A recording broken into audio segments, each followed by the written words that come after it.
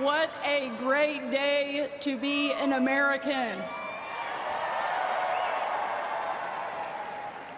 I have to admit, it's a little surreal to be back in Washington, D.C. right now. 8 years ago, I was one of the very first staffers to go into the White House for President Trump's first term.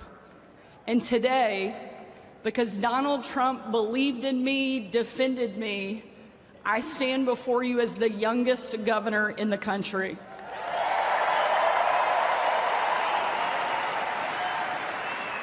More importantly, I stand here as someone who absolutely loves this country and is so thankful we finally have a president that is back in the White House that will fight for each one of us.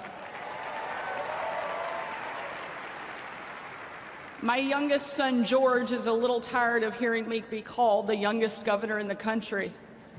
The other day, he asked me, he said, "Mom, you're the youngest governor in the country?" I said, "Yeah, George." He said, "Wow, those other governors must be really old." No offense to my colleagues. Whether you think I'm too young or you think they're too old, Republican governors have been holding the line while we waited on Donald Trump to get back to the White House. And ladies and gentlemen, the wait is over. We now have a fighter back at 1600 Pennsylvania Avenue, and I could not be more excited.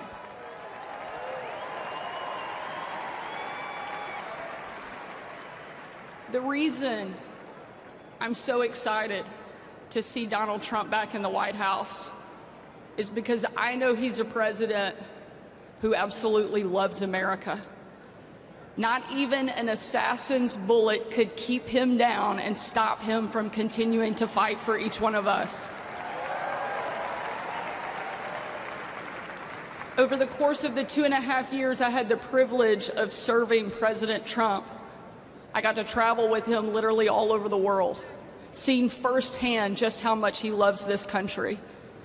And on one particular trip, it was unlike anything we'd ever done before and probably any of us will ever do again.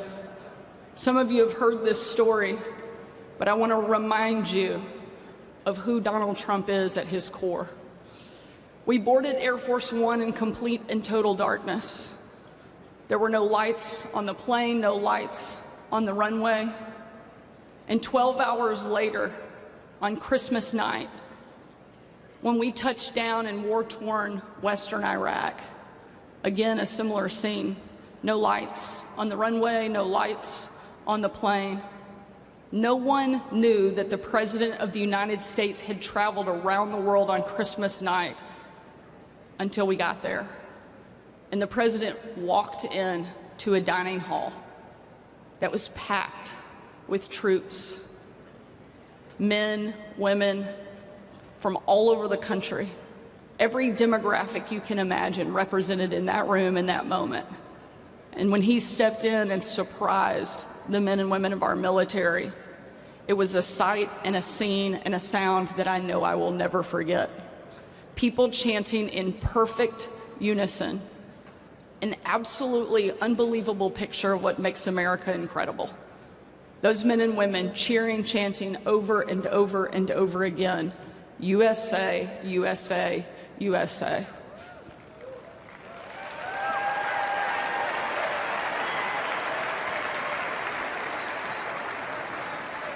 And there was a young soldier in the back of the room, and he said, "Mr. President, I re-enlisted in the military because of you." And the President said, without missing a beat, "And son, I am here because of you." We finally have a president who will stand up for our country and that will protect and fight for the men and women who wear the uniform and give us the freedom so we easily enjoy.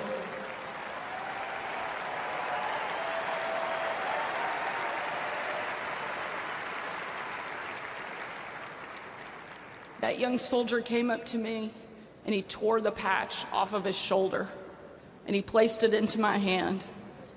And he said, "Sarah, we are in this together." Ladies and gentlemen, That young man and everyone that has served before him, everyone that will serve after him, deserves to know that we have a leader that loves this country and will do everything he can to make it great, and that's exactly what we have in Donald J. Trump.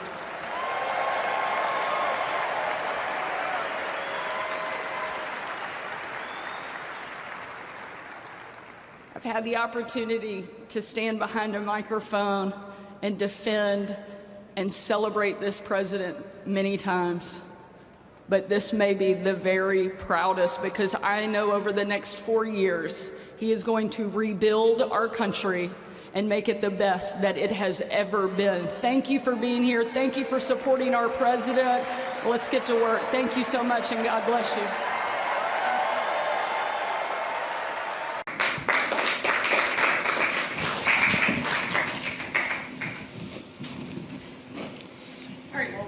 The chairs up here, I'm going to go ahead and get us started. And I thought I would start, John, with your norm of no devices before the age of 14. And I was hoping we could unpack that one just a little bit. And in the following way, which is one argument that some people make is it's really the problem is social media, not the devices themselves, right? And you've given a number of arguments why that may not be true. But can you unpack for us, what does it actually mean? Is it that a kid should never look at a screen before the age of 14? Should they not have control over it? Can we as parents just prevent any social media on their devices? Unpack that for us. So a really important thing to put up front here is that stories are good. Humans are a storytelling species. We convey culture in stories. We love stories. We've told stories for hundreds of thousands of years. So if you want to watch a movie with your kid, that's great. Let them pay attention to a story for 90 minutes. If they want to watch some cartoons now and then, not in the first 3 or 4 years, but 5, 6, 7, if you want to give them an hour of cartoons on a Sunday morning, ideally longer things are better, because these are still stories. Okay, here's what's not a story. Also I should say, movies and television can't reinforce you. You sit and you watch. But a smartphone or an iPad is B.F. Skinner in a little box. B.F. Skinner, the founder of behaviorism, he discovered that if you give animals a variable ratio reward schedule, you can hook them, you can train a rat to do almost anything if you give them this right schedule of rewards. With a smartphone, the kid is interacting with it, they touch, they get feedback. Not always, it's not always good, but on a variable ratio it is. So this is the best training machine for a human that you can imagine. And you know who gets to administer the training? Not you. A million weirdos on the internet. They get to train your child. So I'm saying don't be afraid of screens per se, but remember that if a third of the day of your child is spent doing things that give them quick dopamine, then the other 2/3 of the day will be painfully boring. Everything else will be boring. So you have to watch especially the interactive touchscreens and video games. So it sounds like time on device as well as what they're watching on device. If they watch the movie on an iPad instead of a television, and you keep it to just a movie, it sounds like that might be an okay. Well, that's right. If you could disable the iPad so that all it did was show movies, but if a device can do 50 things, your child is not going to focus on one thing. They're going to divide their attention and do 50 things. Well, your book has had an enormous impact on conversations. Already in Australia, we see that they have nearly entirely phone-free zones, but it's had a huge impact on Governor Sanders as well, who, as I understand it, after seeing the book, gave a copy of it to all of the legislatures in the state of Arkansas, as well as to governors across the country. Can you tell us a little bit about what was it about the message that resonated so strongly with you, and what is the action that it's motivated for you? So I had the chance to read through the book, and for me, frankly, the part that had the biggest impact is the fact that I'm a parent. Even far greater than being governor, I have a 7th grader, a 5th grader, and a 3rd grader. And so I'm living the challenges in real time. The biggest fight we have at our house is over phones every single day. And a lot of the parents and my peers are having these same conversations situations. And so that was the initial draw. But certainly we were seeing the impact of it in our schools, the mental health crisis that has plagued every community, not just across the country, but frankly across the globe. And so the story that Dr. Haidt was willing to tell was so captivating. But he didn't just say, hey, we have a problem. There was so much research, so much data, but then he gave us a path forward. And to me, that was the biggest piece of why it was so important to share that story with so many other people. And so I took copies of the book, sent it to every member of the legislature in Arkansas, as well as every governor in the country, so that we can hopefully take collective action, because I think it is one of the biggest challenges that we are facing. And we've taken action in our state just in the course of the last couple of months. We opened up a pilot program where we instituted the ability for schools to go phone-free voluntarily. And within the first couple of weeks of opening that up, we saw 75% of the school districts in our state voluntarily choose to participate in that program. And one of the things that Dr. Haidt pointed out when we started this program was, don't just open it up, make sure you're tracking the progress. And so that was something that was really important to us. And we've been able to do that and show proof of concept within just the first year of some of the schools in our state going phone free. We've seen a 51% drop in drug-related offenses. We've seen a 57% drop in verbal and physical aggression among our students, and a massive increase in overall participation of students in the classroom. So we're already seeing a real world impact. I can see it at my own house, but certainly in classrooms across the state as well. Yeah. Can I just add, because I was lucky enough to spend 2 days in Arkansas, and we had kind of a road show. We gave a couple of talks. We visited a few schools in Arkansas. And what was so thrilling was, first of all, the kids endorsed it. The kids loved it because actually it's really fun to talk with other kids. And the thing that really just warms my heart is wherever we went, the teachers, the administrators, they always say the same thing, which is we hear laughter in the hallways again. Yeah. And we haven't heard that in 10 years. You know, a little funny anecdote on that, John. I took my 10-year-olds to the pediatrician last week, and one of the screening questions that a lot of them ask now of parents or of the child, right? She said, does your mom give you as much screen time as you'd like? And she said, oh, yes, she does.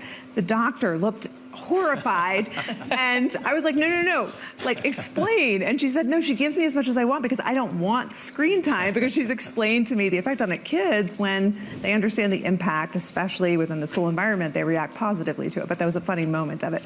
Now, one of the things I thought was extraordinary about you leading the charge on this is a lot of people think that this is, a partisan issue, right? That you wouldn't see anyone who is Republican taking on the helm of doing this.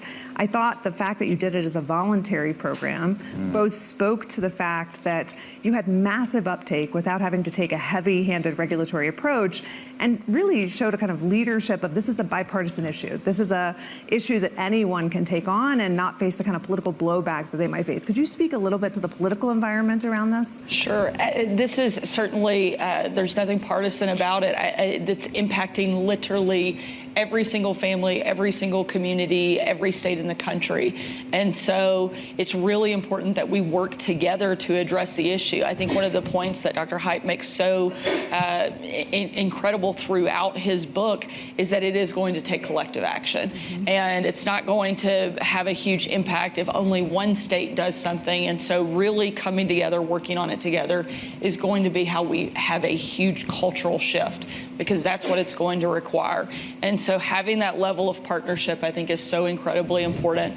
We've been able to take that action and open it up voluntarily. Now we do want to go in and take it a step further and legislate, which we plan to do this session, which we started this past week, where Arkansas will go bell to bell, phone free in our schools. And I think it will have a tremendous impact. But it was really important to start with a more soft approach and have that voluntary opt-in, show proof of concept, and now we can move into a much more, I think, aggressive plan moving forward. Can we talk about the second piece of that? And I want to come back to this collective action question in just a moment with you, Dr. Haidt. But Second piece, right, was this age of 16 for social media. Can you speak a little bit to that aspect of what you did and how successful that's been and how that's being implemented and received? I'd like it to be a lot more successful than it has been. We passed legislation in Arkansas that would require parental permission for any new social media account for anyone under the age of 18. Unfortunately, we ended up in court very quickly, as you might imagine, and we're still going through that process. But we plan to introduce new legislation over the course of the next couple of months, hopefully moving that along a little bit better. But I think it is one of the other places that we can take action, and one of the ways to engage parents, because I think that's one of the biggest pieces of this. Well, that's a nice segue to talk with Dr. Haidt about this, right? You've talked about the collective action trap that parents are in. I'm lucky, my kids are still young, right? I have a 10-year-old and a 5-year-old. I'm not facing the social pressure yet for them to be on social media. But this is one of the traps that parents are in, is they feel like their child will be left out, that they can't. And so define for us what this collective action trap is and how we get out of it. Sure.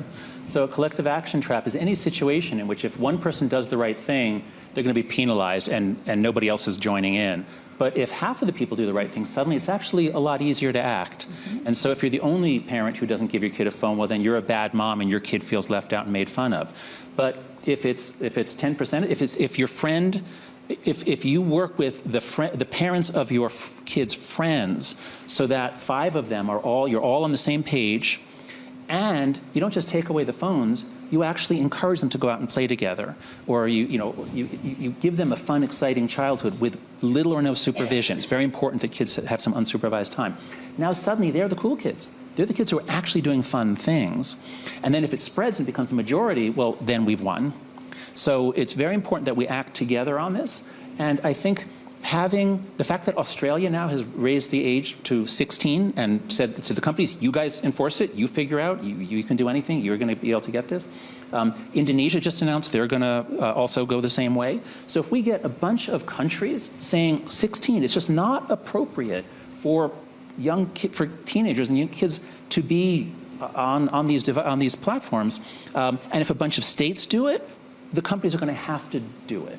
And then we'll have a global norm, and it'll just cut off so much of the rotting of attention and the negative emotions and the social comparison and the lack of exercise and lack of sleep. Let's just delay that till 16. At that point, we can, no, not really, but yeah, delay till 16. Let me press you on this one a little bit. I know that we all remember COVID and the lockdown period.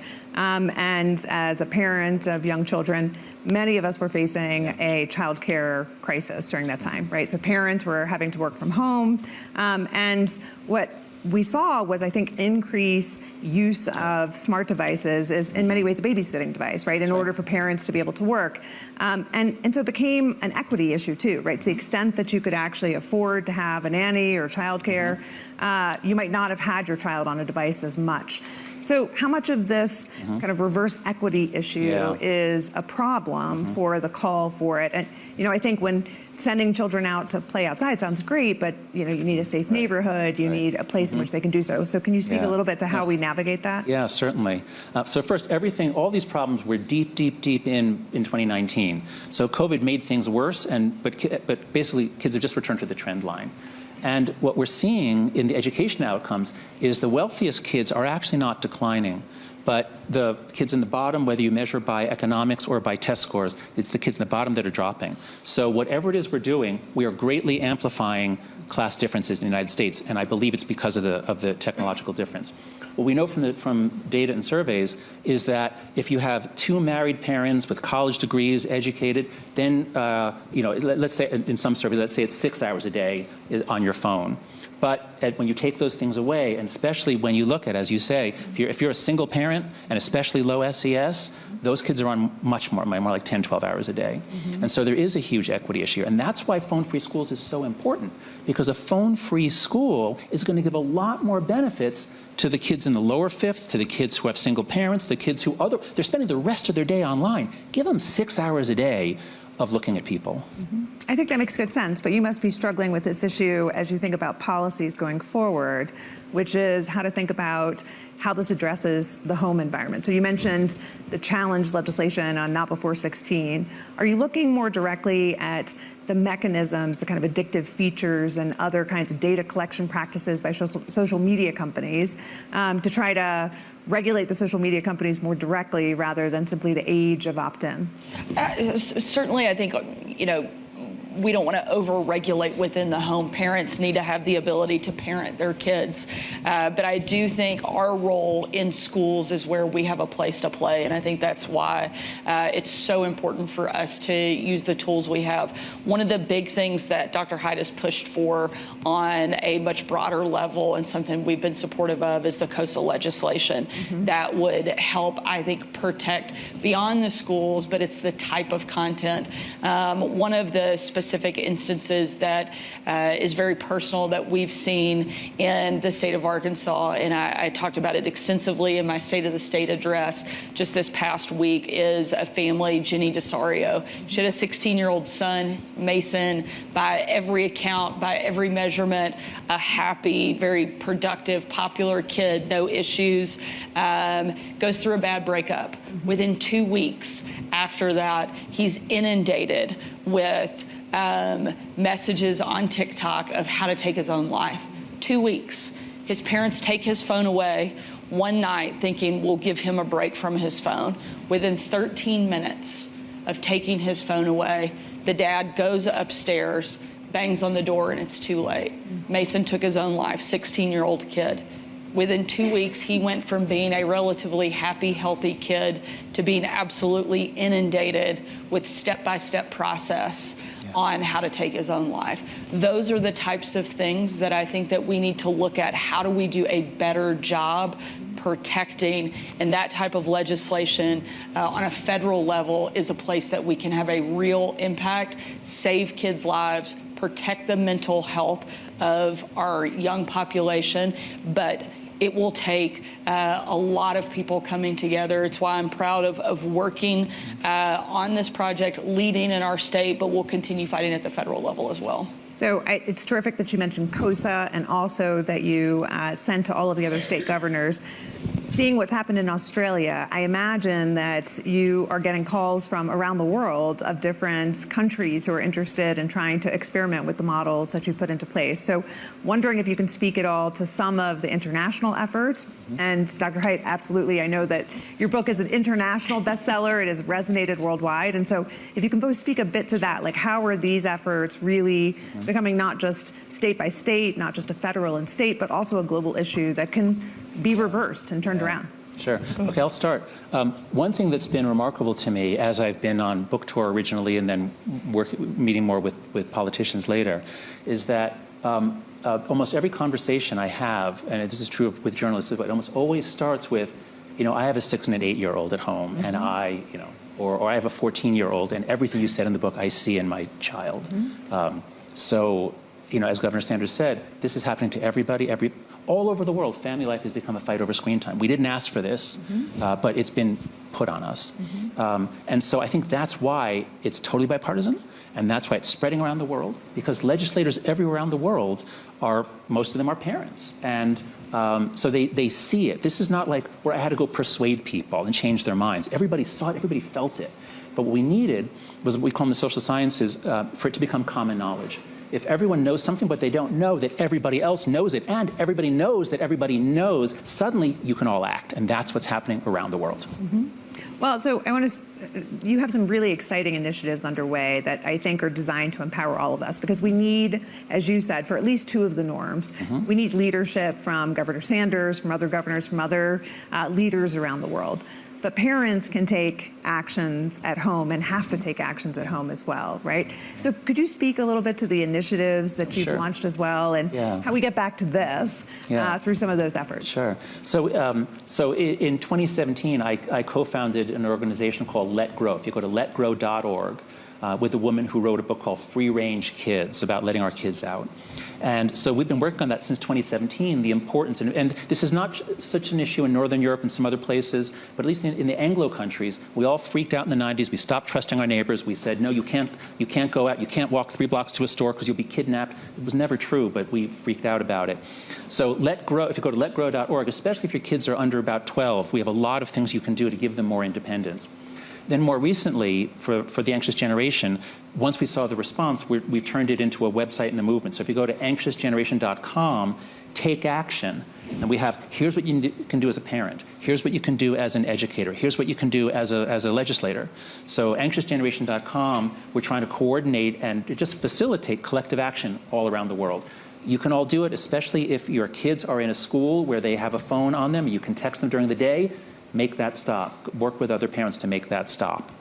I want to thank you both for your leadership in this space, but especially as a parent as well, to giving a voice and a solution to a problem that we're all grappling with. Thank you. Absolutely. Thank you.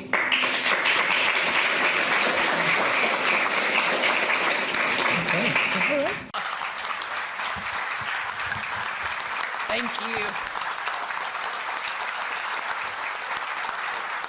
Thank y'all so much. I won't ask what caused. Long story. I hear maybe you lost a bet, so if you want to take some more bets, maybe I'll see if I can come up with some good ideas. But it is great to be here with you, and love that we're having some fun already here for the lunch. And thank you for joining us here in Little Rock, Lieutenant Governor. Good to see you as always. Been a busy few weeks, so glad to see you here at home. I know that everybody in this room has a lot of things that have been keeping you busy all over the state of Arkansas. We wish, in fact, you were less busy than you are, but we are so glad that you took time out of your schedules to be here today. I'd also like to thank Sheriff Jones for the kind introduction, but more importantly, the great work that you do leading the Sheriff's Association and helping make our entire state safe. So thank you so much for your effort and for your work. One of the privileges that I have of being governor is the opportunity to travel around our entire state to all of the communities that each one of you call home. I've been fortunate enough to go to all 75 counties, some of them many, many, many times, and I've gotten to see a lot of you face to face when I make those stops. Those visits often remind me of a story from when my dad was governor. Many of you may remember, and I apologize because I'm a couple minutes late today, but you'll remember that my dad became governor not too long after Bill Clinton was governor. Many of you who have been around Arkansas for a long time know that Bill Clinton was world famous for always being a little bit late to things. My dad was the exact opposite, always early. In fact, he's left me a couple of times for showing up a few minutes late. I think there's only one person in the entire state that ever got a free pass to be late, and that was my mom, because he was as scared of her as the rest of us. But when my dad first became governor, he was asked to attend a community meeting in a really small town here in Arkansas. When he drove up, he saw that the parking lot was completely empty. He tracked down the janitor and asked him where everybody had gone. The janitor simply replied, "Oh, we always tell the governor's office that our event starts 2 hours before they actually do. That way, they might actually show up on time." Being a little bit late is probably one of the only ways I'm more like Bill Clinton than my dad. But for this group, I always want to be sure to show up. That's because every day our sheriffs and police wake up, you tell your families goodbye, knowing that tragedy could strike at any moment. It's the kind of day in and day out bravery and commitment to service that protects our people and makes our state as great as it is. As governor, it's my responsibility to stand with you. Government has no greater duty or obligation than to help keep our people safe. When sheriffs called for tougher penalties for violent repeat offenders, we answered that call and signed the PROTECT Act. In fact, I see a number of our state legislators here in the room. Without them, that would not be possible. Senator Gilmore, who's in the back, helped lead that charge, and we are so thankful for your leadership and the partnership that we have with our state legislature to enact the PROTECT Act. Thank you for your efforts and your work.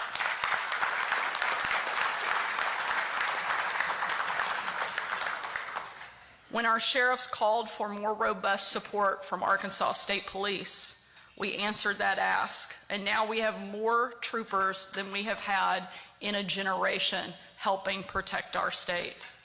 And when sheriffs asked us to finally put an end to the prison bed shortage plaguing Arkansas and burdening our county jails, we answered and announced a new 3,000 bed prison in Franklin County, and we're getting started and we'll get the job done.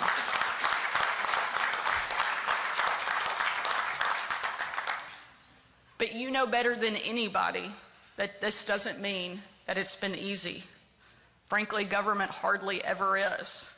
But we know it's the right thing for our communities, for our sheriff's departments, and for all of the people that we serve here in Arkansas.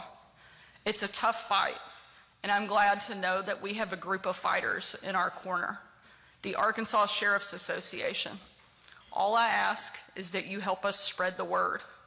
Arkansas has kicked this can down the road for long enough, and we can't afford to do it anymore. It's past time that we invest in our prison system and deliver a safer, stronger Arkansas, and with your help, we will.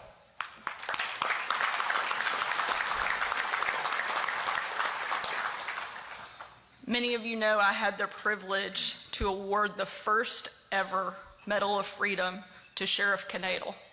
I told Mike's story during my State of the State address, but the words that resonate most were not mine, but his. This will not define us, and it will not divide us.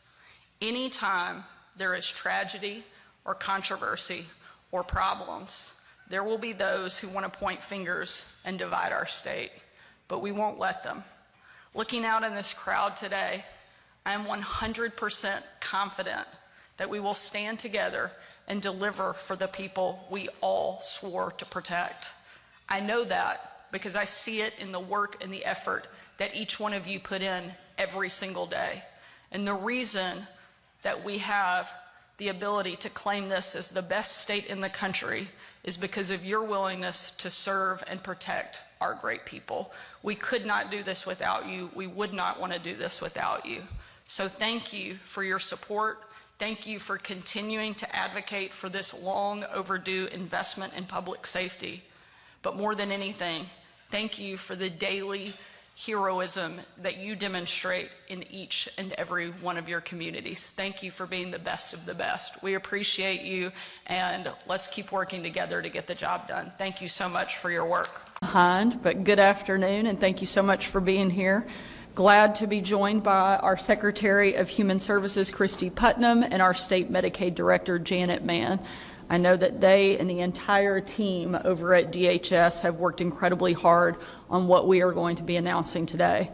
I also want to recognize the many legislators in the room with us. We know they're extremely busy right now, keeping us very busy, which we're excited for, and glad to have some more activity back in the hallways, but glad that all of you are here, and I think that this will be a great thing for all of us to continue working together on. There have been a lot of questions about our plans for Medicaid, and 2 weeks ago I told several of you to check back in. Well, I hope you will be happy, but the wait is over.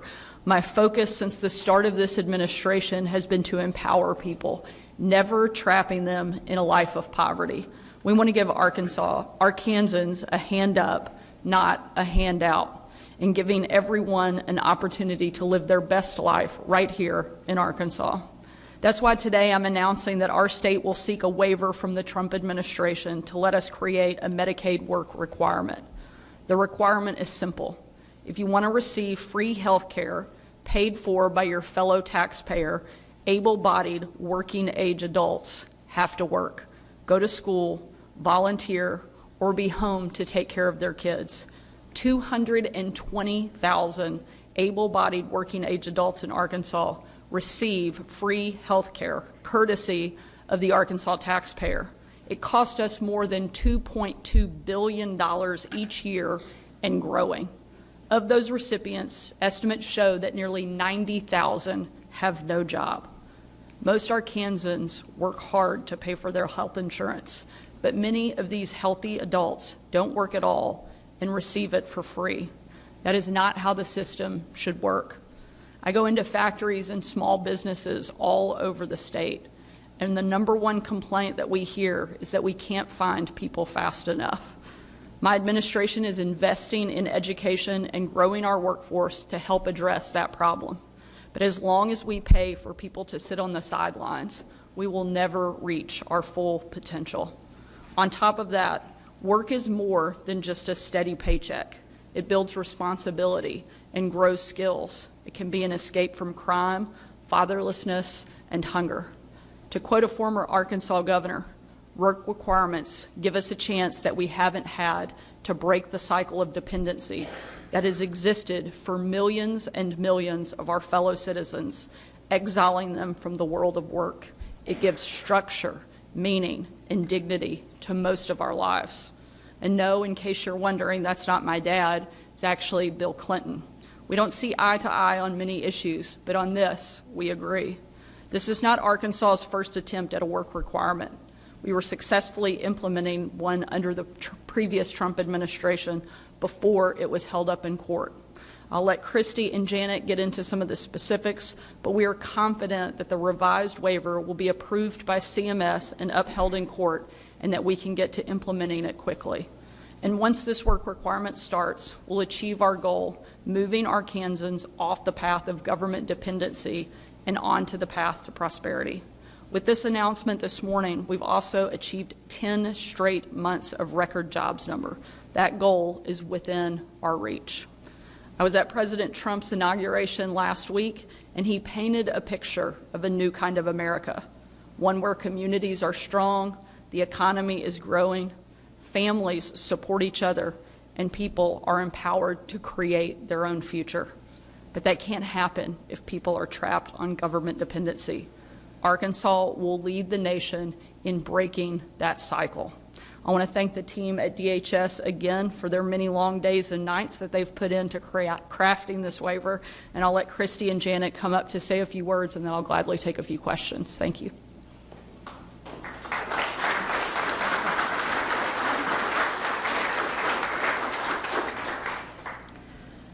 Thank you, Governor Sanders, for your bold leadership on this important initiative.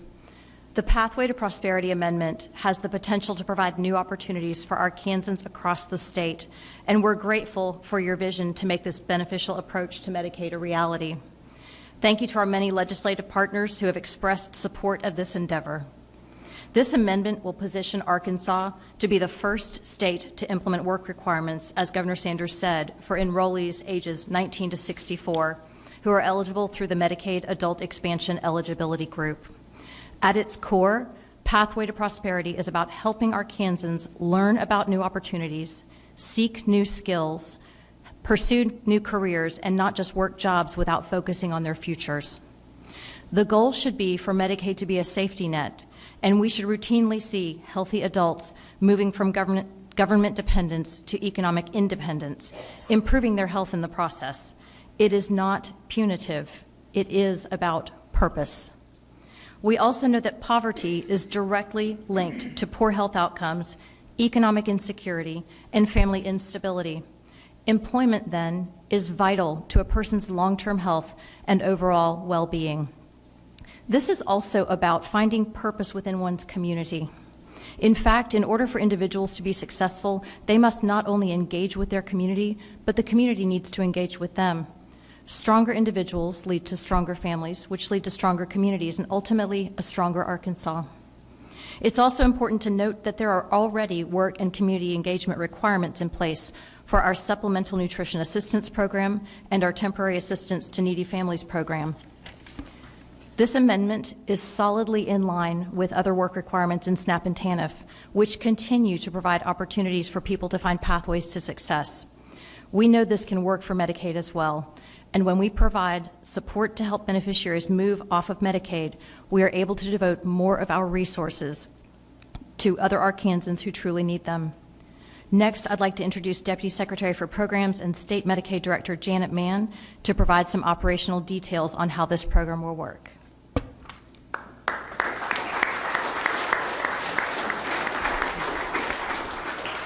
Good afternoon. Thank you, Secretary Putnam, and thank you, Governor, for hosting us this afternoon. We have worked to design this amendment taking into account lessons learned from previous work requirements. We have developed a truly innovative approach that positions us to transform the lives of many Arkansans. Pathway to Prosperity will use data matching to identify individuals who could benefit from extra support to reach health and economic goals. Working age non-disabled individuals covered by the qualified health plans on our home will be assessed on track or not on track through data matching and audits of automated activity tracking. For those who are identified as not on track, they will be provided the opportunity to receive focused care coordination services to support health and economic self-sufficiency. The services include the establishment and monitoring of a personal development plan. Success coaching will be provided through the existing resources to offer focused care coordination services and connection to community resources to eligible individuals, including the establishment of the personal development plan. We will leverage the resources available through the health plans, state agencies such as the Arkansas Division of Workforce Services and Arkansas Career and Technical Education, and local community partners. Active participation in health and workforce development will become part of the expectation of receiving health care through an Our Home Health Plan. Individuals who refuse to cooperate with DHS and decline to use the services and the incentives covered from their qualified health plan will have their Our Home coverage suspended. They will not be disenrolled from the Medicaid program. Benefits can be rapidly restored if the individual chooses to get on track with their personal development plan. In developing this amendment, we focused on the importance of providing clear communications through multiple means, simplicity in design, and the need for personal interaction rather than over-reliance on technology.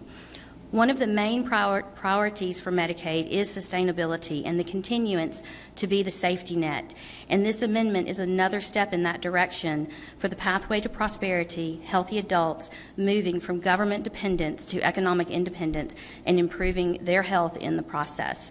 We are excited with the amendment we have developed, and we look forward to the 30-day public comment period that will occur before we submit to CMS.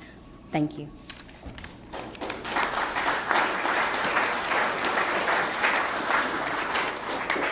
We'll take a couple questions if there are any.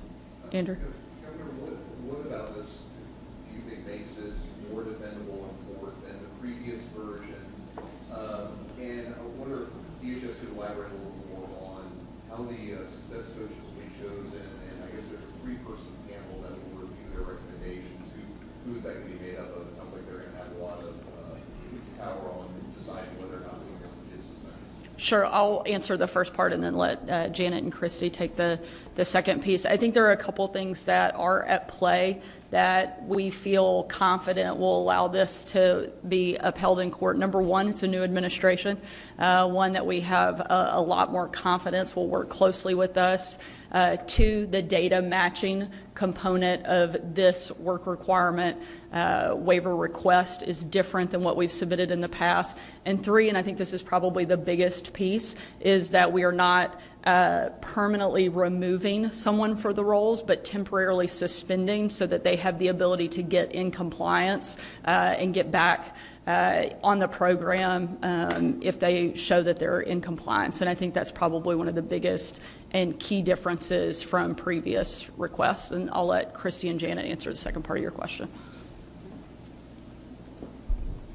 So as far as the success coaching, it's actually success coaching, and we intend to leverage existing resources, as Deputy Secretary Mann referenced. We have great partners in other agencies, but we have a great deal of resources developed to be able to support success coaching through our programs. On the other pieces, as far as the reviews and the audits, that will all be negotiated during our discussions with CMS, and so those are some of the operational details that will be worked out during the negotiation process. Sure. Here's my question will be for DHS.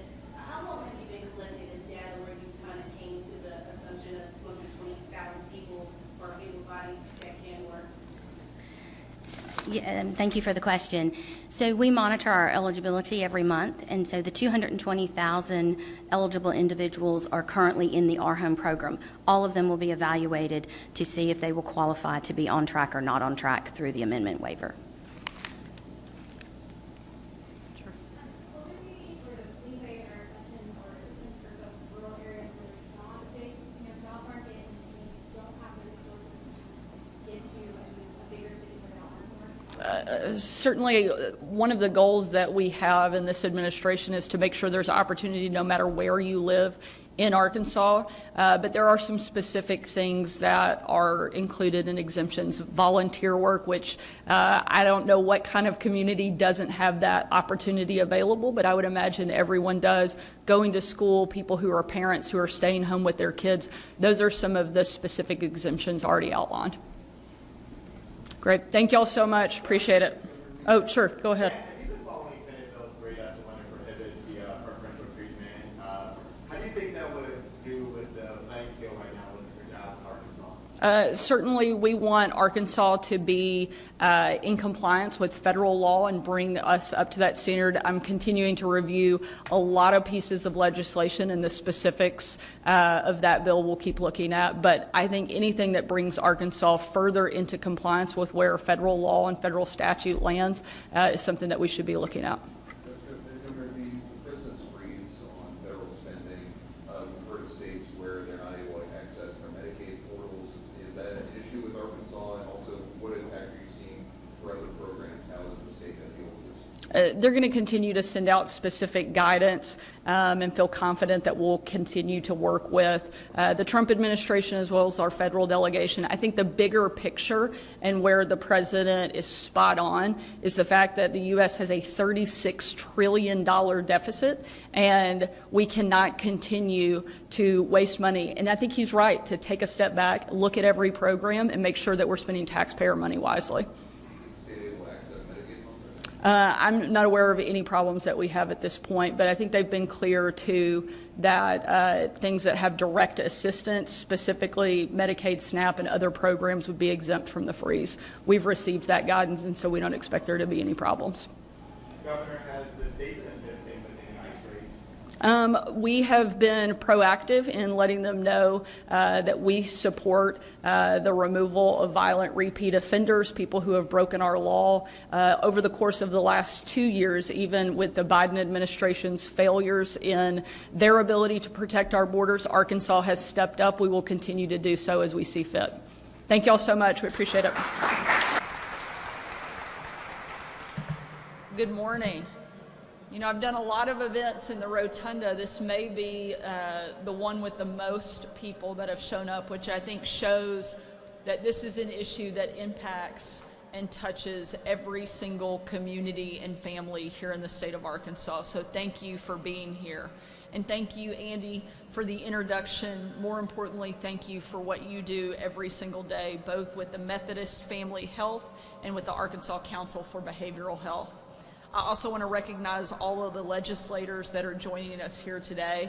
There are quite a few around the room. Maybe that's why we have such a big crowd, is because we're in session, and I think I've seen most of the legislature here with us. Certainly want to recognize our new speaker, Representative Brian Evans. Speaker Evans, already in a short amount of time, you have hit the ground running and are doing a tremendous job, and we know going to be a great leader for our state, not just through this session, for a long time to come. Thank you for your leadership. I also want to give a huge round of applause and thank you to all of the mental health professionals and advocates that are here in the Rotunda today. Thank you for all that you do day in and day out to keep our state safe and healthy. At the beginning of, yes, you stop and pause for that.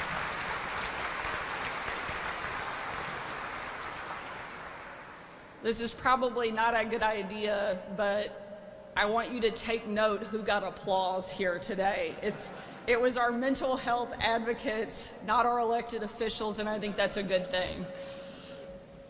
But at the beginning of the month, I delivered my State of the State address, and I laid out my priorities for this year. And I'm proud to say that improving our state's mental health and especially our kids' mental health, is one of my top goals for this administration. The reason for that is really simple. Over the course of the last several years, we have seen a staggering rise in mental health illness among young people, particularly over the last decade. Anxiety, depression, suicide have doubled and sometimes tripled among our kids. And to me, in the data, the culprit is very clear: unrestricted access to smartphones and social media. And we now have an opportunity to do something about it. With us today are Senator Tyler Dees and Representative John Eubanks. Working with me and my team, they are introducing new legislation today that will ban smartphones bell to bell in every single school in the state of Arkansas. Thank you for your leadership.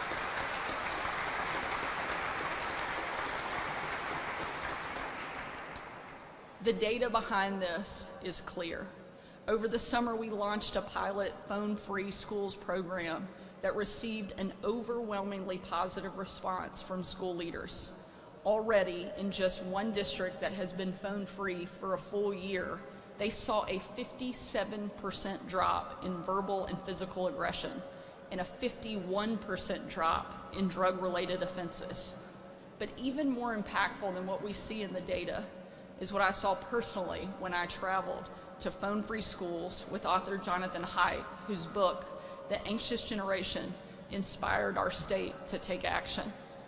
Teachers told us that cafeterias and hallways had gone quiet in recent years because kids were spending all of their free time checking their phones. Now, with the removal of phones, there's laughter and conversation in our schools again. Kids talk to us about the relief that they felt when they no longer had a device buzzing in their pocket every 15 seconds. And parents told us that their kids felt more relaxed and focused in class. Last week, I was with Jonathan Haidt again, this time in Davos, Switzerland. He and I shared what we'd seen in schools in Fayetteville and Little Rock with leaders from literally all over the world. My takeaway from that event was very clear. Arkansas has the opportunity to lead on this issue globally and pass one of the most comprehensive phone-free school bills in the world. And that's a good thing.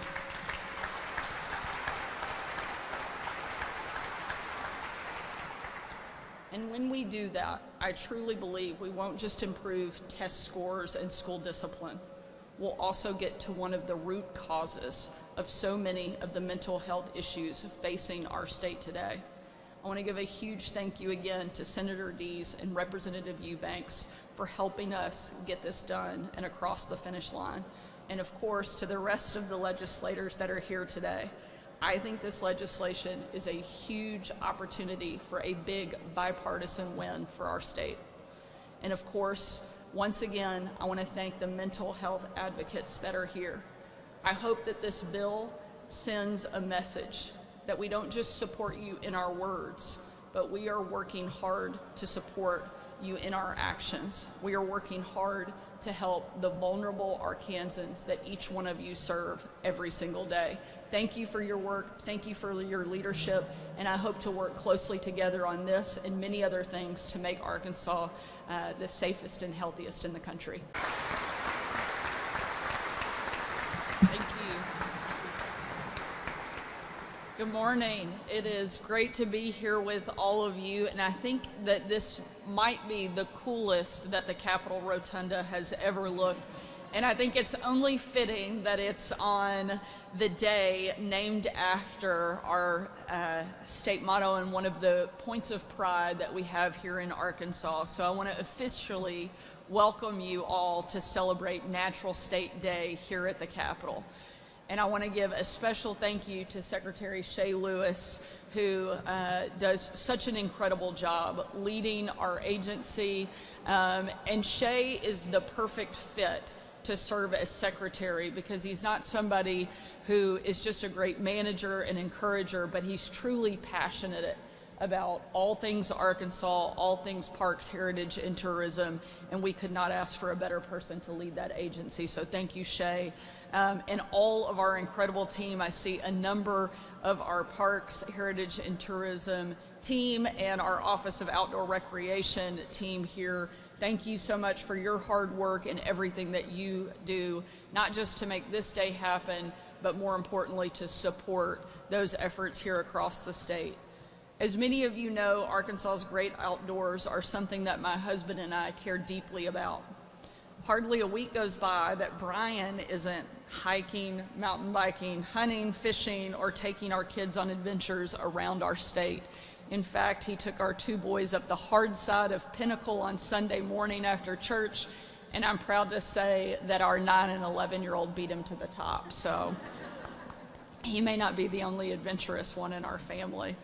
And while I may not be quite as adventurous as he is, I do always enjoy getting out with our family, whether it's at Pinnacle or Petit Jean or braving the cold to go duck hunting, as we have done a few times over this season. Whenever I'm talking to someone in Arkansas about tourism, inevitably there's one story that comes up over and over and over again. I'd love to say it was something that I did, but it's actually the contributions that my mom and dad made.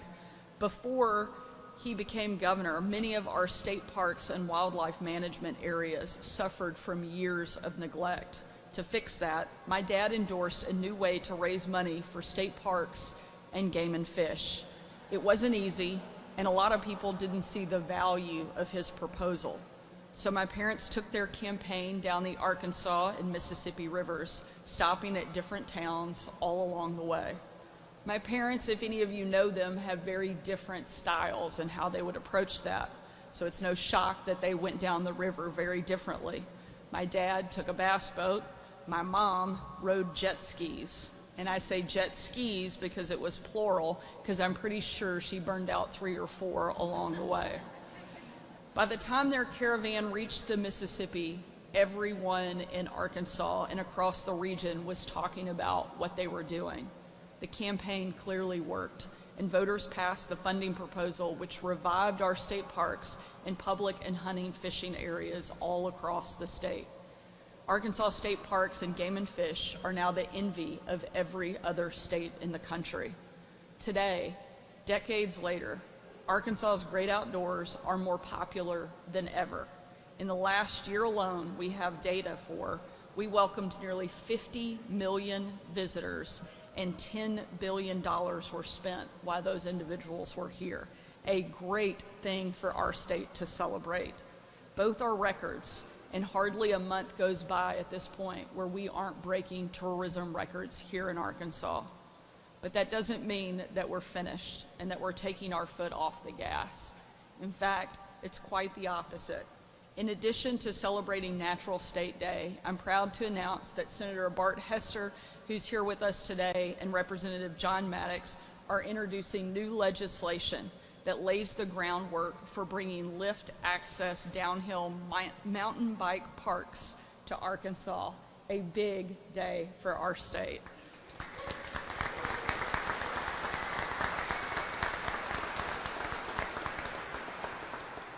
And I don't know if we told you this, but as sponsors of that legislation, we fully expect you to be some of the first to go up that lift and down that mountain. Brian will be there, and I'll be there with refreshments at the bottom.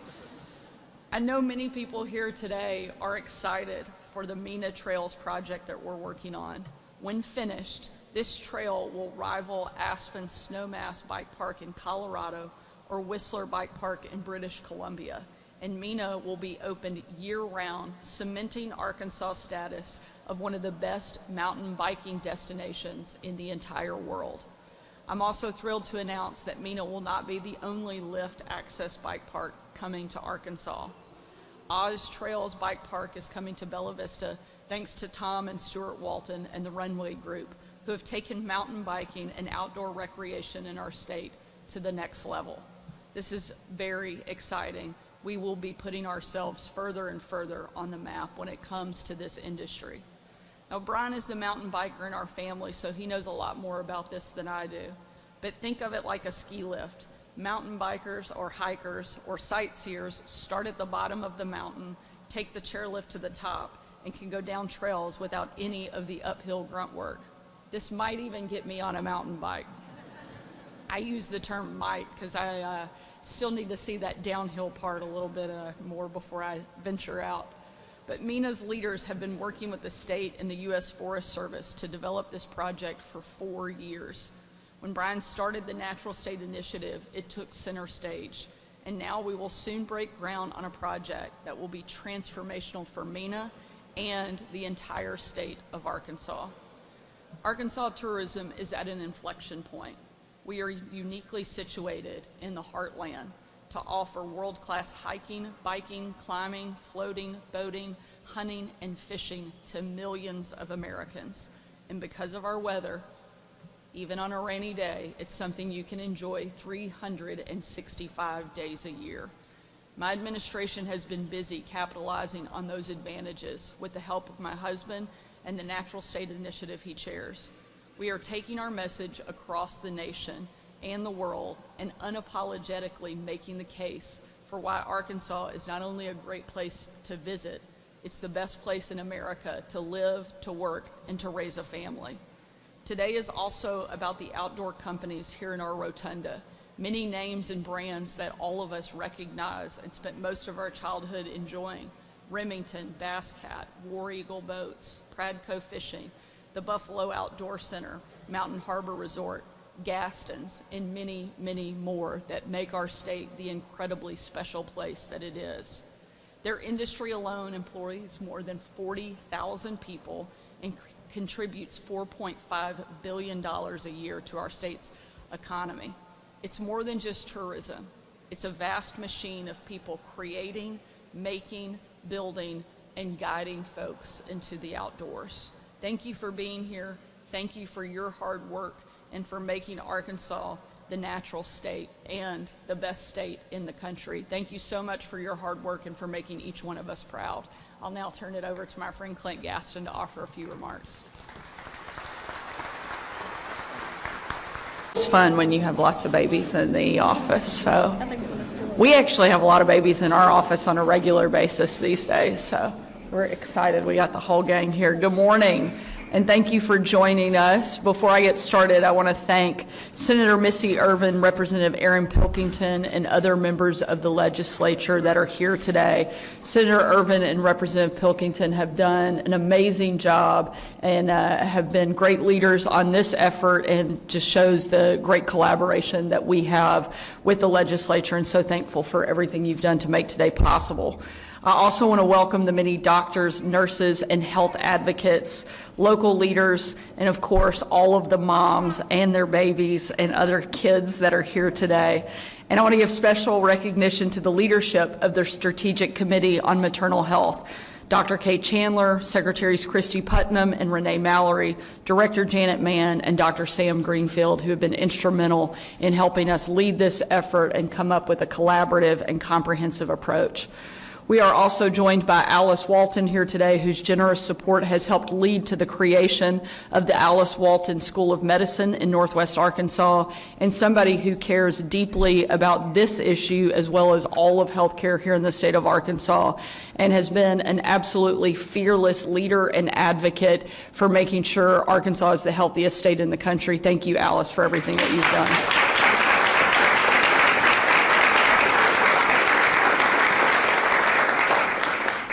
It's no secret to anybody here in this room that Arkansas has to do a better job when it comes to maternal health. It's what led me to create the Strategic Committee on Maternal Health last year, and it is what has driven so many of the men and women in this room to take action. And today I'm proud that we are announcing a big step forward in our fight to improve maternal health, the Healthy Moms, Healthy Babies Act. Led by Senator Ervin and Representative Pilkington, this legislation will make several massive improvements to Arkansas's maternal health landscape.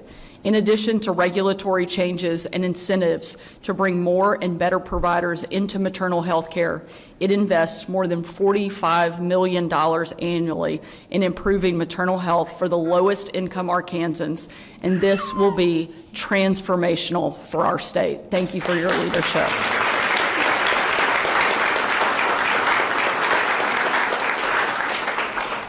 Today's step is a big one, but it's far from the first thing that this administration has done to improve maternal health.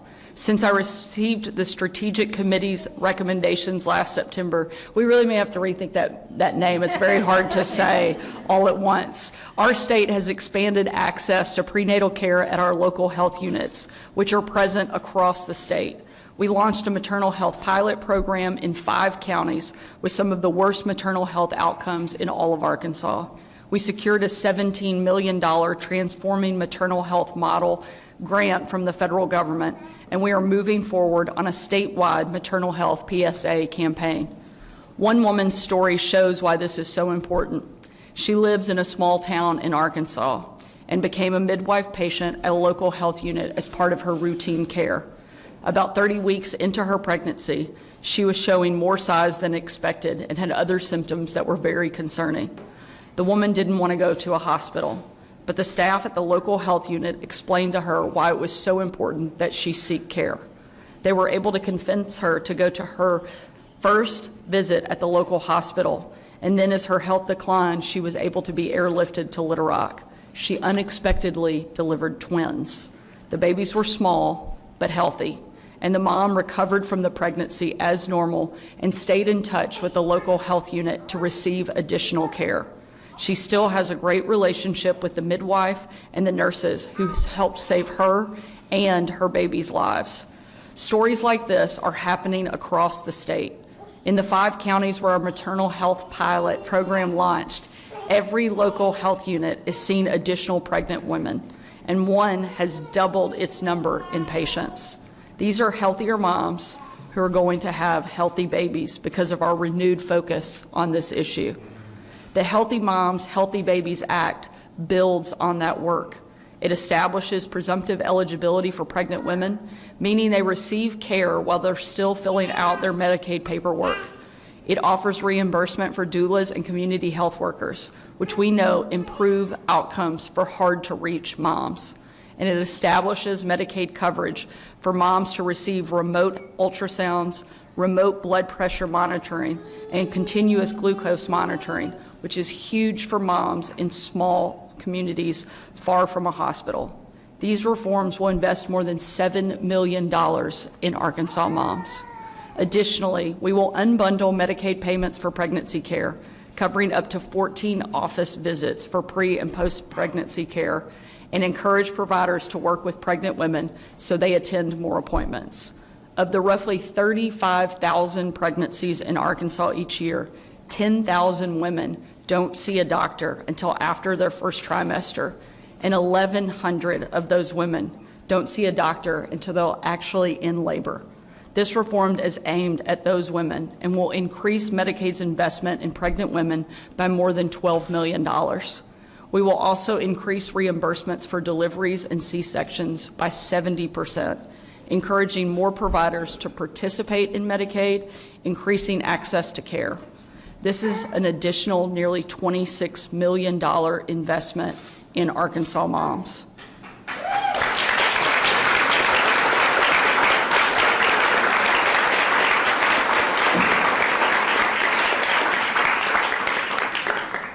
I promise we're almost finished, but there's a lot in here. As a mom, maternal health is personal. So I'm proud to say that this legislation, along with my administration's other actions, are a massive statewide response to an important issue that is facing Arkansans.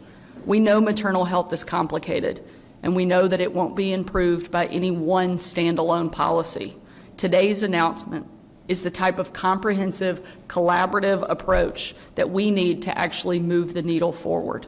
And that's exactly what you see represented in this room, a collaborative, comprehensive approach, something I'm extremely proud that we have people from all over the state who have come together, worked together, and put the best ideas forward to help change outcomes and help change and make sure that we are a healthy state for moms and babies. I'll now turn it over to Senator Ervin and Representative Pilkington to talk a bit more about the legislation, and then let our Surgeon General, Dr. Kate Chandler, speak, and then we'll be glad to take some questions. But today is a great day to celebrate moms in Arkansas. Thank you.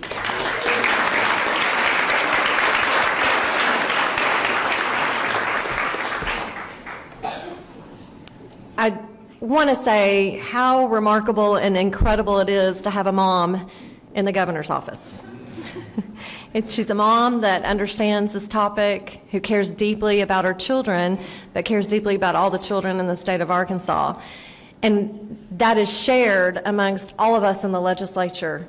I don't think you can find a single legislature that doesn't understand the maternal health crisis that we face in the state of Arkansas, and the idea that we all need to work collaboratively together to attack and address that problem.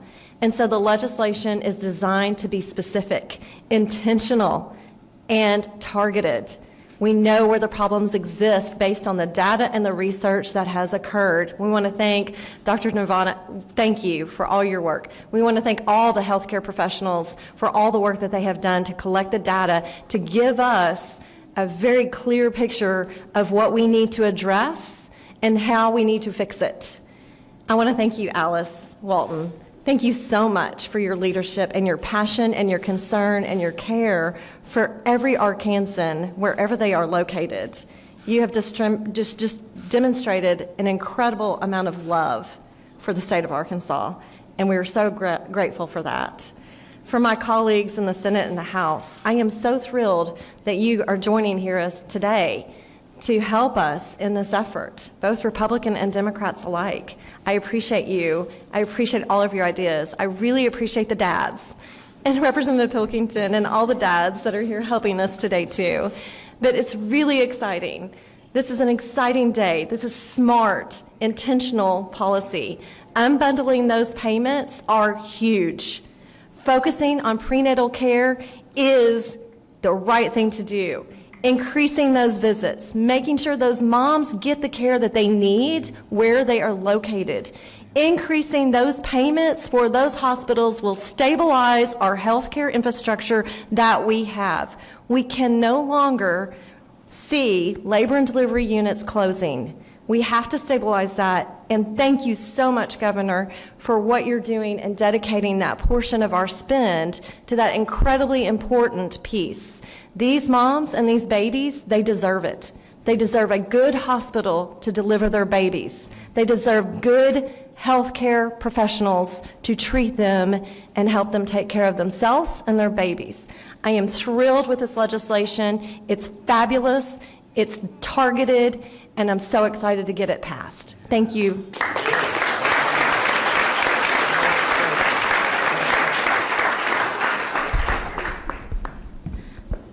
Thank you, Senator. Thank you, Governor, for having us here all today. It really is a wonderful day for Arkansas to see this sort of investment into maternal health. When I first got elected, I did not think that maternal health would become a passion of mine. But in having 3 kids, I have suddenly found myself a zealot in this cause. But it's interesting, too. When I first got elected, I think there was maybe 1 kid at our swearing-in ceremony. Now, when you looked at our swearing-in ceremony, you have tons of kids in the governor's office. It's amazing. And while this is important for healthcare, though, it's something we should also focus on, too, is when we think about the economy of our state. If we want a growing state, we need to have growing families. We need to have a growing population, and the best way to do that is to improve the system. The issue we've had is been here for a long time. This administration inherited a problem, and I'm glad that we're finally have a governor who's going to take this on, head on, and improve the maternal health here in this state. There's really not much more I can say that hasn't already been said, but I just want to thank everyone for being here. I want to especially thank Representative Bentley, Representative Lee Johnson, Representative Hudson, who have all been collaborative in this, and I really appreciate our willingness to always put put aside our differences and try to find a way to work together, because the people of Arkansas, the children and the babies of Arkansas are what really matter here, and that's what I'm glad to see today, is that we're putting our people first, and we're going to make Arkansas one of the best places to have a baby. And I'm truly excited about this day, because this day is the starting pistol for some great change here in Arkansas.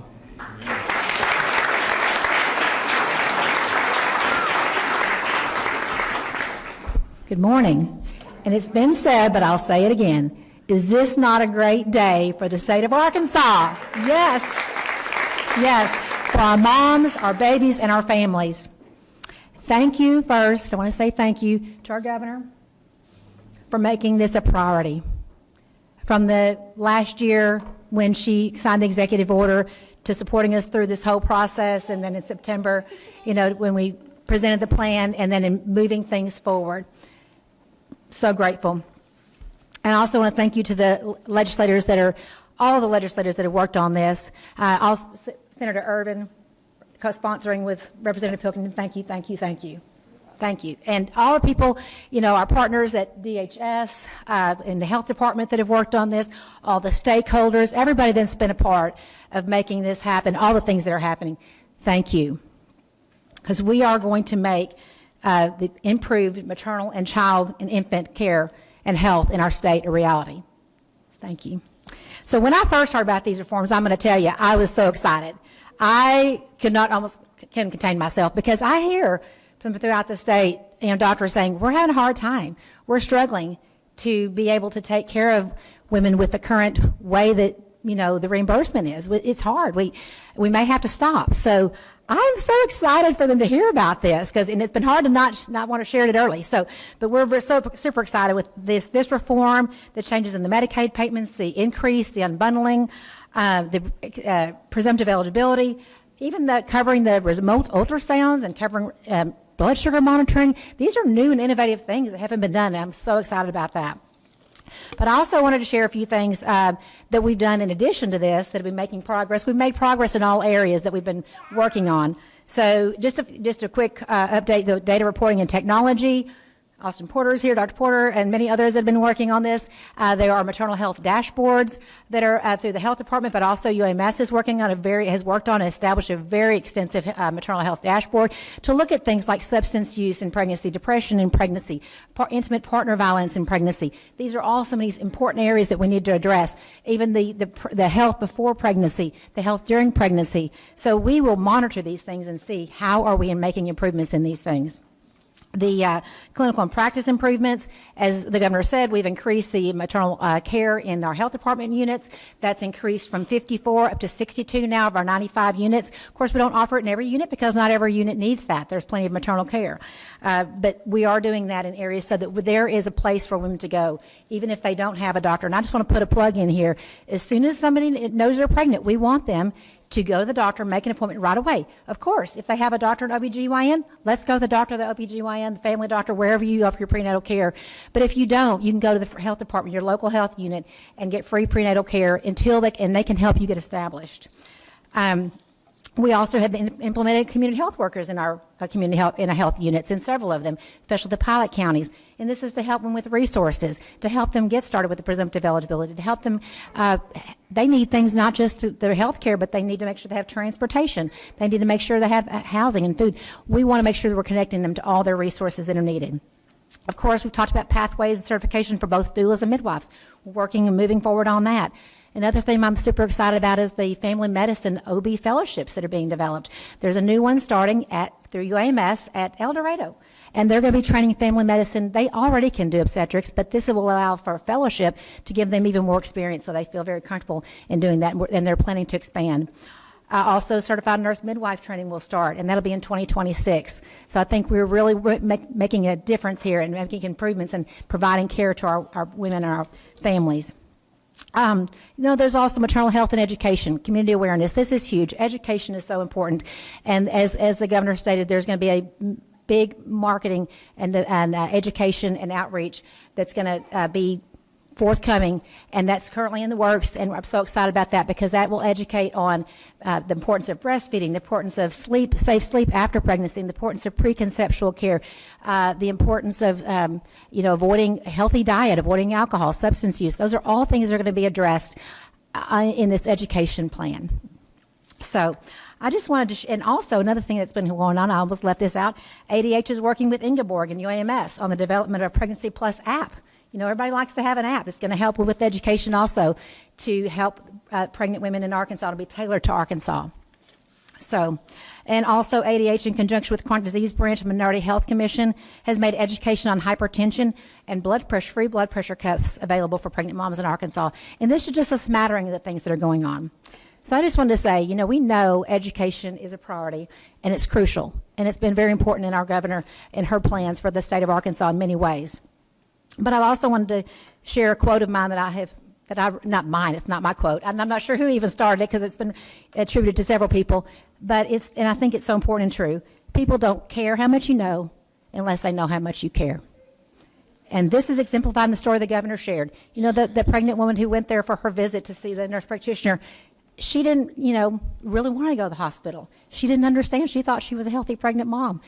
But after she heard from the provider and heard how she had to hear the caring. She wouldn't have done it if she didn't know she cared. So she went, and now she ended up with a healthier pregnancy, healthy outcome for her and her babies. So I believe today this is a message that is being sent loud and clear to all of us. We care about moms, their babies, and their families, and that affects all of us. We've seen today, and we've seen many times again and again, Arkansans are generous with our resources, our time, and with our hearts. Many, many generous people in this room. So what we are doing today will make a tremendous positive impact in the health and the well-being of our state. Thank you so much.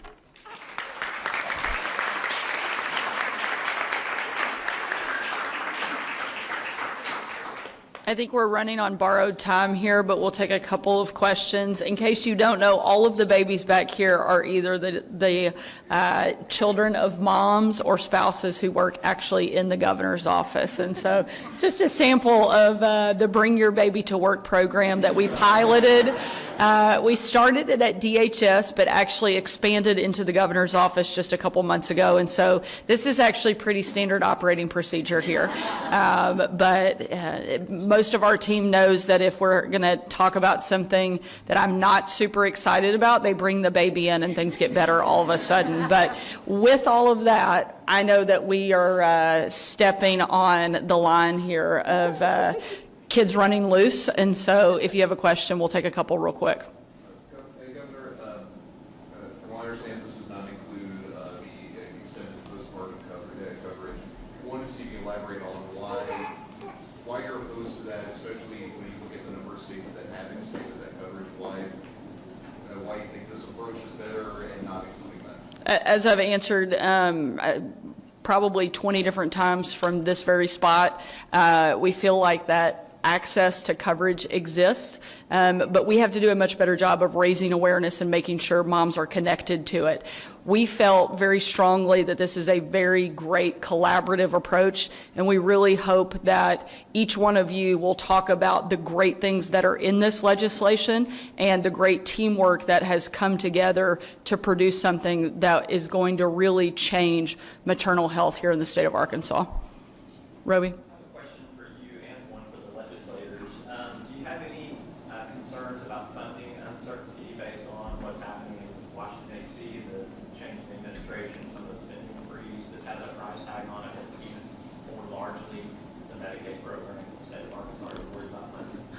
Right now, I have no concerns. We're going to continue to work closely with the federal government and the new administration, and I feel confident we'll continue to do things that help us have healthier moms and healthier babies here in the state. For the legislators, I'm wondering, this will be an omnibus bill, perhaps, and when will it get filed? Yes, it will be. I know there's a bill filed currently called the Mama Bus. That is not the one we're using. We will have a Senate bill and a House bill that we will file this afternoon, so you guys will be able to see everything that's in it and the language that's there. So you should be getting it this afternoon. Council come to the podium. Yeah, we'll start running it as soon as we can. We'll get it filed, and to your point in the question, there will be language in the bill to make sure that we apply for whatever issues are necessary at the federal level to seek the reimbursement and the funding, but we feel confident that we'll be able to get that done. Great. Thank you all so much. Appreciate it.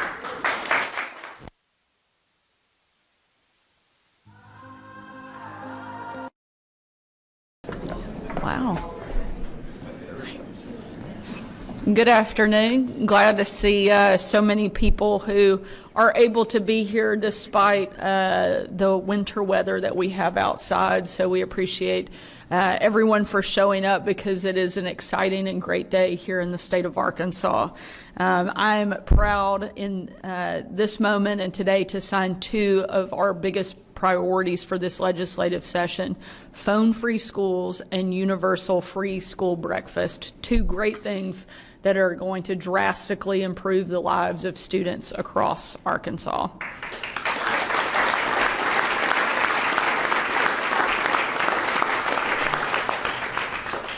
I want to thank Senator Dees, Senator Dismang, Senator Tucker, Representative Eubanks, Representative Gramlich for their leadership on these key issues.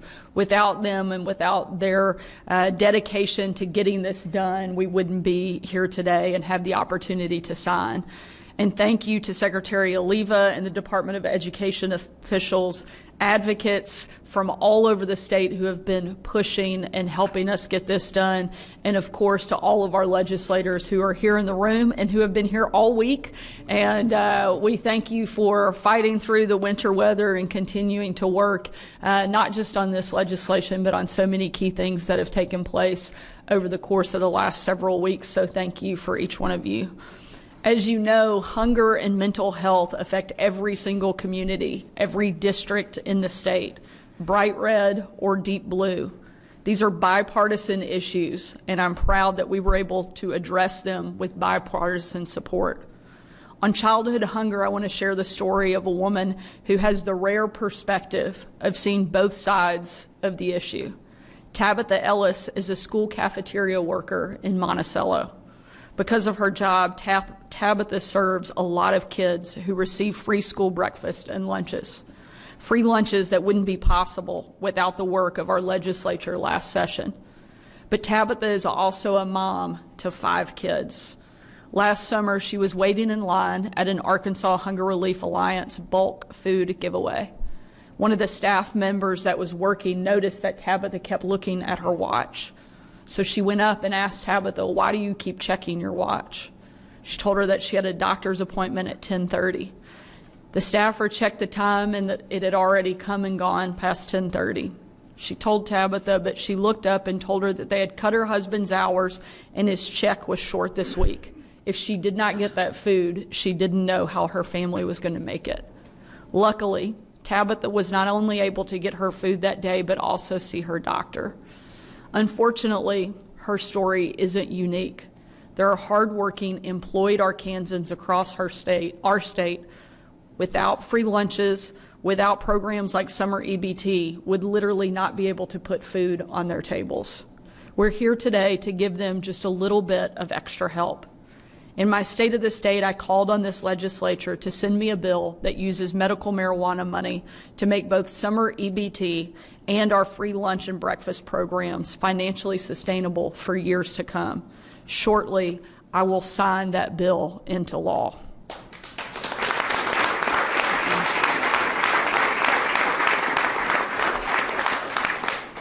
Free school breakfasts are a great way for parents who would otherwise have a difficult time affording food for their kids. It's also great for kids too. Study after study shows us that if a student shows up to school on an empty stomach, they won't be able to focus and learn. The other legislation that I'm here signing today will also help our kids focus in the classroom. In schools that went phone-free thanks to the pilot program we launched last year, teachers say their students are more engaged, less anxious, and many are happy they no longer have to be the phone police and can actually focus on teaching.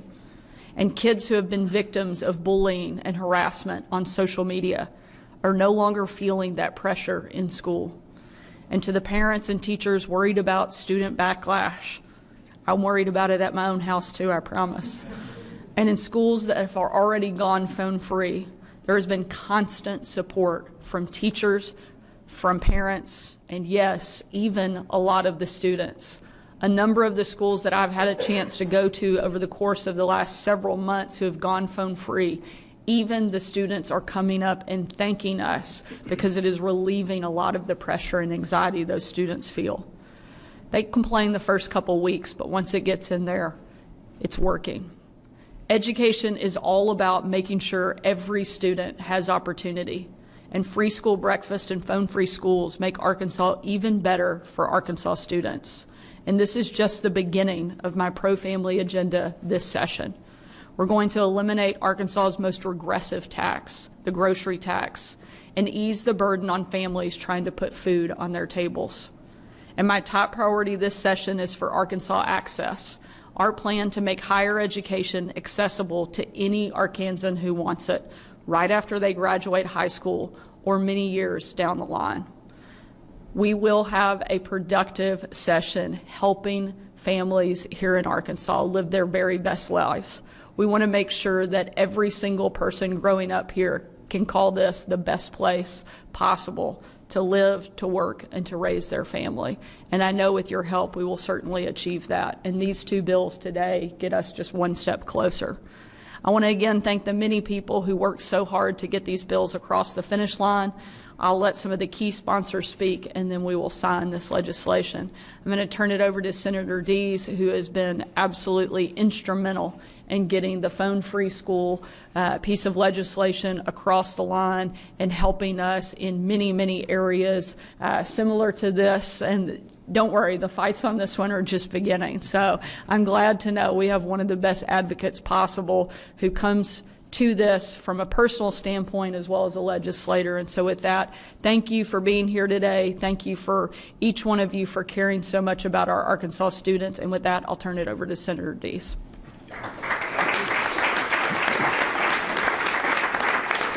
Thank you, Governor. Well, as you've seen, we have a very intentional effort from myself, from Representative Eubanks, from the entire General Assembly, and from our great Governor Sanders to make sure that we are prioritizing the protection of children. And that's exactly what this bill aims to do. We've seen, unfortunately, we've seen that our kids are guinea pigs. Our kids have been a part of an unintentional test from big tech, from social media, and they've been preying on our children. And unfortunately, it's been happening in our schools. And so this bill aims to put a stop to that. It aims to put common sense legislation into practice. That's what people send us here to do. We've seen problems, we see issues, the statistics have been damning, and they send us here to solve problems. And that's what this bill aims to do as well. I can tell you, students, unfortunately, have been living through screens, and it's a fake relationship. It's a facade. And so what we're trying to do is bring back an amazing environment into our schools where they can have authentic, positive relationships, not only with administrators and with teachers, but also with each other, with their peers. We want the beauty of an authentic relationship to be their experience and not living through a screen or a cell phone or a personal device.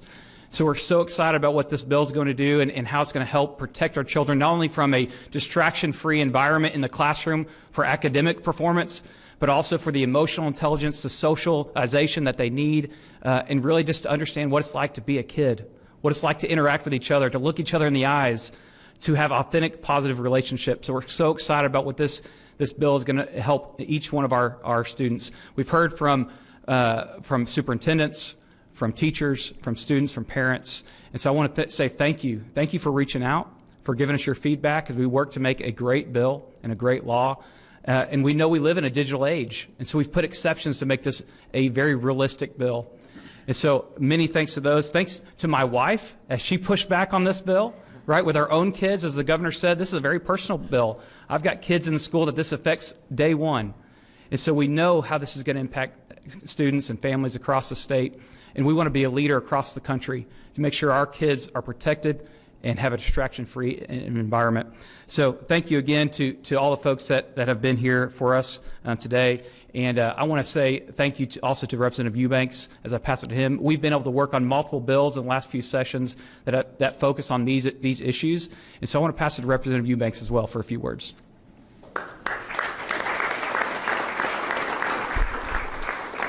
Well, I knew it would be a few words because Senator Dees went first, but it's an honor to be a part of this legislation. We had this focus on this bill was twofold. Number one, we wanted to do everything we could to improve educational outcomes, and we also wanted to do things to address the mental and emotional health of our young people. Like Senator Dees said, we worked on the social media bill last session, so this is something that we care deeply about. Actually, when we were in the room next door waiting to come out here, Representative Gramlich was talking about his experiences because he is a teacher, and he was saying how important this is going to be for his school, how the kids get together and they text things, they organize fights, and it's just going to have a big impact on our schools and our teachers and our students. So I want to thank the governor for pushing this legislation, and I want to thank Senator Dees for his help. Thank you.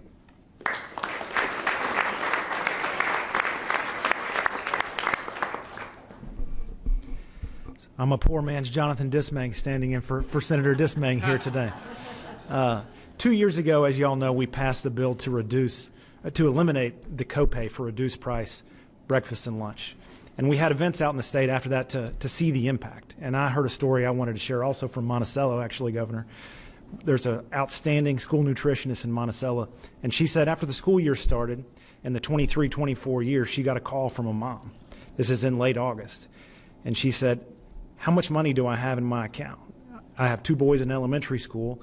I don't have enough to pay for lunch, I know. Do I have enough to cover breakfast until September 20th? And she said, "You have $20 in your account."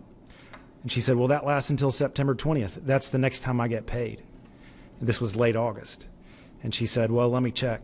And she said, "Actually, you can have your $20 back, and your boys can eat breakfast and lunch for the rest of the school year and the rest of the time they're in school in Arkansas." And you think about the impact that has on that family. And the legislation we passed 2 years ago had that impact on 49,000 families in Arkansas. Because we know that hungry kids can't learn. We know that. But beyond that, we also know hungry kids miss more school. Hungry kids make more trips to the school nurse. Hungry kids start more fights. So we passed that law 2 years ago, and our eyes got bigger for universal breakfast for every kid in Arkansas. And you can take that number, 49,000 families that we had that impact on 2 years ago, and this legislation is 425,000 families in Arkansas. A truly monumental impact to make sure that no kid in Arkansas will be hungry when they attend school. I do have one bit of breaking news for y'all. That is, Governor Sanders and I don't always agree on every issue. But I have to say from the bottom of my heart how grateful I am to Governor Sanders for your outstanding leadership on this issue.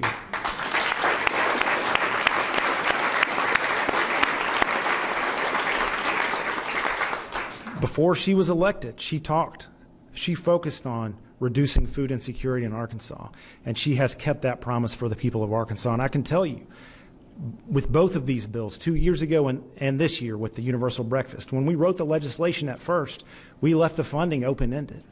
And Governor Sanders said, that's not good enough.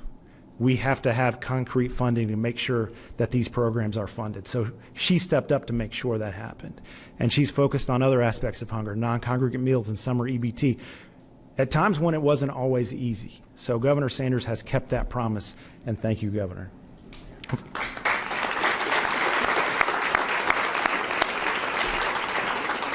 Of course, we know we couldn't do it without the legislative branch as well.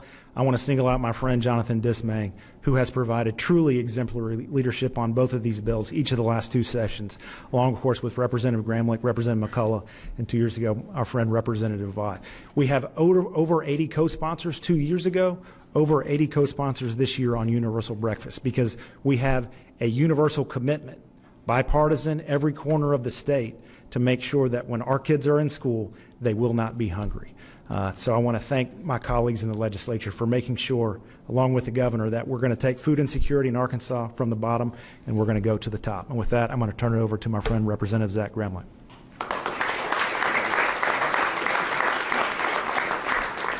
Hello all. Like I said, my name is Zach Gramlich. I'm a representative from Fort Smith, and I hold a unique position in the fact that I'm also a middle school teacher. So the two bills today are going to directly affect me in my classroom, and so I'm going to try speaking from that perspective. Representative Eubanks spoke a little bit about what I said from the floor, and I'd mentioned on Thursday of support of the bill how we had kids who would organize fights and get in fights in the bathroom and video and put them online. And I told some friends at school what I talked about. And like, oh yeah, no, some sixth graders did that yesterday. So the day I talked about it, they were doing it. Like, this is going to affect things directly. As far as universal breakfasts, you know, like, I see my kids. I see kids come in who are hungry. Maybe they missed breakfast or you know, whatever. And what they do is they come in and they lay their head down and they don't learn. They're just waiting for lunch. You know, this is going to directly affect those kids, and we're going to be able to get kids engaged, we're going to get kids learning, and we're going to get them on a pathway to success. So thank you, Governor. You're affecting my classroom in the most positive way today. So thank you for everything we're doing, and thank you for colleagues for helping me be a better teacher.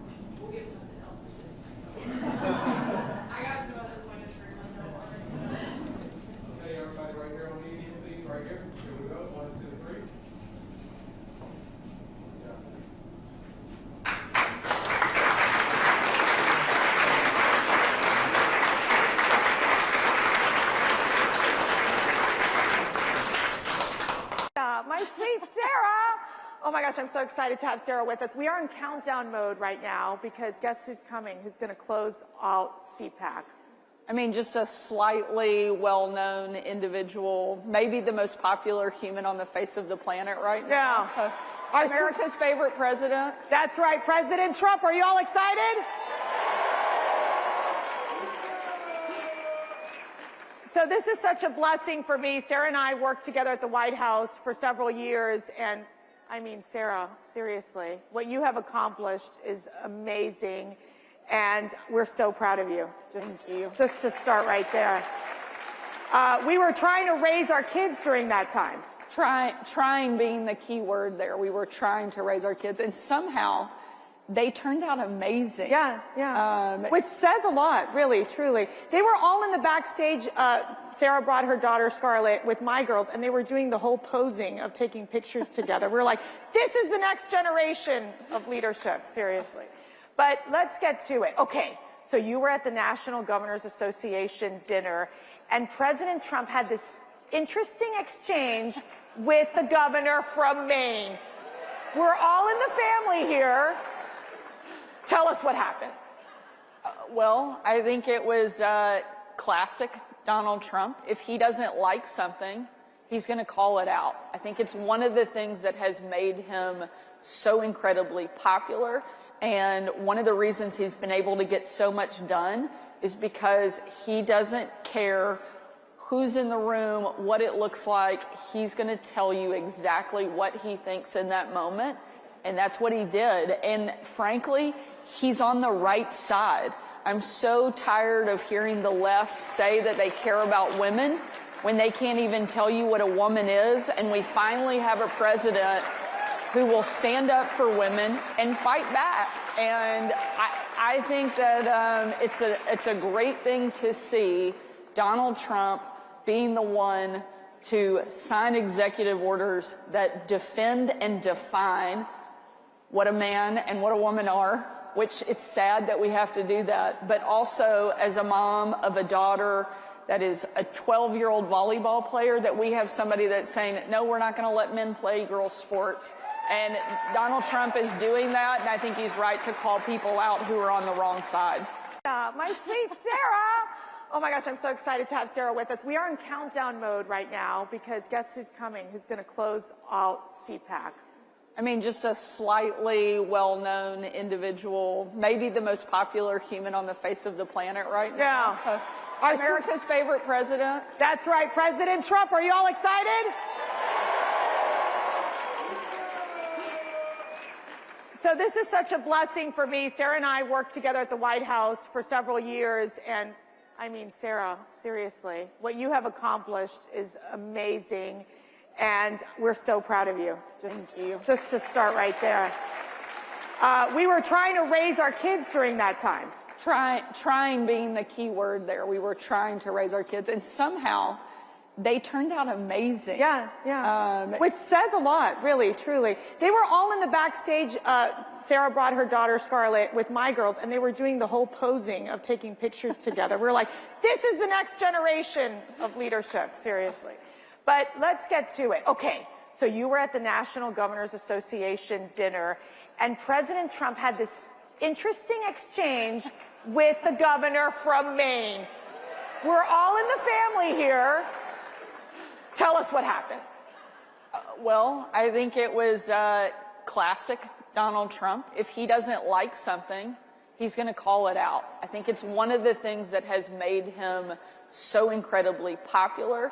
And one of the reasons he's been able to get so much done is because he doesn't care who's in the room, what it looks like. He's going to tell you exactly what he thinks in that moment. And that's what he did. And frankly, he's on the right side. I'm so tired of hearing the left say that they care about women when they can't even tell you what a woman is. And we finally have a president who will stand up for women and fight back. And I think that it's a great thing to see Donald Trump being the one to sign executive orders that defend and define what a man and what a woman are, which it's sad that we have to do that. But also, as a mom of a daughter that is a 12-year-old volleyball player, that we have somebody that's saying, no, we're not going to let men play girls' sports. And Donald Trump is doing that, and I think he's right to call people out who are on the wrong side. So we have a rating system that we rate at CPAC, all the state legislatures, all the governors, all the federal legislators as well.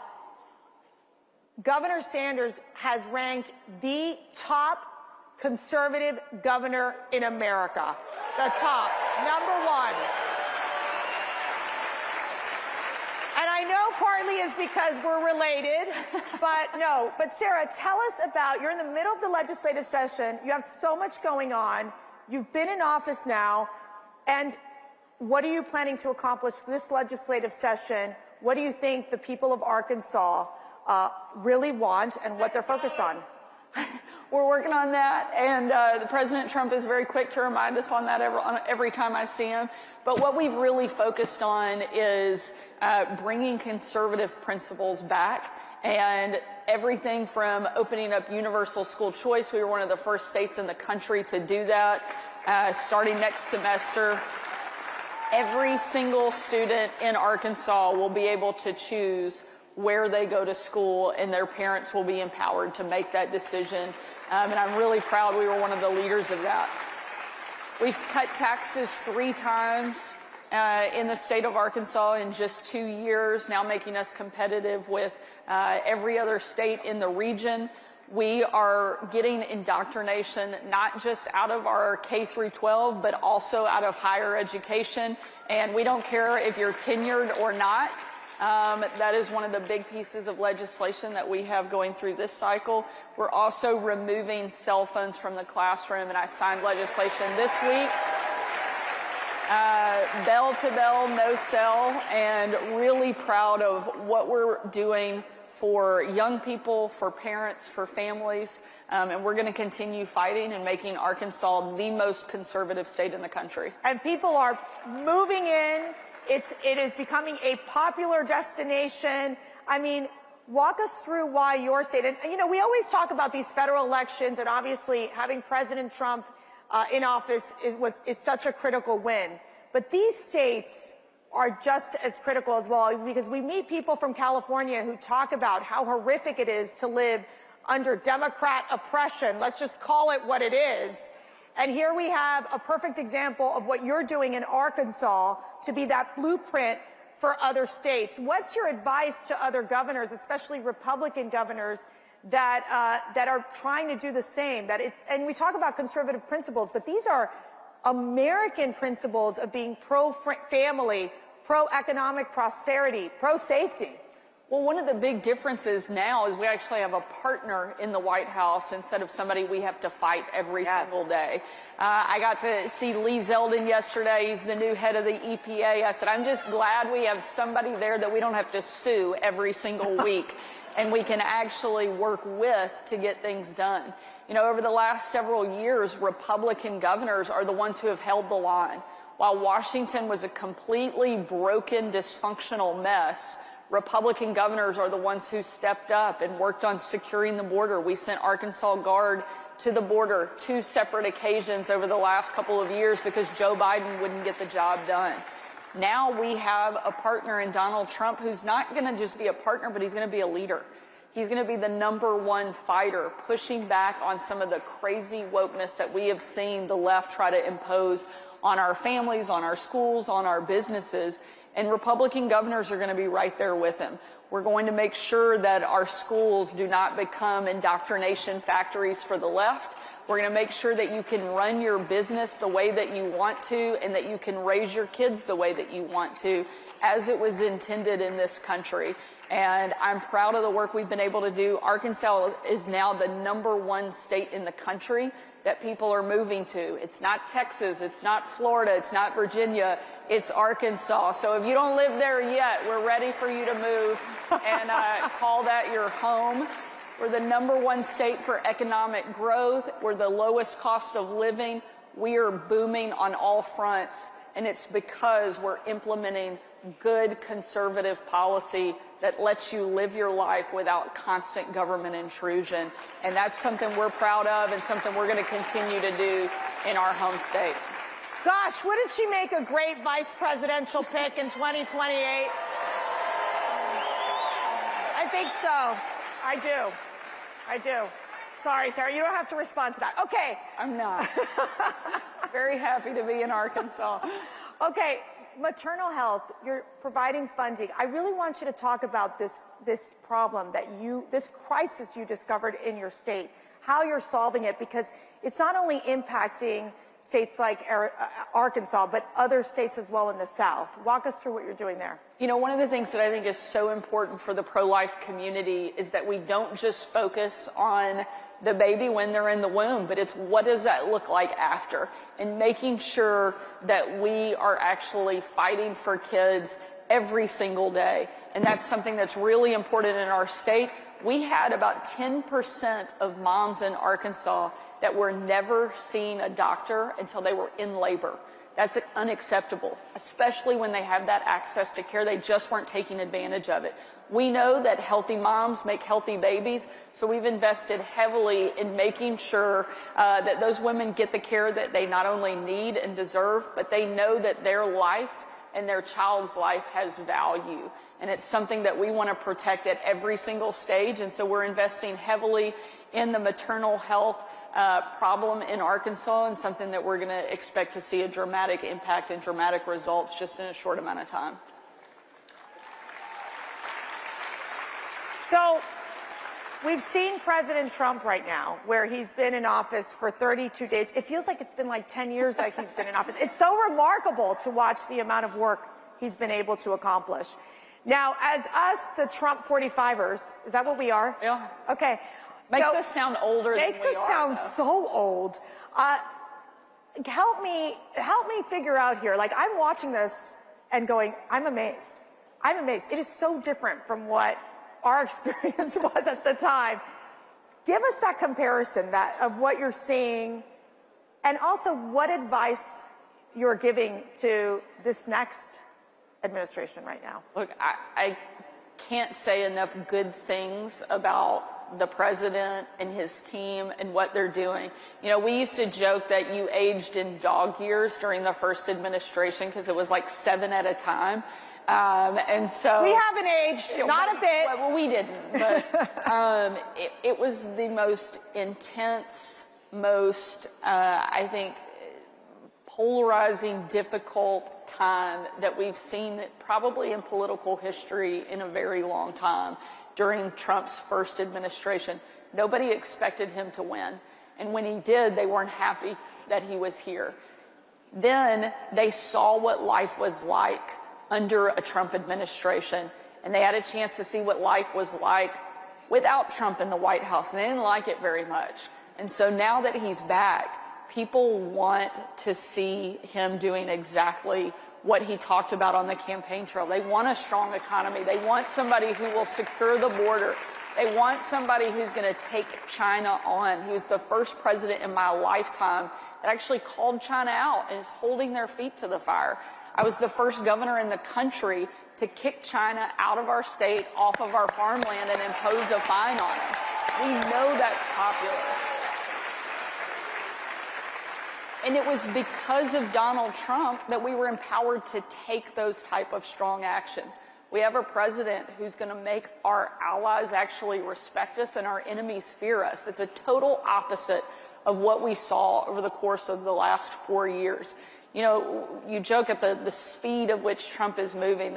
They always have heard the moniker that we wish that government could move at the speed of business. Well, he's redefining that all over again. There's the speed of government, there's the speed of business, and now there's the speed of Trump, which is unlike anything I've ever seen. And he's doing so much so fast, they don't even know how or where to attack him this time. Yeah. And so I hope that he can keep up this pace. I've never seen anybody with the level of energy that he has. As you know well, it was not surprising that we could get a phone call from the president at midnight, 1 a.m., asking us to do a laundry list of things and then calling us back a couple of hours later at 4 or 5 in the morning and saying, "Did you get all that done?" I'm like, "No, I didn't." But he doesn't sleep. He doesn't expect anybody else to sleep either. And he has he's almost twice my age and he has twice my energy. But it's because he loves this country. And he did not need to run and take this job on, but America needed him to be willing to do it. And anyone else that would have gone through the level of intense criticism and the attacks, 2 assassination attempts on his life, would have given up. But this is a president who I think that only emboldens him more. The more they come after him, the stronger and tougher he gets, and the more he comes back ready to deliver for the American people. And I love getting to see him with this mandate and with this level of excitement for his presidency, because he deserved it the first time and he didn't get it. And now he's getting it and he's winning, and because he is, America's winning. So I love always getting the insider information. So there would be times, this is so funny, we'd literally our first meeting was like 7 o'clock in the morning. I can't even remember. It was so early in the morning. We're half asleep, and before you know it, they'll be like, President Trump had tweeted something out at 2 or 3 o'clock in the morning. So we would all look at Sarah, and we'd be like, okay, Sarah, this is what he said.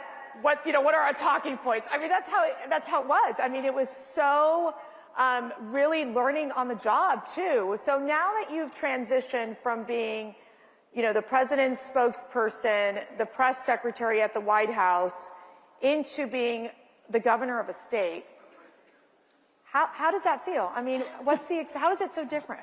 It's really different when you're the one sitting in the chair and it's your name on the paper to sign legislation or an executive order. There's a different weight and responsibility that comes with that. But I could not be more thankful for the experience that I had in the White House, because I learned so much from the president. One, never back down, never stop fighting, and always do what you think is right, and the rest of it works itself out pretty well. And that experience, I think, gave me such great perspective. And one of the most important things and takeaways was that I didn't need the outsiders to define me. In those moments, the most difficult days that we had in the White House, of which there were many, we didn't need the outside world to define us. We had a creator who had already done that, who had given my life meaning and purpose. Amen. And my job is to believe that and try to live up to the path that he laid for me. And if I do that, the rest of it, whether it's in the White House, my house, or the governor's mansion, gets really simple after that. And so proud of what we've been able to do, and glad that I got to do it alongside some of the most amazing people on the planet. You're going to make me cry. Sarah would get up every time we'd go into her office. She would have her scripture open every day. Every day. It's what guided you. Every day. Otherwise, I'm not sure we would have survived. I would agree. And I'd come in with my holy water. The Protestant, the Catholic, we're all in it together, okay? So I just want to get this question in real quick, because, Doge has been a phenomenon. It's been a phenomenon in the federal government, but you have like pre-Doge. We started something we called Arkansas Forward. It was a project to go in, look at government efficiency, waste, fraud, and abuse. Just within the first 6 months, we've already identified at least $300 million in savings, which is big for Arkansas. Our budget's $6 billion. And so for us to identify that level of savings already that we're implementing, and some of it was as basic as getting rid of old phone and fax lines that haven't been in use in years. We will now save the state of Arkansas $1 million a year, just eliminating things like that. If we can do that on an Arkansas small state level, I can't imagine what they're going to continue to be able to uncover through Doge and the amount of savings and waste, fraud, and abuse they're going to be able to get rid of. It's an exciting thing to see. So, Sarah, what inspires you every day? My family. I have, my daughter's here, so I'll cry when I talk about my kids. I have the 3 most amazing kids, Scarlett, Huck, George. They're 12, 11, and 9. My husband is incredible. He has the patience of Job because he is married to me. And I know I'm not an easy personality, so... You're easier than you think. You're wonderful to work with. But I have an incredible family that loves me no matter what, and my kids are perfect reminders of everything that's at stake, everything that's matters and is important in the job that I do. And I don't mean the job as governor. While that is a big role and one I love and I'm proud and honored to have, there's no more important and bigger task that I have than being a mom. And so I take that really serious and trying to do the best I can to deliver for my kids. So my call to action to you all is that you pray for Governor Sanders and her family, because it's really hard to raise a family, be in the public eye, and do the incredible work that you do. And what is your call to action to our CPAC family? To keep fighting. Without you showing up and cheering and championing not just the people that are running for office, but more importantly, what they stand for. Find people who love this country as much as you do, support them with everything you can, and keep showing up, because it makes a difference. Because there are moments where you're running for office or you're in office and you think you're all by yourself and nobody is there. And so when you look out and you see a room of people like this who love America as much as you do, it is a great reminder to keep fighting and not to let the naysayers get you down. So keep showing up, keep doing what you're doing. Thank you so much for being here. Okay, we love our Governor Sarah Huckabee Sanders. Thank you very much. Good morning. You know, I told Shay I was a little worried about having the 8 a.m. slot after a open bar hospitality event the night before is always a hard one. So I'm impressed with the attendance here this morning and honored to be here in Bentonville for our 51st Governor's Conference on Tourism. I'm particularly excited because we have so much to celebrate at this year's conference. I want to give a huge thank you to Secretary Shay Lewis, who has done an outstanding job planning this event, but more importantly, leading the entire Department of Parks, Heritage, and Tourism. Nobody represents and does a more spectacular job of leaning into the role that you have and bringing the amount of passion that you do to this effort. And so we're so thankful for your work and for your leadership.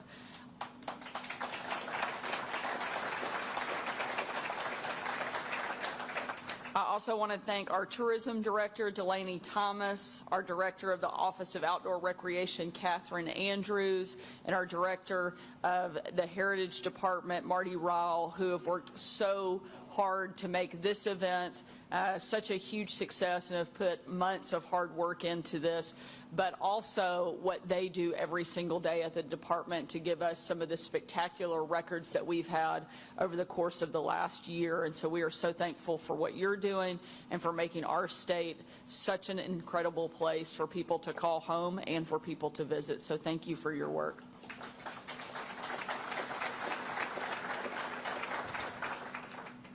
Obviously, everybody in this room has contributed a significant amount and are critical to Arkansas's tourism industry. And I know I'll be in trouble if I start to go through and give too many thank yous, but I do want to give a special recognition to the Walton family. And Tom, we appreciate you being here today.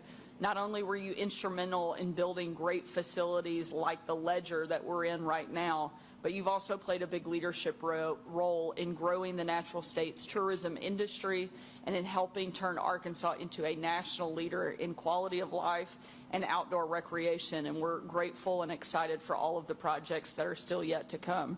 So thank you for what you and your family are doing. I think that it's important that we can and we should be unapologetic about what we've been able to accomplish here in Arkansas. Because of everyone in this room's hard work, Arkansas has welcomed more than 50 million visitors who spent nearly $10 billion while they were here in the last year, both of which are state records, and it is something to truly be celebrated.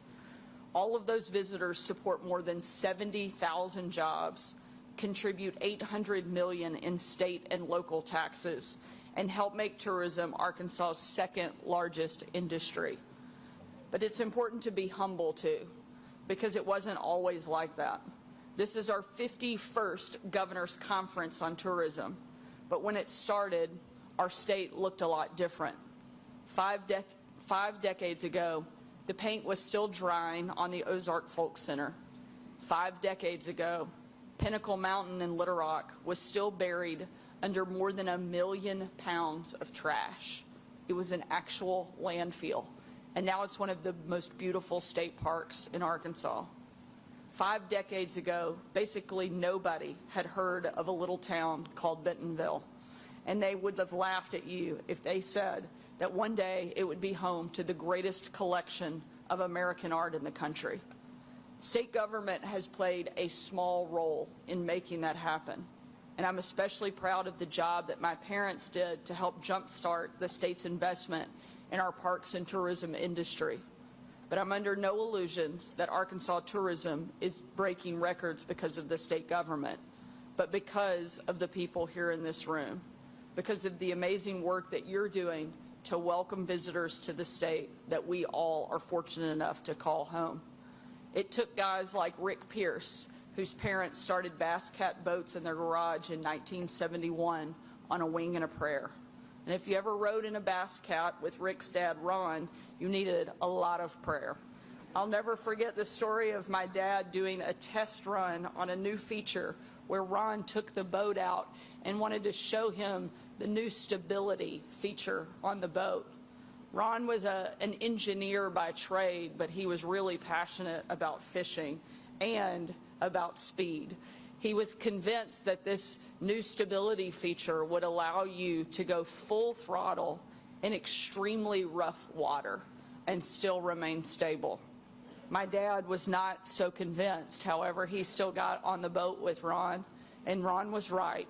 They went north of 80 miles an hour on some of the roughest water my dad said he's ever seen. I'm pretty sure that it was a lot more Baptist pastor of my dad than Arkansas governor that came out in that moment. And it's still one of, I think, his most vivid memories.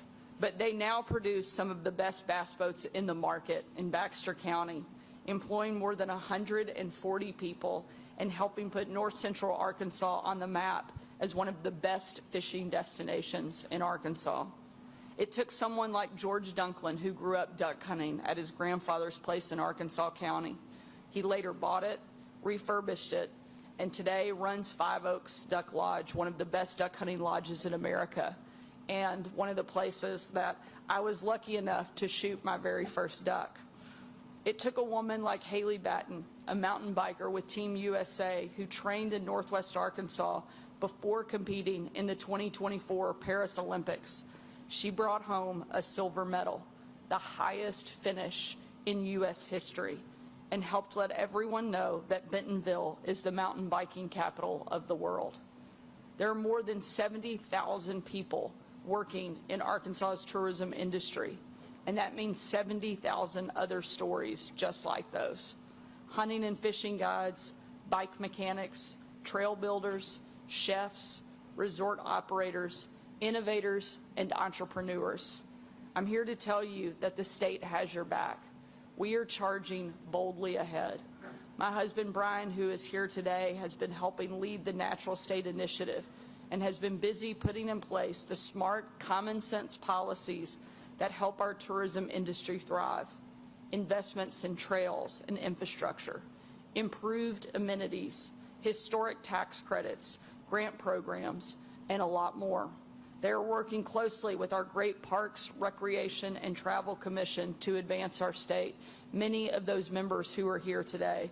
In fact, if you're a member of either one of those groups, if you could stand and be recognized for the great work that you're doing.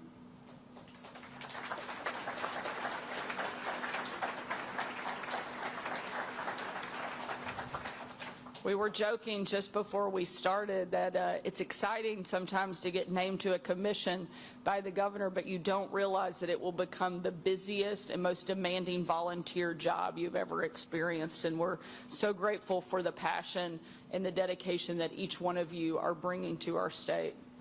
We're on the cusp of developing the trails at Mena, a lift access downhill bike park and built by some of the best trail builders in the world. We'll see an enhanced lodge at Petit Jean State Park with new offerings like mountain biking and climbing.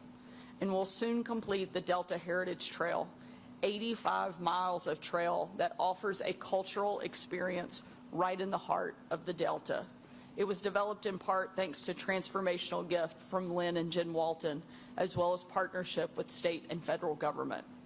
In Central Arkansas, we will implement the Maumelle Pinnacles Master Plan, a vast, connected green space stretching from downtown Little Rock to Pinnacle Mountain State Park, the shores of Lake Maumelle, and the Ouachita National Forest. It will include climbing, hiking, and mountain biking trails, and more gravel than you could possibly ride in a week. For me, probably more like a month at Lake Sylvia. And certainly our kids' favorite, we now have loblolly ice cream at Pinnacle Mountain State Park. I think it's the only way Brian has convinced our kids to do regular hikes up and down as if there's a reward at the end. But just because you build it doesn't mean they'll come. And that's where Arkansas's tourism industry comes in. And it's not just showing pretty pictures, but marketing outside of our traditional audiences to show them that Arkansas is a year-round, world-class destination. And those efforts are paying off. Our monument trails were ranked the best in the United States by Outside Magazine. We are shifting, evolving, and innovating in tourism to break records. And now, Arkansas is the #1 place in the country for inbound movers, something we are extremely proud of, demonstrating that the secret is out. Arkansas is not only the best place to visit, it's the best place to live, to work, to raise a family, and to retire, and something that we can all be proud of. I think you will agree, Arkansas's tourism is booming. We are uniquely situated in the heartland to offer world-class hiking, biking, climbing, floating, boating, hunting, and fishing to millions of Americans. And because of our weather, we can offer access to epic outdoor adventures 365 days a year. Now, I might argue you might not see me out there on a couple of those days, but in theory, it can be done all 365 days a year. My administration will not slow down. We will not take our foot off the gas. This legislative session, we've worked with Senator Bart Hester, who's here today and doing an absolutely unbelievable job leading in the Senate, fighting for Arkansas. And if you really want a piece of legislation done, you ask him to sponsor it. And so that's exactly what we did. And he and Representative John Maddox, who couldn't be here today because he is in Little Rock continuing to navigate some things through the session, have done a tremendous job leading this effort and laying the groundwork for lift access downhill mountain bike parks in Arkansas, which will be the first in our state's history. In a few moments here in Bentonville, I'll sign that legislation, enabling the MENA Trails project and the Trails Bike Park here in Bella Vista to build lift access downhill bike parks that rival anything out west. But before I do, I want to give one last thank you to the men and women in this room. No part of our tourism industry would be possible without you, not just because of your work, but because you love Arkansas. You love the great outdoors, and you want as many people as possible to experience the amazing state we are all blessed to call home. So thank you for what you do. Thank you for showing up. Thank you for your passion, and let's keep up the great work and keep breaking records. Thank you for being here today and for all you're doing. Thank you.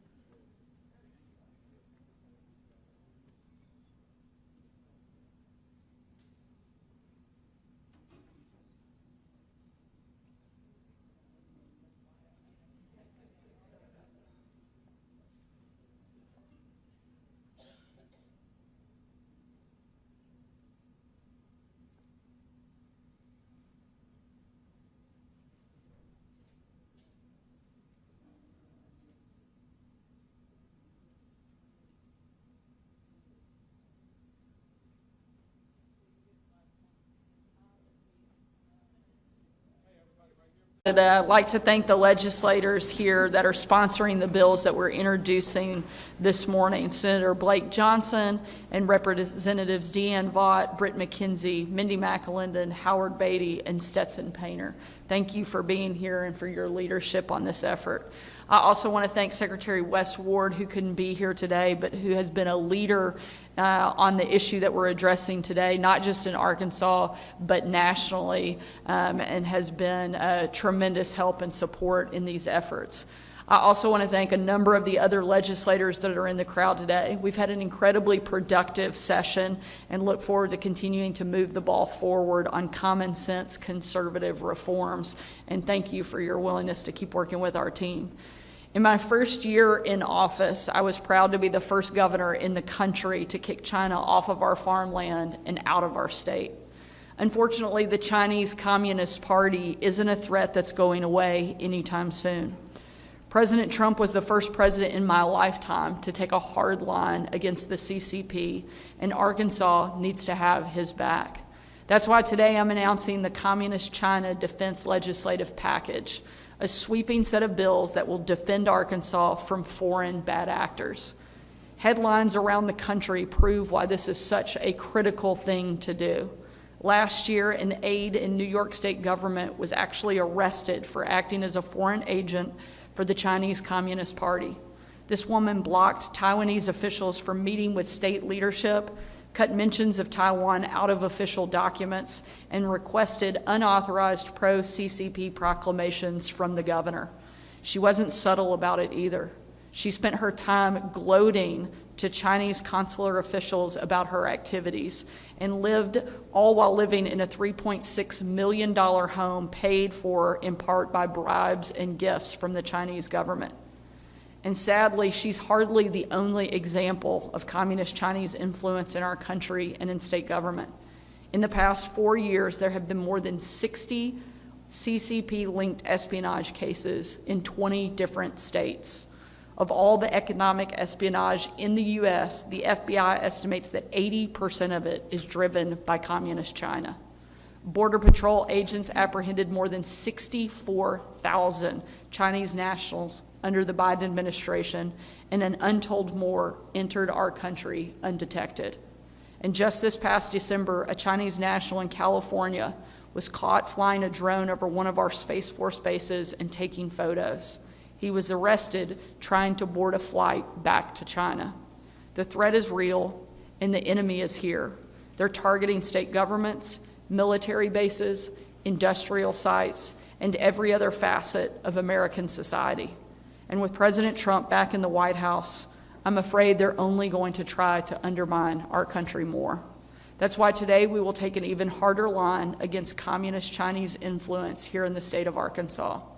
We previously banned companies linked to the CCP and other foreign adversaries from owning farmland, and that prohibition and ban those companies now from leasing property and owning property near our critical infrastructure.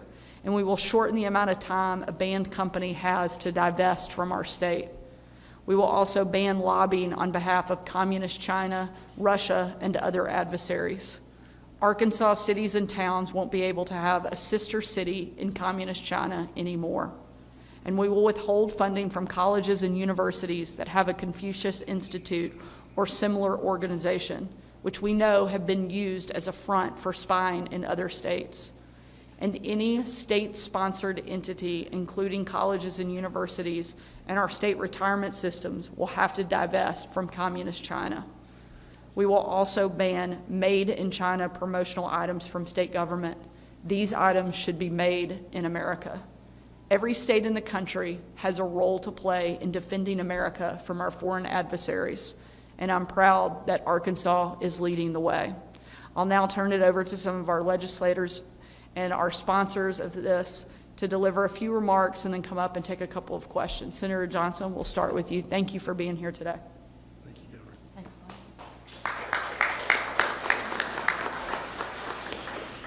It's always lovely to go behind the governor, who is a great speaker. We are a great and free nation and a great and free state, but we are not to be taken advantage of for our freedoms. I'm glad to serve with a governor and a legislative body who is willing to stop enabling our enemies with our economy and our business and our farming interest. We will put Arkansas first and help our president keep the U.S. economy a priority and make America and Arkansas great again. Thank you.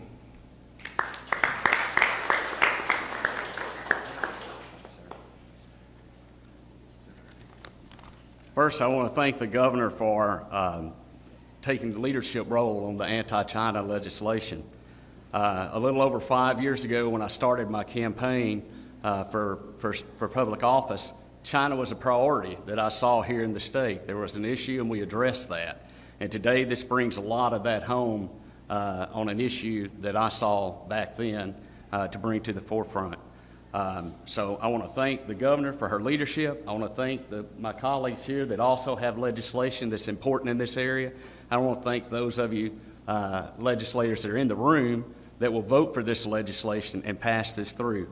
We dropped this bill back on January 31st, and I think I've spent more time working on amendments and discussing with different entities what those amendments and adjustments are. So the bill's been out there, and we're going to get this thing dropped, amended, and get it to committee and on the floor expeditiously. Basically, what this bill will do, my bill, is the bill intends to enforce strict regulations concerning financial activities and affiliations with Chinese entities within the state of Arkansas. So there's a lot of things. The governor touched on that, and we'll take questions on those, but the bill's been out there, the sister cities, the investments, the Confucius Institutes, but it's time that we focus on Arkansas and make certain that outside interests that are here for no good other than attack our state and our nation, they know where we stand, and we point them out and we identify them. So thank y'all. Thank you. I want to thank the governor as well for stepping up and protecting Arkansas taxpayers and upholding ethical standards in government spending. The two bills that I have will make sure that state agencies do not purchase promotional materials from China, and also will prohibit procurement of electric vehicles that are linked to forced labor. By putting transparency, accountability, and economic safety first, we are standing firm against foreign influence. So again, it is such a privilege to carry this legislation. I look forward to it becoming law, and I thank the governor for reinforcing her commitment to responsible stewardship of government resources. Thank you.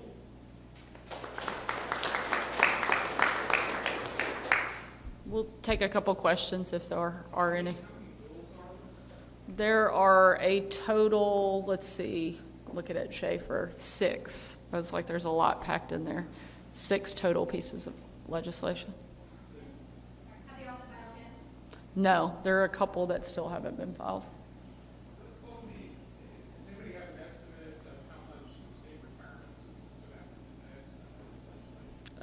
To me, any investment that we have is one too many. And so our goal is to protect that. We know that there are some. We're going to do a complete and total review. We've already found multiple instances. But to me, any Arkansas taxpayer dollar that is invested in one of our adversaries is $1 too many, and that's what we're aiming to prevent. But we have seen a number of cases where that is, unfortunately, where our taxpayer dollars are going. I'm not going to give an exact percentage. I mean, I will let Representative Beatty jump in on specifics. I saw one estimate of like $500 million Well, what I'll do is I'll echo the comments of the governor. First, I guess what's important is we do have investments in China. The exact amount, I don't know that we'll know. There's still folks that are looking in and searching their investments and making certain they get a number. But it's an exact number. I don't have an exact number for you today, Mike. Last July, there was an effort to investigate someone who allegedly had Chinese ties to some Fort Smith property. It turned out that not be the case. So there was kind of a lot of thinking out there about this was a potential person that they would not as their man. It turned out it wasn't. Do you have any protocols in this legislation? We're going to take. Yeah, we're going to take every one of these cases one by one, and the goal is certainly to protect. We also had one that we were clearly able to identify. The difficult part of this process is that they're very good at hiding and putting things in multiple shell companies, and so it's a pretty lengthy process, but we're going to take each case one at a time and be thorough in the investigation and make sure that we get it done correctly.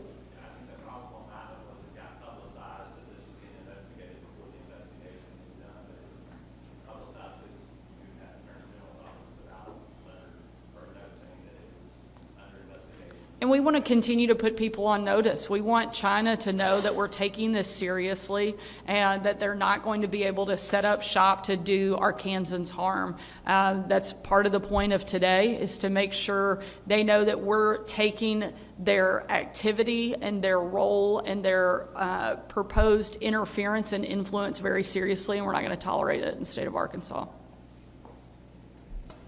Thank you all so much. Appreciate you being here. For joining us. We're especially excited to have so many of our students from around the state.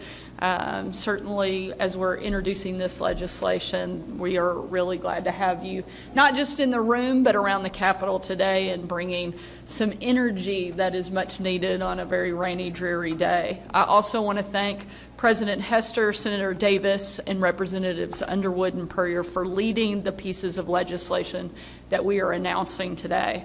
I also want to give a big thank you to our Secretary of Agriculture, Wes Ward, and DFNA Secretary Jim Hudson, who have played a big role in crafting both of these pieces of legislation. I'd also like to thank our other legislators and advocates in the room for taking time to be here and celebrate and help us get this legislation moved through. Today we are announcing two major pieces of legislation that will address the cost and availability of food here in the state of Arkansas. The Grocery Tax Relief Act to finally repeal our state grocery tax, and the Good Neighbor Act to expand liability protection for food bank donors. Arkansas has a lot of economic statistics to be proud of. We're #1 in economic growth at the end of last year, #1 for inbound movers, and #1 for the lowest cost of living. But that doesn't mean that we don't have Arkansans that are struggling. Under the Biden administration, prices rose more than 20%. And for everyday items, the increase was often a lot bigger than that. For too many families, the grocery bill went up while their paychecks stayed the same. And for those families at the bottom of the income ladder, that means missed meals and empty dinner tables. My administration has worked to help those families make ends meet. We just became the first state in the South to give free breakfast to every one of our students. And last year, I signed Arkansas up for the summer EBT program, which gives $120 to low-income families during the summer months to help kids who would normally eat lunch for free during the school year. We've partnered with groups like the Hunger Relief Alliance and served more than 250,000 kids just in a short amount of time. That amount, $120 over the summer, can be life-changing for Arkansas families. That's why this session we're getting rid of Arkansas's most regressive tax and giving a helping hand to Arkansans who need it the most. Thankfully, government isn't the only one giving a helping hand. I'm glad to say we live in one of the most generous states in America, and our food banks help so many families around our state make ends meet. I've visited and partnered with some of our largest food banks, and we want to remove barriers from people that are just trying to help one another. That's why we will pass the Good Neighbor Act and expand liability protections to food bank donors, including churches, restaurants, farmers, grocery stores, and wholesalers. And we will expand protections for the food banks themselves so they don't have to wade through red tape when they're simply trying to serve their fellow neighbors. These bills are the definition of common sense conservatism, giving Arkansans a hand up, not a handout, to help break the cycles of poverty and dependency. Again, I appreciate the legislators who are championing these bills for their hard work to support Arkansas families. I'll now invite them up to speak a little bit about the legislation, and then we'll come back to take some questions. Thank you again for being here, and thank you for helping us take care of every single Arkansan all across the state. Thank y'all. And Representative Underwood, I'll turn it over to you.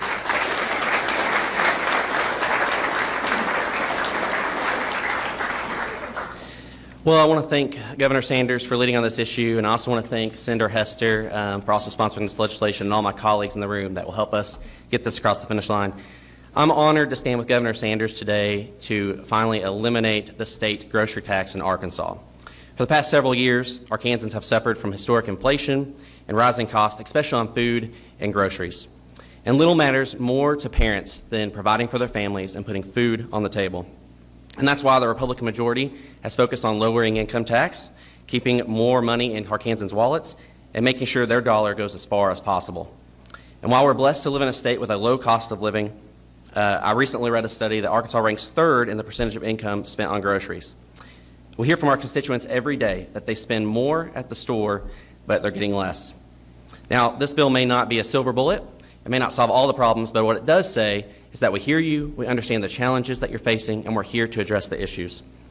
Governor Sanders and this legislature have cut income taxes, they provided relief for property taxes, and now Arkansans will pay less for groceries too. And we're committed to lowering the tax burden for people of Arkansas. Thank you so much. Thank you, Governor. And Representative Perrier is up next. All right, thank you, guys. We have some great organizations across this state that are working hard to address food insecurities. The Good Neighbor Act encourages more donors to participate by addressing liability barriers. Anything we can do to encourage good faith donors is a win, and I appreciate Governor Sanders for her support in making this a priority. Thank you.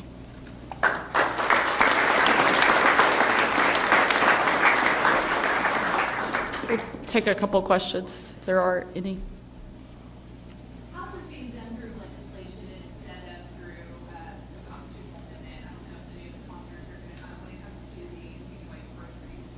Sure, happy to let them jump in. I think anytime we have an opportunity to provide relief for Arkansas families while we're in the midst of a session, we should do it. It's the reason we've worked so closely with legislators over the last 2 years, not only on this, but in particular on cutting the state income tax 3 different times.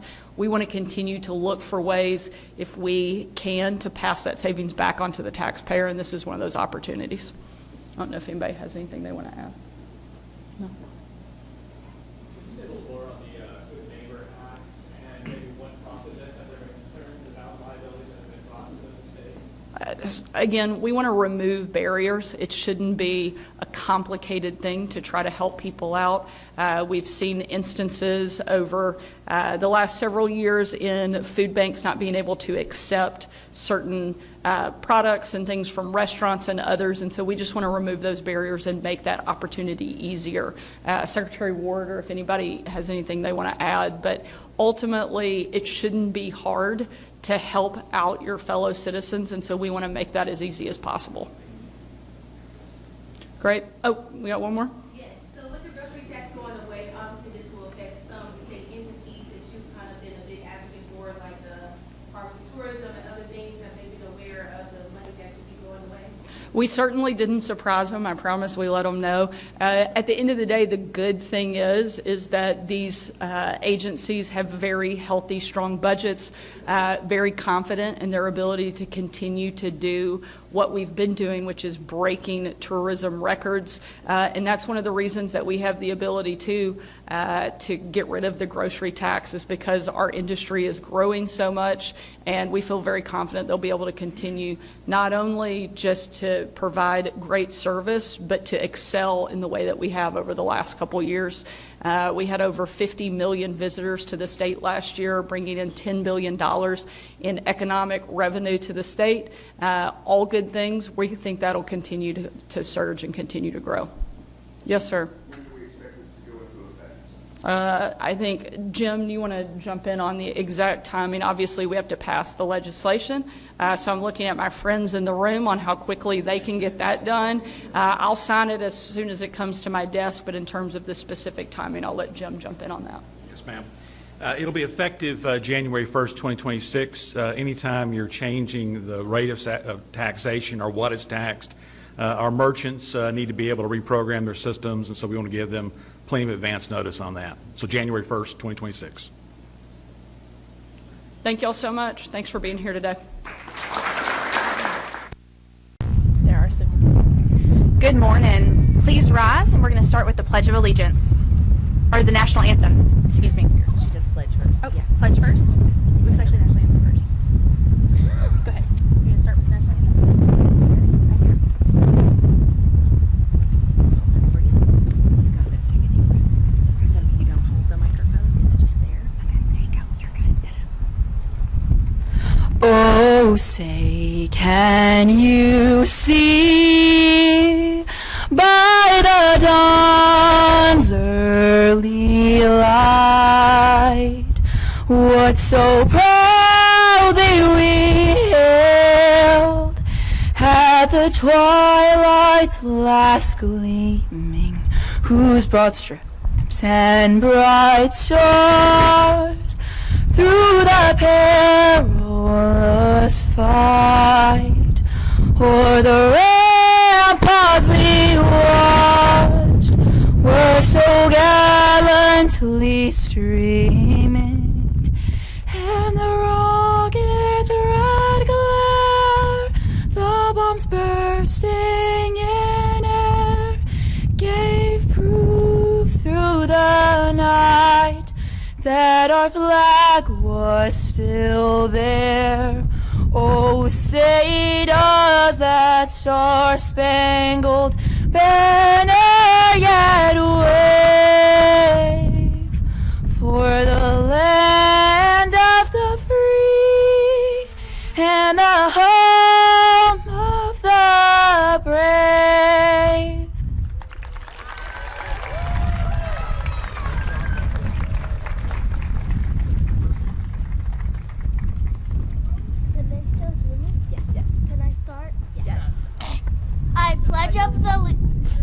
I pledge of allegiance to the flag of the United States of America and to the republic for which it stands, one nation, under God, indivisible, with liberty and justice for all.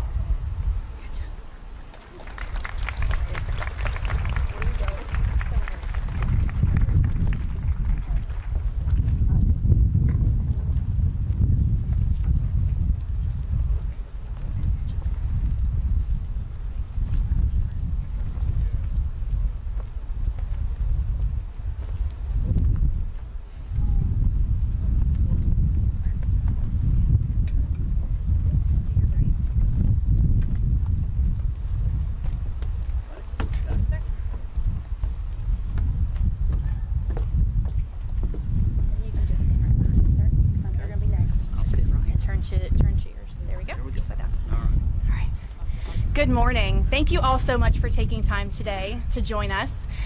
What a celebration. It's been a long time coming, and we're so excited to have this honor to demo today in celebration of our new building.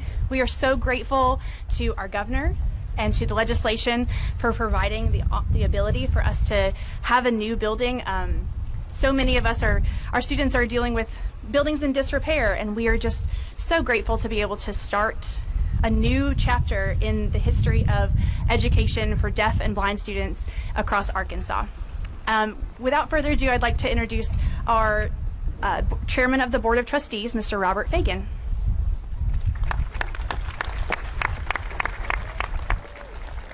Thank you very much, Ms. Walsh.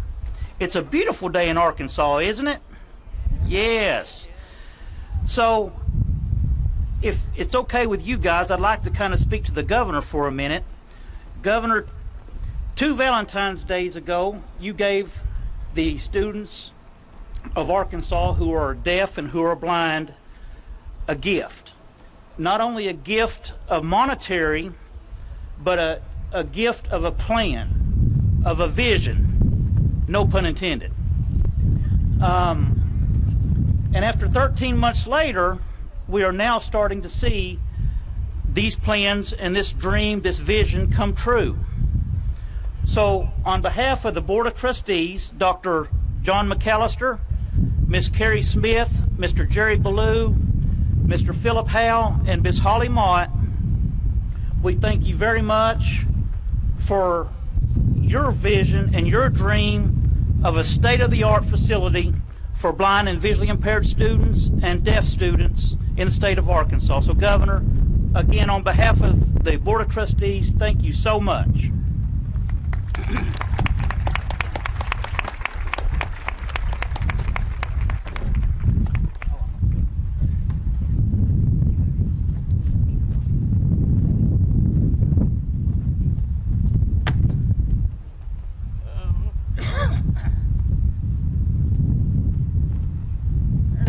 Hello, everybody, and good morning. I want to welcome everyone today to the Arkansas School for the Deaf campus, and I want to give a little bit about my backstory. I actually grew up in the dorms, and I lived right over here, and my father came to the Votech building, and we actually had a body shop at that time, body repair, painting, and getting everything fixed, brake pads, all that sort of stuff. And my mother actually dining room tables to the school as well, and in our carpentry class we did that. It was an amazing experience back in the day when I was a student here. And so now this building is going to be demolished, but that's okay. We know that the history still stands and that our deaf community still supports us, and we're going to grow and continue to improve our education for deaf students. Wow, it is fantastic. Thank you so much to the governor as well as our superintendent for all the support they've given to us and the deaf community and all the updating and renovation they've done. We are extremely appreciative of all the growth and the expansion that this school is doing for our deaf community. We know that this dream is coming and we are excited to see it fulfilled. Thank you all. Thank you. And now introducing Secretary of Education, Oliva.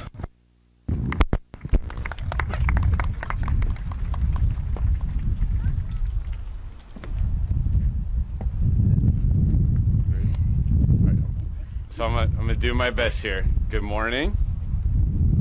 Did I get that right? You have to back me up. So my name is Jacob Oliva. Okay, I think I took a couple lessons to prepare for today.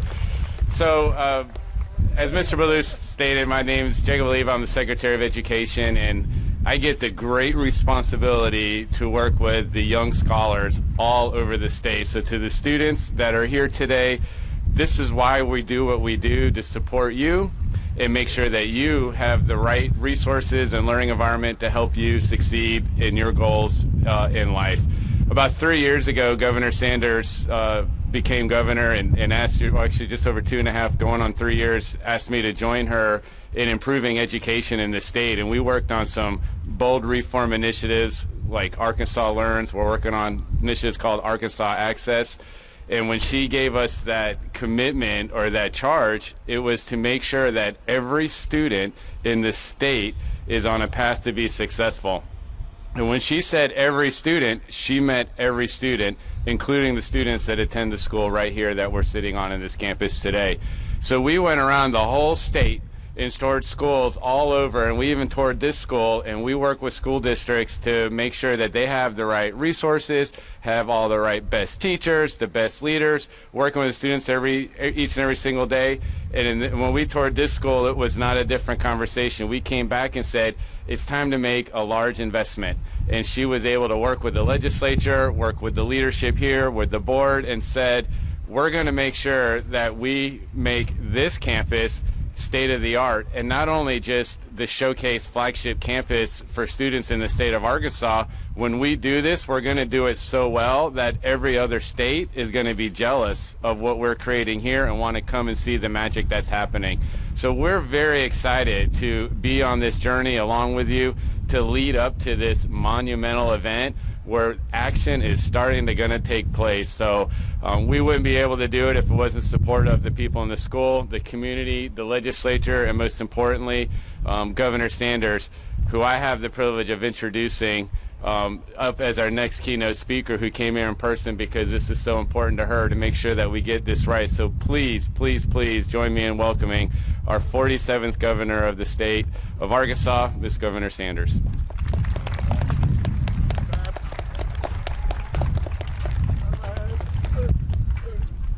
Good morning.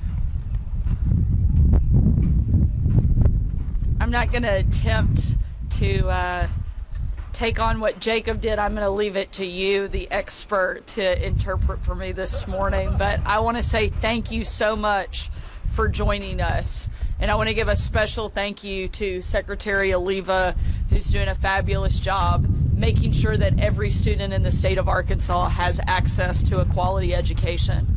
I also want to thank and welcome Superintendent Nicole Walsh, who has not been here that long but has already hit the ground running and is doing a fabulous job leading here, as well as Board Chairman Robert Fagan, who I've had the opportunity to get to know over the past couple of years.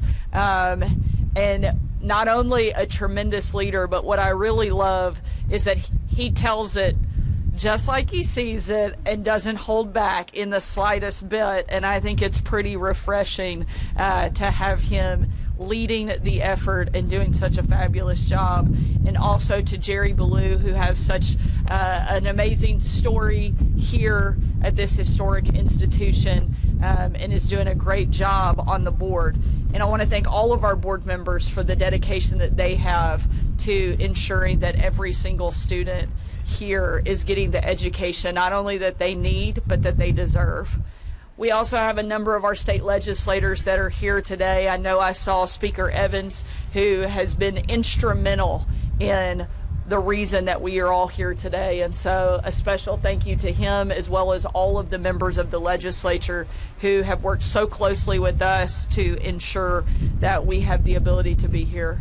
But the most important people that we are here to celebrate and recognize that make this place so unbelievably special are our teachers, our parents, and of course, our students.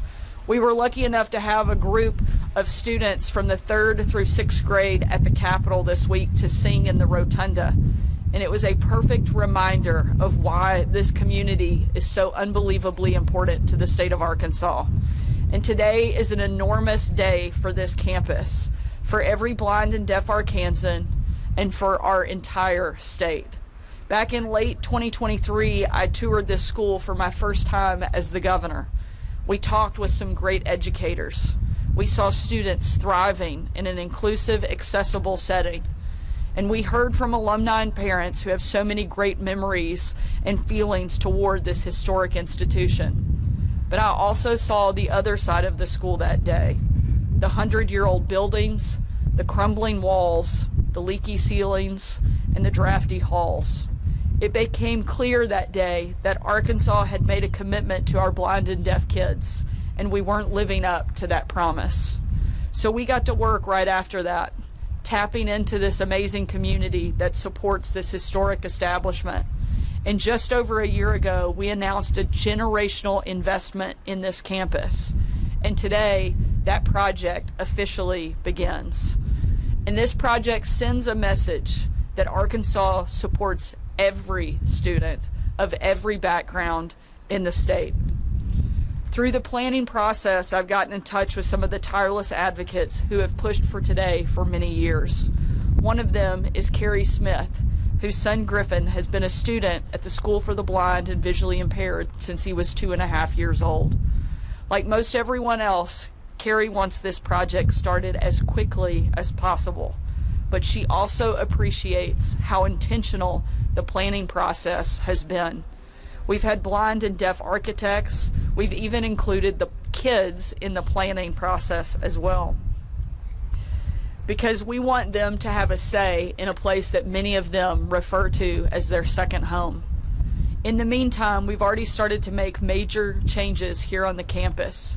We've improved the safety to keep the kids safe and secure. We've started sharing services between blind and deaf students, and blind and deaf kids have started eating meals together, practicing wrestling together, and even competed in an inaugural turkey trot together this fall, which we're very proud of. I've also gotten to know Philip Powell, who, like Carrie, serves on the school's board.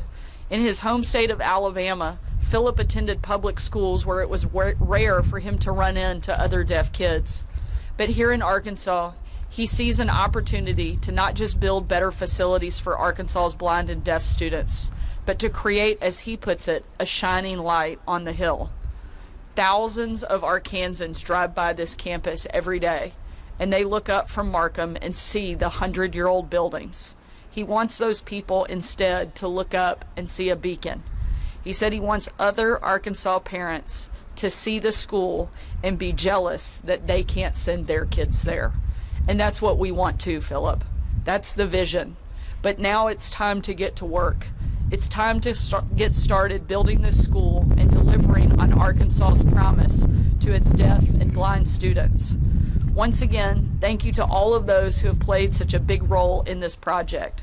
We would never be here if it weren't for you and your commitment to these kids and to this community. This is a great day of celebration in Arkansas, and I'm so honored and proud that we get to share it with all of you. Thank you for the work you're doing, and let's get this project started and finished so that our kids get the great education they deserve. Thank you so much for being here.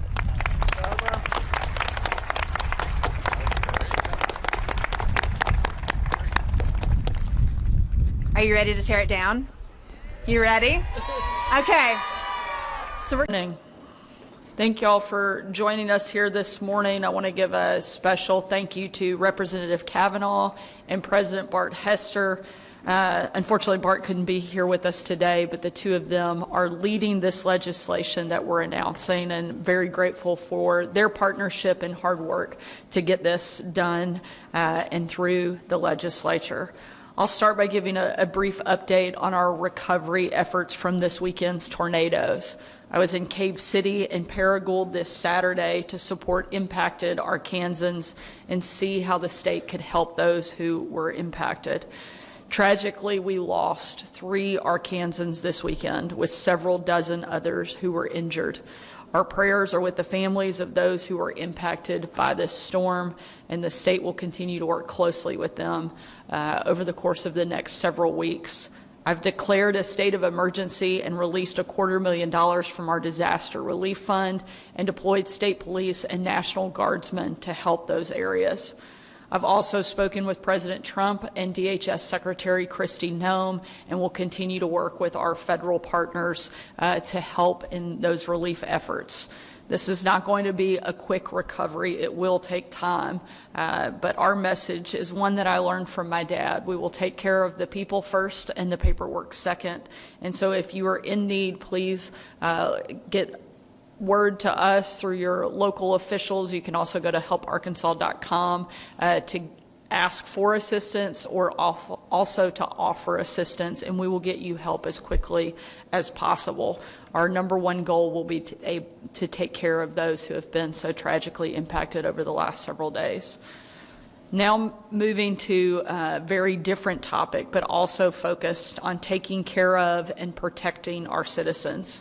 Today we are announcing the Defense Against Criminal Illegals Act. This is our state's plan to hold violent criminal illegal immigrants accountable for their crimes. President Trump is cleaning up Joe Biden's disaster at the southern border, and Arkansas will have his back. Over the past 4 years, we saw the most catastrophic border crisis in American history.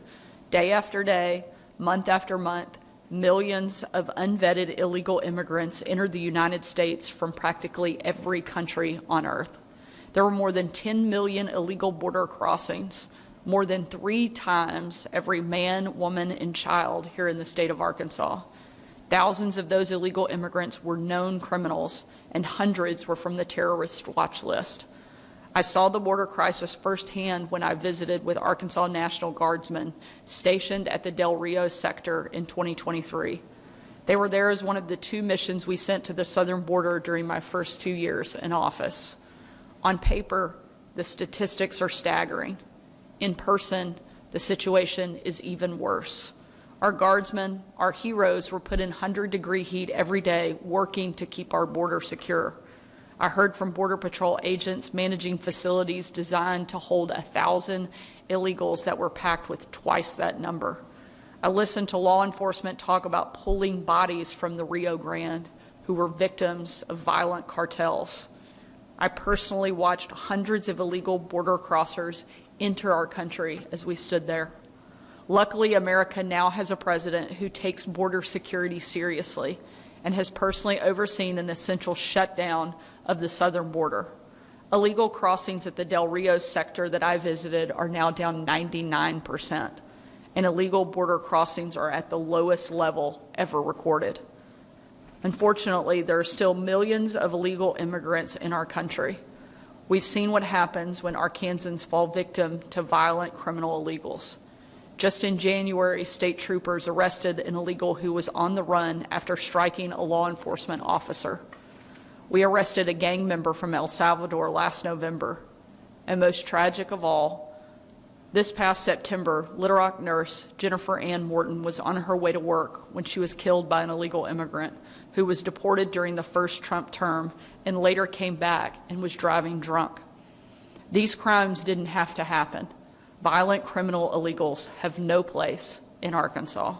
And under this administration, we will make sure that they are held accountable. The Defense Against Criminal Illegals Act will slap enhanced penalties on illegal immigrants who commit additional crimes while in our state.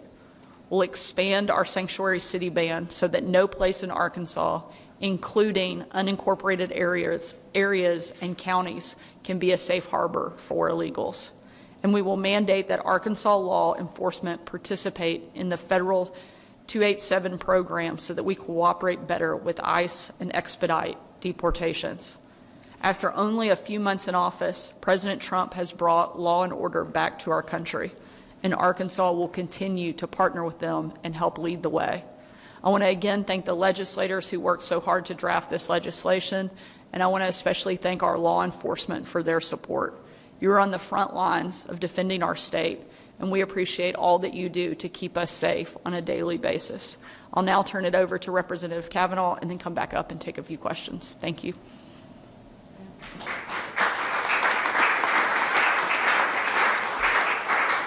Thank you, Governor. Appreciate your leadership in this. When this bill was first brought to me, I had a lot of people ask me, why is this important? Well, it's important for the reasons the governor just laid out for us. We have been under attack. We are changing, but we need to keep in mind that we have to keep our Kansans safe, and that's what this is really designed to do, is to keep our Kansans safe. It will also give law enforcement the tools that they need to be able to compete, to actually assist and help with ICE.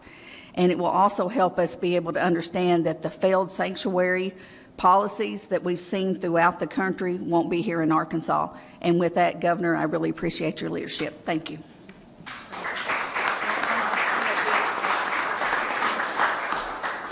Thank you. We'll take a couple questions if there are any. Has the legal bill been filed? I'll let you answer that. Yes, Senator Hester, who couldn't be here today, has filed it. I think it's SB 428, I think. My understanding is as soon as he gets here, he'll go through the normal process and he'll get it ran. Thank you.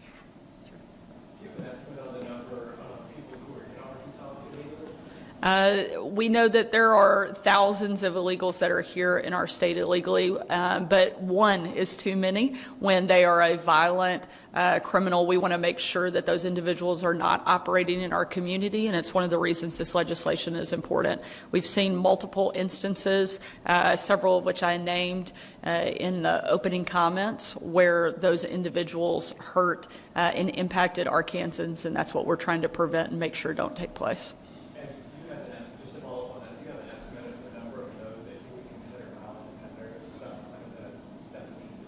I can get back to you on that on a specific number.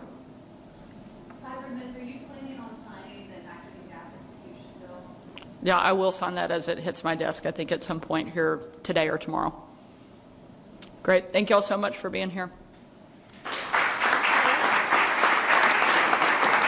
Excited for this day and what this will mean for the entire community and the entire state.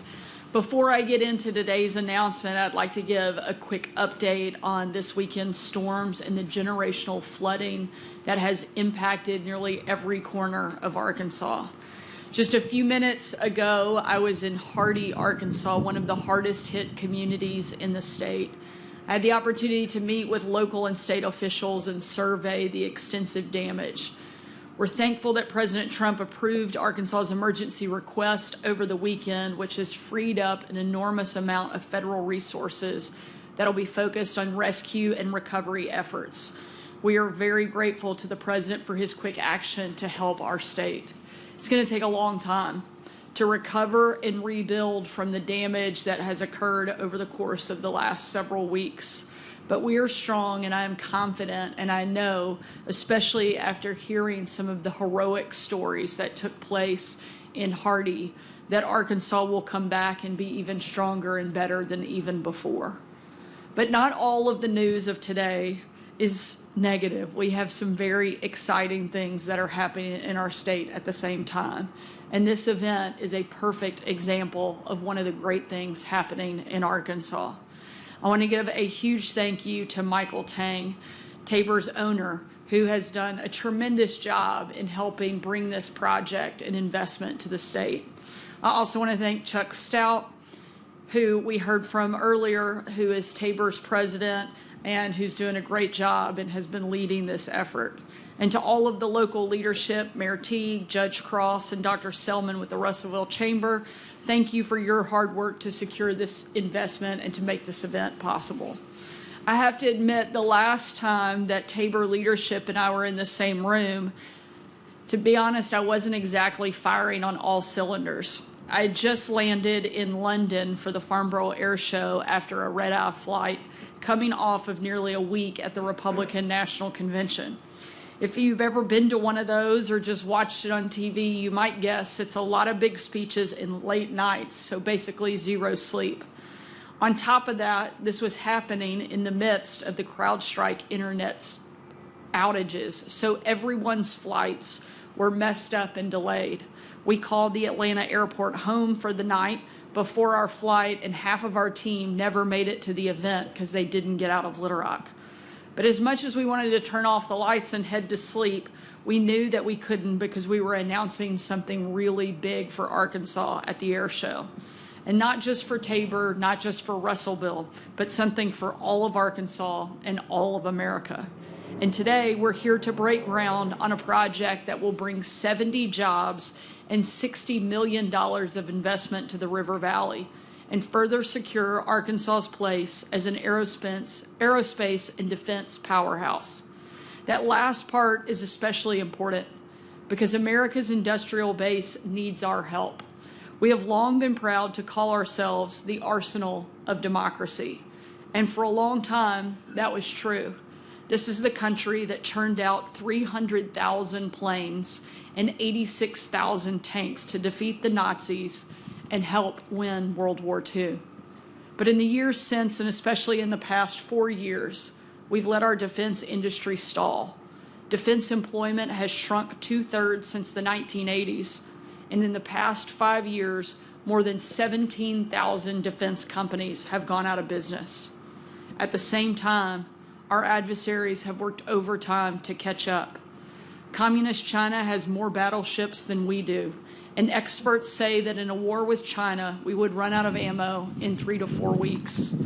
The good news is that our leaders in Washington are recognizing this crisis and stepping up to fix it. And the better news is that Arkansas and Tabor's expanded facility here in Russellville will be a big part of it. Tabor's products go into all sorts of items that are critical for our military, from ship hulls to aircraft hangars to firearms. It's no surprise that Tabor counts the Department of Defense as its #1 customer. And this patriotic company is led with patriotic leadership, including Chuck Stout, who spent almost 10 years in the United States Navy. You all know better than anyone how important this investment is. It's so important, in fact, that they had an exhaustive search when deciding where to put it. And when they finally settled on Arkansas, they gave one reason of why they picked this location over every other one. And not to sound like a broken record, because I know it's been mentioned more than once, and we're going to keep mentioning it because it's the #1 reason we continue to bring new jobs to our state. We have the best people that you will find anywhere in the country. And that is exactly what helped us win this project. We're patriots in the natural state, and we get that the only way that you have peace is through strength.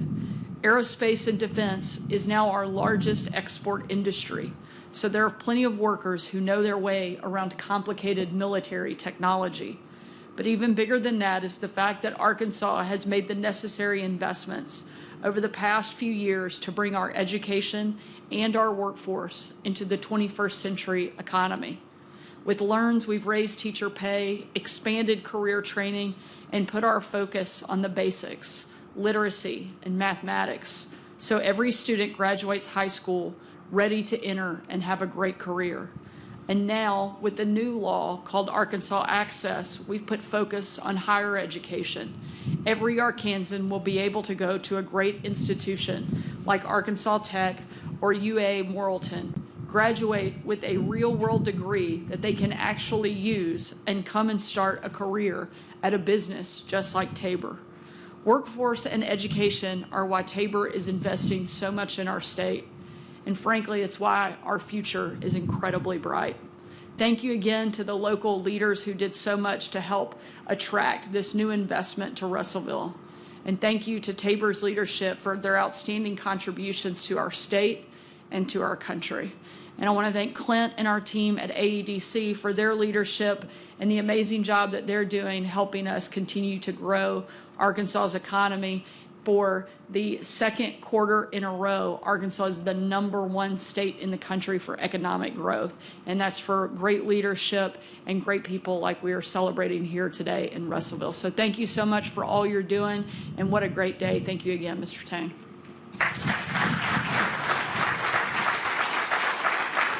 Thank you very much, and good morning. You know, this deep into the session, and you have the speaker introducing you never know how it might go, but we have had a wonderful and incredible and productive few weeks during our legislative session. And as much fun as we've had, I can't say that I'm sad that it is coming to a close here in a couple of weeks, but it is wonderful to be with this group and to see so many of our incredible legislators that are working so hard to improve our state each and every day. If we could just have them stand and be recognized, I think it's so important that they are here and showing up. And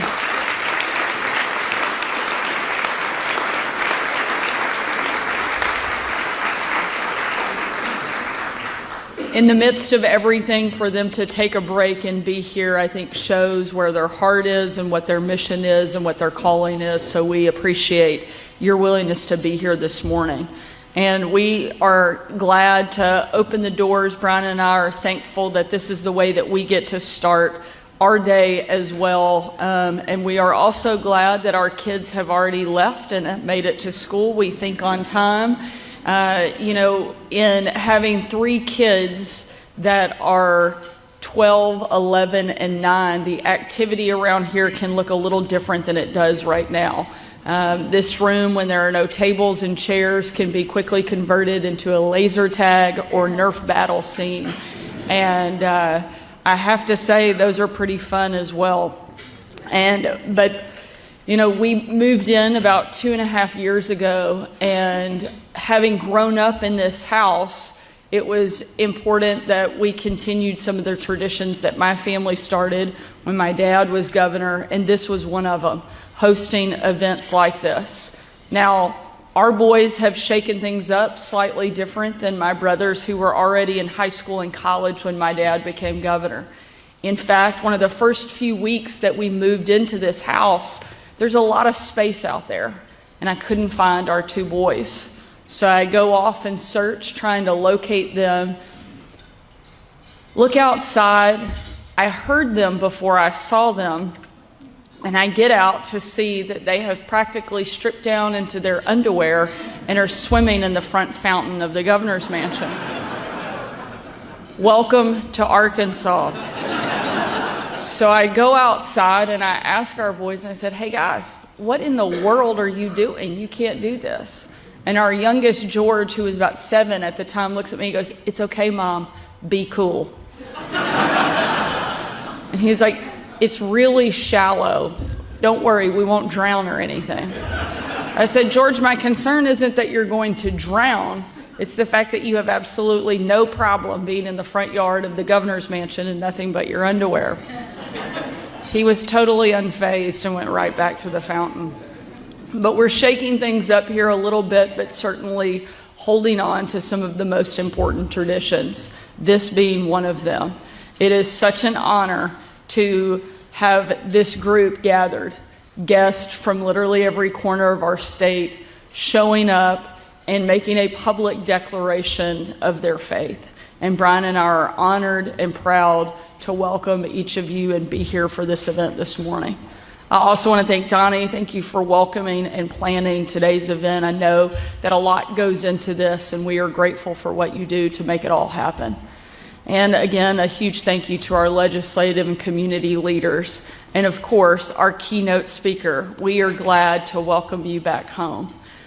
Arkansas has a lot to pray for this morning, including a lot of the hardship that we have endured and experienced over the last couple of weeks. Yesterday, I visited with some of Arkansans impacted by tornadoes and floods. My administration has been working hard to respond, and emergency personnel are on the ground working overtime to help many Arkansans who have been impacted in the last several weeks. We've had tornadoes, wildfires, and snow all in the last month. Frankly, I think some of us are just waiting on the locusts to show up. But as busy as it can get with disaster response and recovery, we can always take time to start our day off right with a word of prayer.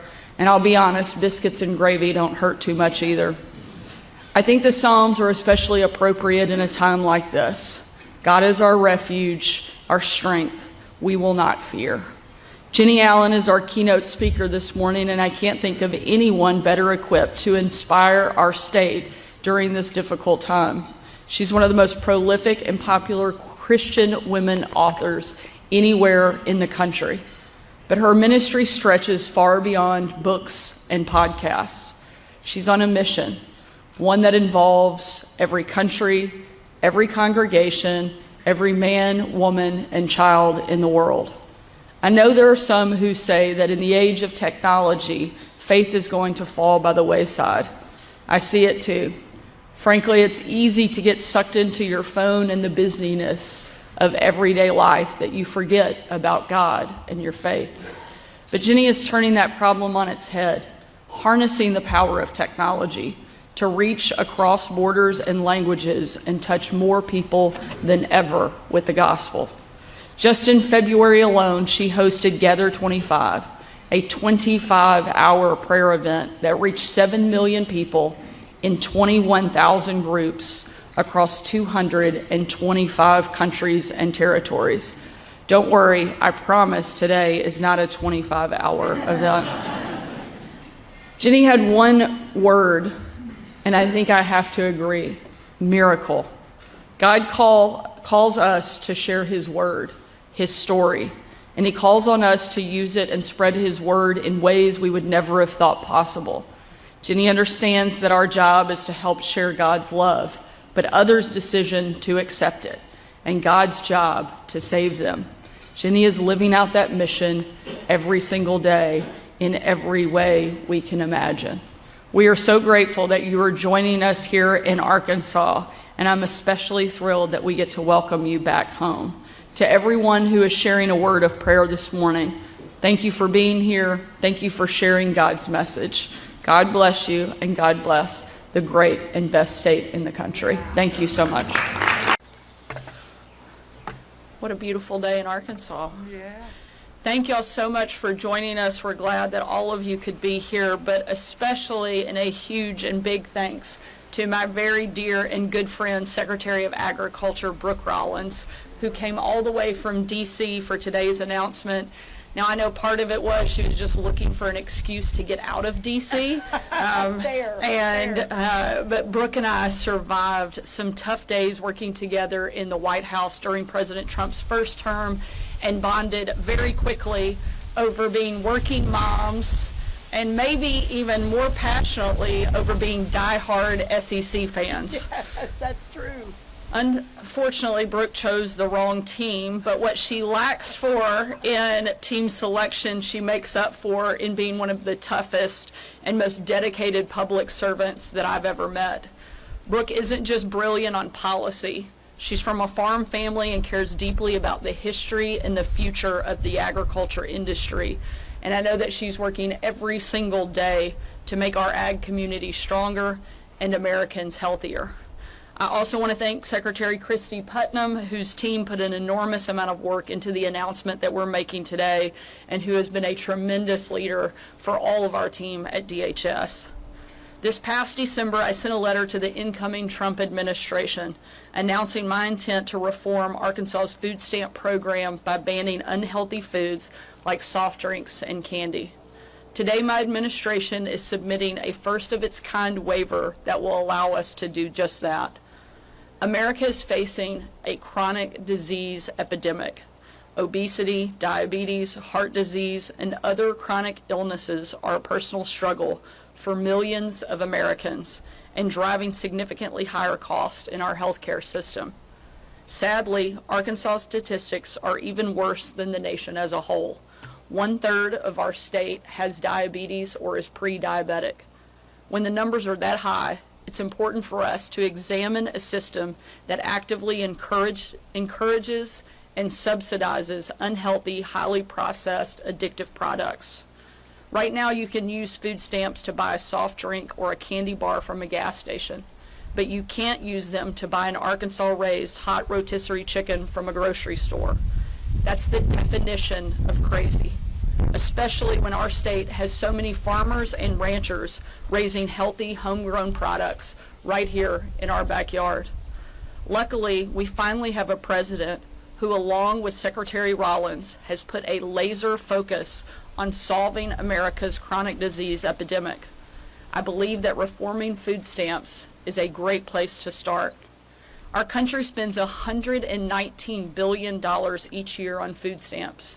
23% of that spending, which is $27 billion annually, goes toward things like soft drinks, unhealthy snacks, candy, and dessert. At the same time, our state Medicaid program spends at least $300 million each year treating chronic illness. Taxpayers are subsidizing poor health. We're paying for it on the front end and the back end. That's not a nutrition program. It's actively harming Arkansans' health and contributing to our nation's mountain of debt. One Stanford study estimated that just by removing sugary drinks from food stamps, we would prevent obesity in 141,000 kids and type 2 diabetes in 240,000 adults nationwide. I want to be clear, though. This is not about taking anything away. The government isn't dictating what you can or can't buy with your hard-earned money. It's simply saying that taxpayers are no longer going to cover the cost of junk food like candy and soft drinks. Instead, those who rely on food stamps can use them to buy healthier, more nutritious foods. This is a first step in what I hope will be a broader conversation about the food stamp program. In Arkansas, we will be using the GS1 U.S. categorization model to make this reform easy for retailers to adopt. Easier to implement than say, apparently, but I know through my conversations with the beverage industry that they are working to address health concerns by working on healthier, affordable options. And we hope they will continue that work, and we look forward to working with them on it. In our waiver, we are also requesting to add rotisserie chicken, an affordable, healthy protein source, to the list of approved SNAP items. We plan to use SNAP dollars to expand nutrition education in our schools, and we will look to make additional changes to the program in the future. We want to encourage healthier lifestyles for our state because we know it's important to our economy, but more important to Arkansas's quality of life. We understand that food security is a real problem across the country, which is why we work to make Arkansas the first state in the South to offer free school breakfast to every student, and why I signed our state up for a second year of summer EBT so kids have meals during the summer months. We need to end the perverse incentives in our food, healthcare, and welfare programs that make America the least healthy developed country in the world, spending the most on healthcare and receiving far worse outcomes than all of our counterparts. Like so many other conservative reforms, Arkansas will lead the way. And I'm thankful that President Trump, Secretary Rollins, and the rest of the Trump administration are working with us to implement these common sense conservative reforms. I'll now turn it over to Secretary Rollins, and then Secretary Putnam will come up and deliver remarks, and then we'll be happy to take a few questions. Thank you so much. Wow, what an awesome day here in beautiful Arkansas. I was in Pennsylvania yesterday, headed to Lubbock, Texas tomorrow, moving into Ohio and North Dakota and several other states in the coming weeks. But of all of that, to be here with all of you today and with my sister from a different mister, Sarah Sanders, we did have an extraordinary time in the first White House under President Trump. And Sarah, to see you lead with such boldness and courage and poise and elegance and intellect is truly inspiring. So happy to be here in your backyard, the people of Arkansas's backyard, on this beautiful morning. In a state like Arkansas, and with Arkansas leading the way, that has done so much to exemplify the virtues of productivity, of innovation, and of compassion in everything that you do. There's a reason that Americans from all over the country come to make a life in Arkansas, and it's a tremendous credit to my longtime friend, Governor Sarah Huckabee Sanders. We're here today, as she mentioned, to announce the Arkansas SNAP waiver program, one of the first in the nation, and an example of the kind of innovation that the states are uniquely positioned to effect. Although SNAP, or food stamps, is a federal program, we administer it in partnership with the states because it is in the states, and the states who are the closest to the citizenry and understand best the needs and expectations of your people. No federal bureaucrat can do that, nor any program in Washington, D.C.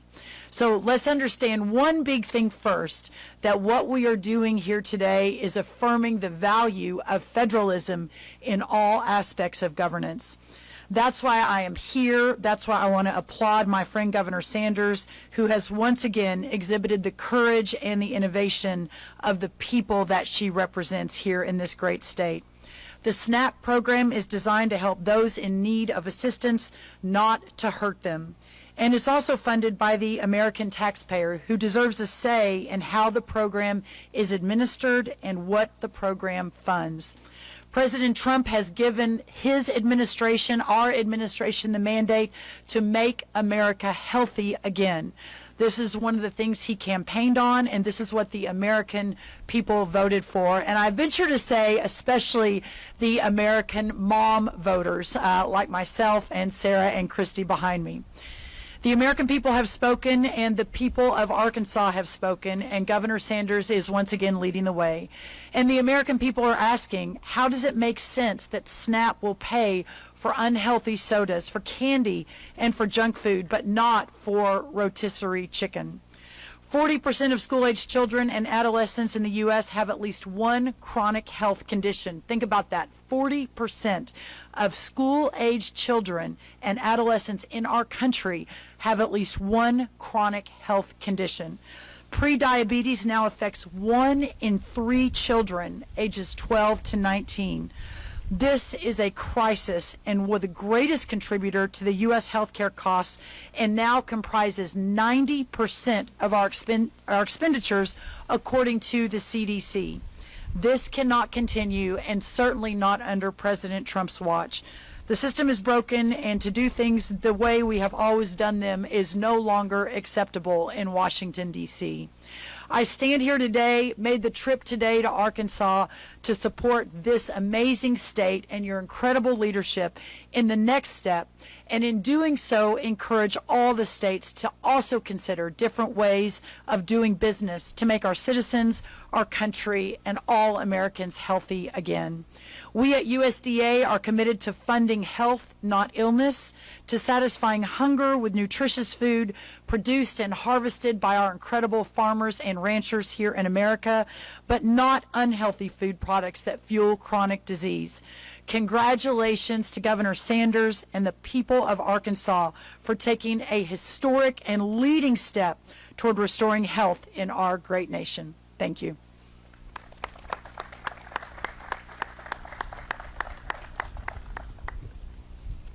Well, good morning. I'm so grateful to be here today for this important announcement.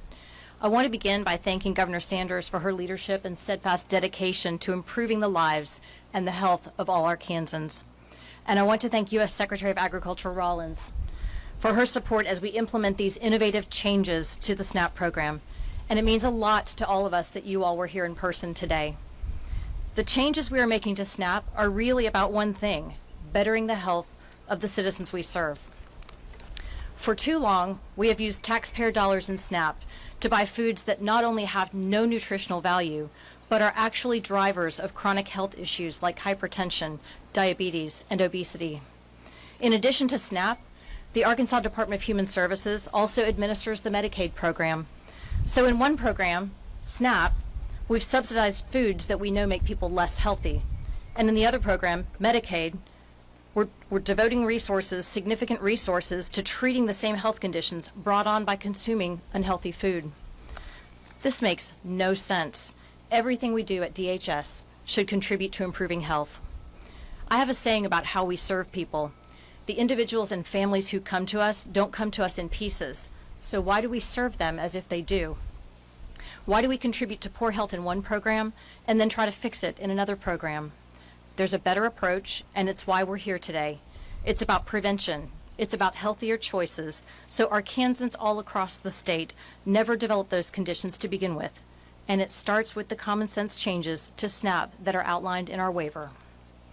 More than 100,000 households across our state receive SNAP benefits every month. This new approach will mean more nutritious options on the table of each one. This isn't punitive, it is preventive. It's about making a positive difference in the lives of people we serve, and I couldn't be more excited to be here today announcing this next step. Thank you all very much.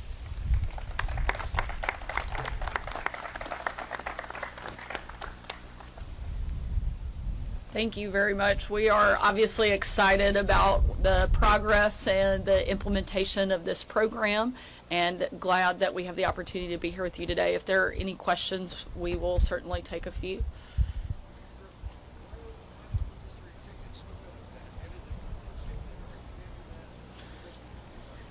Just to make sure that I'm hearing your question correctly, are you asking why we're adding rotisserie chicken in? That's a really good question, one that you would have to ask the federal government who originally created the program and excluded it. It doesn't make good sense to us, which is why we've asked that it be included in the waiver that we're putting forward today. Things like a high protein homegrown food that aren't included, however, candy and soft drinks are. And so that's one of the big things that we want to make sure we change.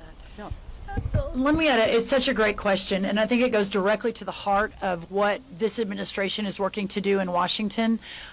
Within the first hour of being sworn in to my role on February 13th, a little over 2 months ago now, we sent a letter to all the governors. I think Governor Sanders was the first one to respond, saying it's a new day at USDA, and it's a new day in Washington, and we are going to be returning power to the people, which means relying on our governors, both Republicans and Democrats, to come up with new and better ways to effectuate these programs. No child in America or Arkansas should go hungry, but there has to be a better, more efficient, more effective way to implement these programs. And of course, Governor Sanders was one of the first to step up. I'd be remiss if I didn't note that at this very moment in Indiana, my partner, Secretary Bobby Kennedy, is doing a similar event with Governor Mike Braun in Indiana with a very similar and aligned effort and vision, but what's best for Indiana. And we see more governors following the leadership of Governor Sanders. So to your point, these are the questions that must be asked and answered, and best answered by the elected officials and the leaders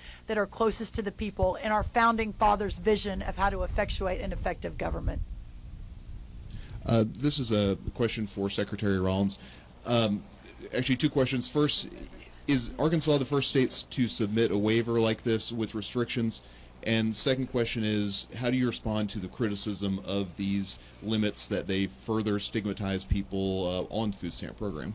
Well, first of all, thank you. Governor Kim Reynolds out of Iowa submitted a smaller waiver regarding summer programs, but this is certainly the first that will have been submitted since we took office a little over 2 months ago, specific to the larger and broader implications of sugary drinks and junk food, et cetera, being paid for by SNAP.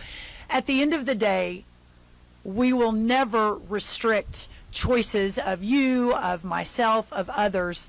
What we're working to do is make sure that taxpayer dollars, that when government is involved and when they're spending the money of our people, that that money is being spent wisely and in the best way we know how. I think Sarah mentioned in her numbers, this is an over $100 billion program out of USDA across the country. The largest spend of that $100 billion for those who are on these programs is not on fruit or vegetables or protein or rotisserie chicken or whole milk. It's on soda. So clearly, when you look at that from the front end and how we're spending taxpayer dollars, and then the back end, as Secretary Putnam mentioned, the cost to the American taxpayer in terms of chronic disease, in terms of the amount of money we're spending in Medicaid, et cetera, something has to change. And I do think it's worth noting that when Secretary Bobby Kennedy became part of the last campaign when President Trump was running, I think he joined in August, he brought an energy and a focus and a vision to the conservative side of the ledger, saying we have to do something about how unhealthy our country is. When 3 or 4 out of 5 kids are pre-diabetic in America, that is not okay, and the disservice to the future of our country, not just to the taxpayers and not just to those families, but to the strength of America. Something has to change, and I think you saw a reawakening of how important that is. And I know, again, I'm the mom of 4 teenagers. Of course, you all know Governor Sanders and her 3 beautiful children. Secretary Putnam has 3 children as well. Listen, I don't mean to disparage any of the dads out there, and certainly dads care about nutritious eating too. Probably have a story about how, we hate dads here, but it's not about that. But it is about being able to feed our children in the best and most nutritious way. So for anyone that says that, oh, we're taking choices away from moms who are trying to just put food on the table, that could not be further from the truth. We are doing everything we can to empower, especially our disadvantaged families and our disadvantaged moms, so that they can have the opportunity to make better choices. And be clear, this is not taking any money out of these programs. The levels stay the same. It just opens up the opportunity to buy better and more healthy food moving forward. Sorry, we were playing Mike over here. A question. You mentioned that the levels are going to stay the same with SNAP, but when you're talking about more nutritious foods, it was a worry in the community about not able to, I guess, extend those dollars even more, because when you're going nutritious, that can be a little more costly. How are you going to deal with that, or what's your response to that? I think there's a couple points here. First, I think you'd be hard-pressed to say that you're going to be better off having purchased a pack of Skittles and that your hunger is going to be satisfied after that purchase. We want to encourage people to make better, healthier choices. Again, not take anything away. It's also why we've worked really hard, and there are a lot of legislators that are sitting here to remove Arkansas's grocery tax so people have more and more of their hard-earned money to buy food here in the state of Arkansas. I think one of the big things that is regularly lost about the SNAP program is that the N in SNAP stands for nutrition. And we have taken a program that is meant to be about providing and helping people put food on their table and put something else in their hands and in their stomachs. We have to do a better job. We know that we have an absolute epidemic, and there are a number of ways that we're looking at addressing that, and those are just a couple. But to make an argument that this is somehow a disadvantage, I think is a real disservice to the people of the state. Hey, Governor Sanders and Secretary Rollins. This question's for both of you. I think a lot of people are going to be really proud of this announcement to help SNAP beneficiaries eat local foods like rotisserie chickens grown here. But recently the federal government cut the LFPA program, and there were cuts to the federal local food for schools program as well, which farmers were getting paid by the government to grow local produce for their communities. And a lot of farmers have been hurt by those cuts. And so how do you reconcile this, on one hand, trying to help people buy local food from our farmers who are really struggling, and on the other hand, cutting these programs that are really important for farmers? Well, thank you for asking that. Let's be very clear. In the 2 months since I was sworn into office, we have directed $1 billion into food programs in local community food banks. And that doesn't even include the school side of it. The school side of it is run by Department of Education, but $1 billion. The sort of lefts and the left-wing media that has made this whole narrative out of, oh, USDA hates poor children and, oh, they're cutting all of the food programs, just isn't true. The programs that were pulled were ones that were forward leaning. They were COVID, they came about during COVID, and there were billions that were spent out, and there was a lot of money left. For example, I was in Pennsylvania yesterday. Pennsylvania, and in every single stop I got asked this question. In Pennsylvania, they have $30 million still sitting in an account to be spent on local food programs and buying nutritious food from farmers. I haven't looked at the Arkansas numbers. I should have done that before I walked up here. But across the country, there's so much taxpayer dollars sitting in those accounts that is waiting to be spent. Again, the money that was clawed back was a Biden-era COVID program that was never meant to be long-term. It was only meant to be during the COVID era. So working to realign USDA, working to realign every taxpayer dollar around what is the best, most effective spend, but also understanding that under this watch, under President Trump's watch, we will not let children go hungry, that these programs will be well funded. They're just going to be more effective, more intentional. We're going to pull the fraud out, and we're going to ensure that the promises made to the American people are kept. Time for maybe one more. When will the waiver be approved? Well, we hope really soon. Would you like to see if she just signed now? Because that'd be fine with me. Obviously, it's a process. Arkansas's waiver has a voluntary 30-day comment period that's not required, but it was something that we felt like was important to include in our request so that we have the opportunity not only to hear from stakeholders, but to work closely with USDA on the finer details of that request. But we're hopeful that this gets done very quickly. I think if you've learned anything about the Trump administration in the last couple months is that they're not sitting idly. They are moving fast, and that's something we love and one of the reasons that we're excited to work closely with this administration. Yeah, y'all will appreciate, to Governor Sanders' point, that the waiver is officially submitted today, which is why I am here. And by the way, a lot of people said, oh, Brooke, you shouldn't go until, maybe for an approval and not, not when it's submitted. I said, no. This is such a big deal. It's such a big day. I'm so proud of Governor Sanders and her team for stepping into the gap, for being bold. We'll get the waiver through the process, but to the point on timing, it gets submitted today, and I think our teams at USDA and in the governor's office already have a conference call scheduled for tomorrow morning. So it should move very quickly, and everything we're doing, we're trying to move very efficiently, very quickly, and move these important changes out to the rest of the country.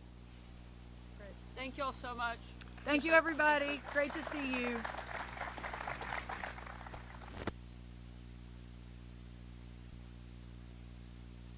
Thank you very much. It is exciting to be here and to be part of this great event. And a few things that I've learned just in sitting here. One quick story. Todd does a lot of business. If you don't know him, I encourage you to look at what all he has been able to create. There's almost nothing going on in Central Arkansas that he doesn't have a hand in. And I don't say this as a negative, but this is actually the first business announcement that he's had that he's invited me to. But like I said, I don't say that as a negative, but it shows how special this is to him and how much he believes in this project, how much he believes in this company, and more importantly, how much he believes in you, Justin. And he does not invest in things that he doesn't know can and will be successful. And so when he called, I knew it was something I wanted to be part of because he has what you might consider the Midas touch these days. And at the end of the day, I will bet on a couple farm boys from Arkansas any day of the week over just about any other type of leader to take over and run a company, because I know that they will not quit until they see it reach its full potential and until they build something that is truly successful and meaningful. And so, Todd, thank you for what you're doing here in the state of Arkansas and for letting me be part of this event. Maybe if I do an okay job, I'll get to come back for another one because I know that this is, you're only just getting started here. But something else that I've noticed, I have the opportunity to participate in a lot of these events. And frankly, just in the last couple of weeks, we have done several jobs announcement events. And that's a great thing for our state. It's something I'm really proud of. Very few of them start with the prayer, start with bringing their pastor up. And I think that says a lot about you. One of the things I loved was not only that you had your pastor as the lead of this event, it shows where your heart is, who you are at your core. You were able to name off dozens of people sitting around this room without ever looking at a note. It shows that you are not just the head of this company, but you are invested personally. I mean, that's not something you see every day. And so really honored and proud that I get to be here and celebrate what I think is a great achievement. I'm also have been sitting here thinking of what event I might want to mention that I too would like to attend in front of you, because clearly if you bring it up based on their pastor's story, you may or may not spend all night waiting out in the rain for tickets. I was going to go with like Dolly Parton, would be really cool to see before the end, but I'm picking up on a basketball theme, so I'm going to think about it a little more and I'll come back to you on what we may all want to go to. But in all seriousness, you have really created something special, and I'm honored to be here and appreciate the kind introduction. I want to say a big thank you to our team at AEDC. Much like you, none of the things that happen in our state and all of the great jobs announcements that we've been able to make and the growth and economic development that we have had in our state happens by just what I'm able to do, but because I'm surrounded by an incredible team, Hugh McDonald and Clint O'Neill, and the local partnership that we have here in North Little Rock. I think I saw the mayor somewhere. There he is. He does a great job leading the city of North Little Rock, and he's also a lot of fun. And so, Mayor, great to see you and appreciate all of your leadership. And a big thank you to Conveyor Technologies. I know that your success is because you have built that great team, and so grateful for the continued commitment that you have and that you've shown.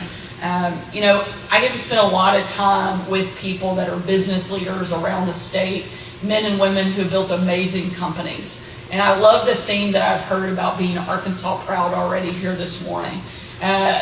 Several months ago, a good friend of mine, Scott Ford, who knows a little something about building a great business here in Arkansas, shared a story with me. He said that he was talking to one of his colleagues that he ran into on the street in New York during a business trip. They struck up a conversation, and the man asked him why, after all of his success in business, he was still living in a place like Arkansas. And Scott responded to him, and I absolutely love this quote, and I think it is so true. He said, "I hope that before your days are finished, you'll realize that you too could have lived in Arkansas all of these years."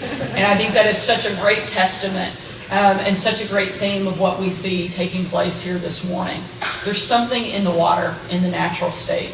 It doesn't matter if it's advanced manufacturing like what you're doing here, retail, banking, agriculture. If you crack a door for an ambitious Arkansan, they're going to fling it open and run right through. And that's exactly what people like Todd and Justin do every single day. 3 decades ago, Justin realized that Americans weren't really building drum motors anymore. And his big idea wasn't to keep buying cheap ones from overseas like everyone else was doing, but to build them here and to do it better than anybody else. And that's exactly what we see behind us today. We're lucky that he's from Central Arkansas, because that meant that this region was a perfect place for him to set up shop.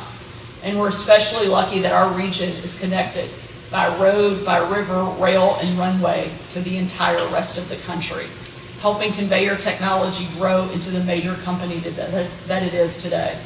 But most important of all is business culture. And that's something that you've seen on display all morning already. It's reflected in the speakers who came before me. They're not just building a great business, they're great people, and they're creating an environment where businesses of all kinds can thrive and a culture where people actually want to work. In state government, that's the kind of flywheel effect that we want. That's why we've cut taxes by 20% in 2 years, because more money in Arkansans' pockets means more spending, more growth, and more jobs.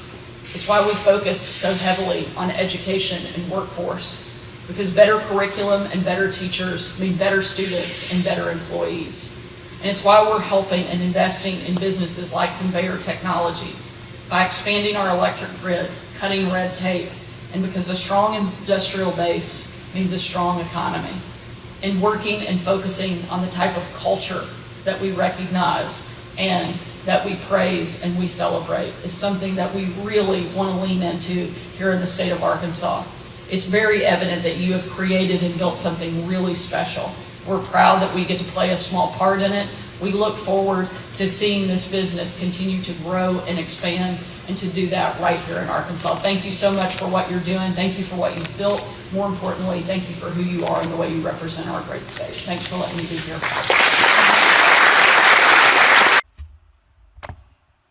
Jai Ram, and good morning. Thank you all for being here. To those who are visiting us from out of town, welcome to Little Rock and welcome to Arkansas. To my good friend Shosh, who invited me to this event and who has been a great friend, thank you for everything that you are doing for our state and for all of Arkansas's South Asian community. And to Mo Rari, today's event organizer, thank you for sharing your gifts with our state. I heard that you began reciting at age 14. My kids are 13, 11, and 10.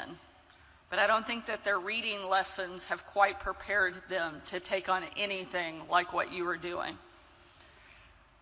Thanks to Shash's leadership, I've had the opportunity to host the first ever Diwali celebration at the Arkansas Governor's Mansion last winter. It was a new tradition, but one that we all appreciated and hope to continue well into the future. Even though India and Arkansas are thousands of miles apart, that evening reminded me that our two cultures have a lot of great similarities. Whether we're breaking cornbread or non-bread, hospitality comes first. Whether it's the Ozarks or the Himalaya, the Buffalo or the Ganges, we were blessed by otherworldly natural beauty. And whether we worship at a church or at a temple, we all value faith, family, and religious freedom.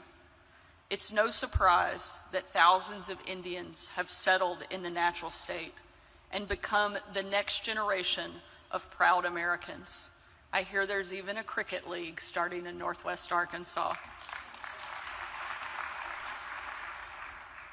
Whether it's hospitality, retail, medicine, or many other areas, Indian Americans are helping our state grow and thrive.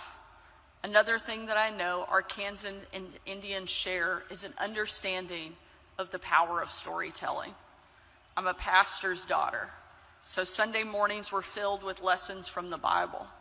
I learned a lot more from the parables, the stories that Jesus told to drive his message home, than just about anything else.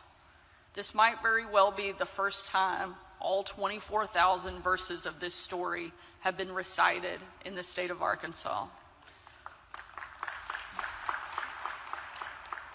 But its message isn't so different from the stories that I grew up hearing from my parents and grandparents about our shared history, the adventures of great men and women, and the meaning of a life well lived. And in my own faith, I have always been taught that no matter where we come from, what we look like, or what we believe, we are all made in the image of our Creator. Whether you grew up learning about Rama and Krishna, or Abraham and Moses, it all means that our faith is something that we value deeply. So thank you for being here. Thank you for being, so many of you, proud Arkansans. And to our special guest, Thank you again for your extraordinary performance of this ancient story and for sharing it with all of us here today. Thank you for having me. God bless.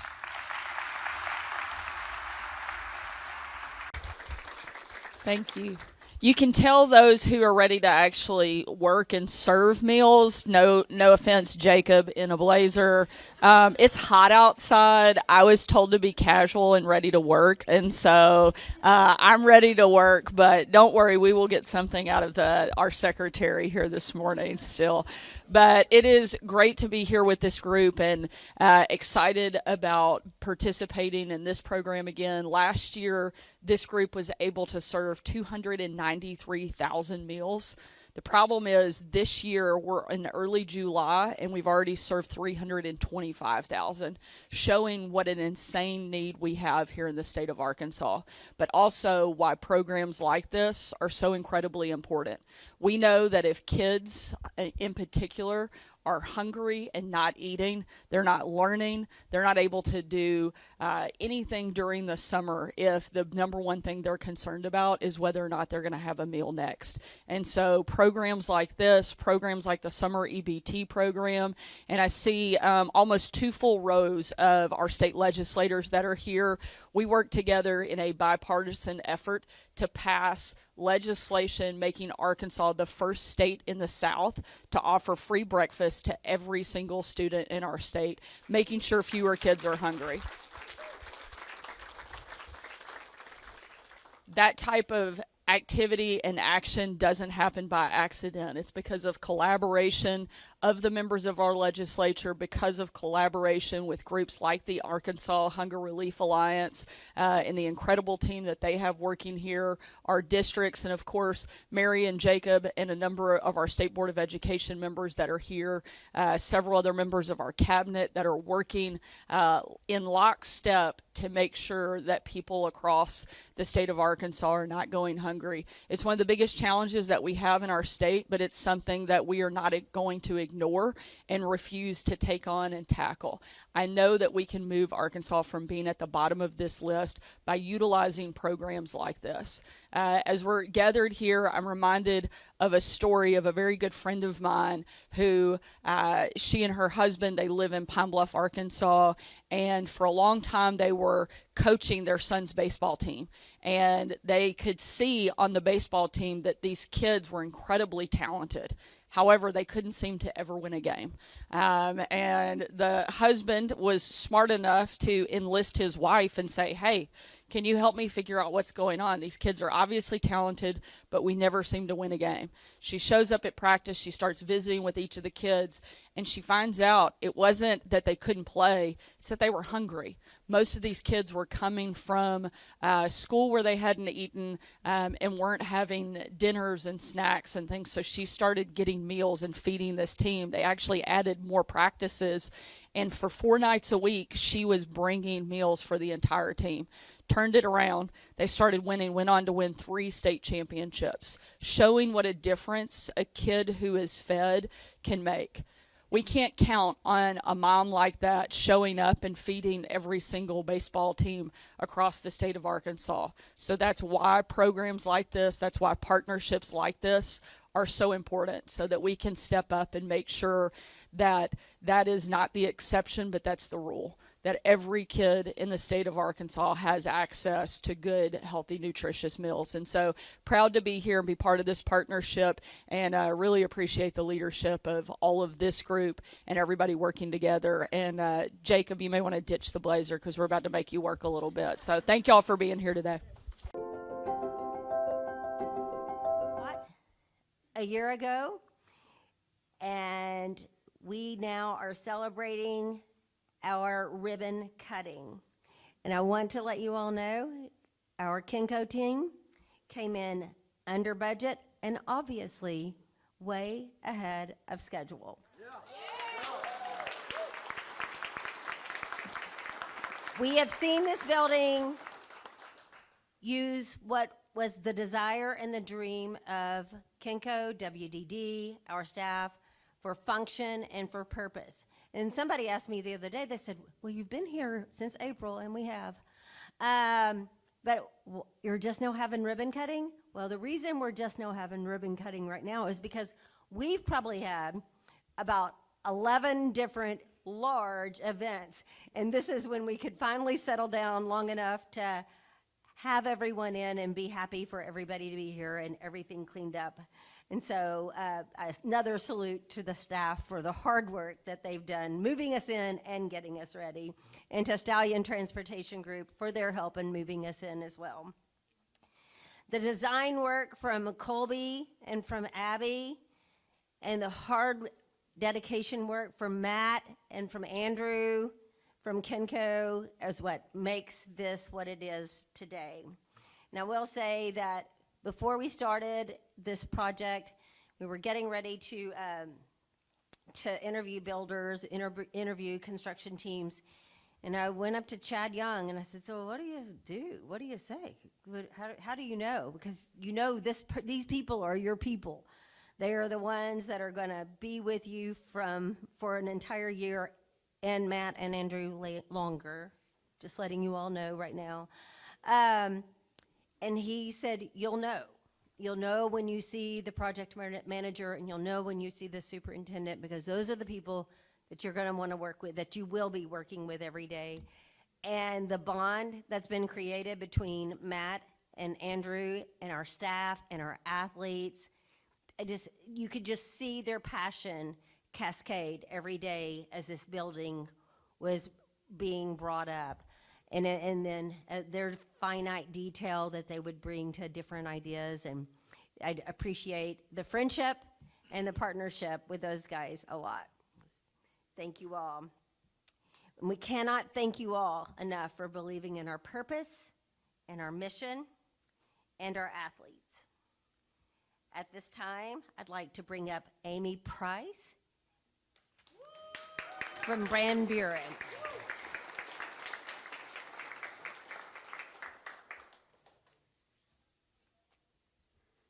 My name is Amy Price, and I am an athlete, health messenger, and a board member for Special Olympics Arkansas. And I want to welcome all of you to our ribbon cutting for our new home.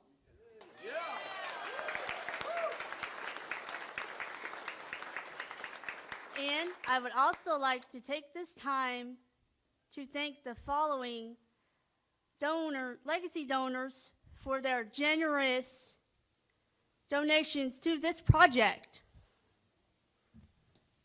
Betsy and Ross Rideout, USLBM Foundation in honor of Ross Rideout, Arvets Bank Foundation, Donna Morey, Stallion Transportation Group, State of Arkansas, City of Little Rock, Airco Service, WDD Architects, Kinko Constructions, Ferguson Plumbing Supplies, Midtown Mechanical Services, Fast Signs, Horton Brothers Printing, and let's give one more big round of applause for all our legacy donors today. And now, I would like to introduce Miss Terry Weir. Thank you. Great job, Amy, as always. She always brings the house down. You all need to know that she does have quite the comedy routine. She will perform every now and again, too. And now it gives me great pleasure to bring to the podium Governor Sarah Sanders.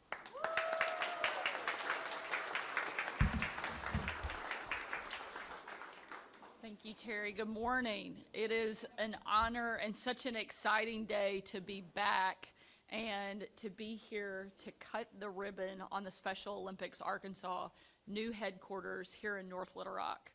It was literally just under a year ago that we were breaking ground on this project.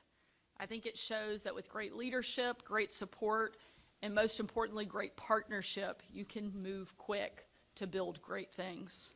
To Terry, thank you for your hard work to get this project over the finish line so quickly. To Amy, thank you for your remarks, but also for reminding us what we're all here to celebrate today. And congratulations on your selection as a Special Olympics USA athlete. We're all really proud of you.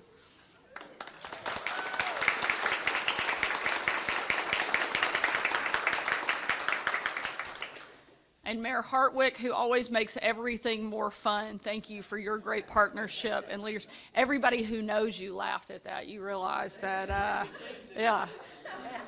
Don't worry, if anybody needs it, I have a voicemail from my birthday from last year saved, and on a bad day, I can just play that where the mayor sings a beautiful rendition of Happy Birthday. So if you haven't gotten one of those, I encourage you to let him know when your birthday is. But I also want to thank all of the many legislators. There are a number of you, if you could raise your hand. I saw Senator English, Mary, Brandon, David, Senator Dismayne, Tracy, Jamie Scott. Without their leadership, without their partnership, the state's involvement and engagement in this project wouldn't have been possible. And it's such a, I think, great example of bipartisanship working together on something that's really important and that will have a huge impact, not just for Central Arkansas, but for our entire state. As many of you in the crowd know, I'm a huge supporter of the Special Olympics. Some of you may not know that I volunteered with Special Olympics while I was in college. I'd like to say it was because I was just an incredibly service-minded 20-year-old, but it was actually because one of my best friends is Terry's daughter and encouraged all of us to come out and help and volunteer for the organization. Once we started working with the group, we were incredibly happy that we did. It's rewarding to help kids of all abilities play sports and make friends through competition and realize that every single child deserves a spot on the field. We thought we were going to volunteer and teach these kids how to play, but what really happened was they were the ones who taught us about teamwork, about drive, and about the meaning of friendly competition and what it can mean for every single competitor. Last year, as Special Olympics Arkansas was gearing up to break ground on this project, Terry and several other members of Special Olympics Arkansas and a couple of their athletes, Nathan McLean being one of them, came to my office to pitch the idea for the state's financial support. They walked me through all of the financials and the arguments for the new facility. But as I'm sure you can guess, what really stole the show was Nathan's pitch. I shouldn't have been surprised. Nathan's met Michael Phelps and Michelle Obama, so the governor of Arkansas didn't make him at all nervous. His story and his passion convinced me that this was a project that not only deserved but needed the state's support. And I was proud to help direct $3 million in state funding to make this facility a reality. Thank you, Nathan.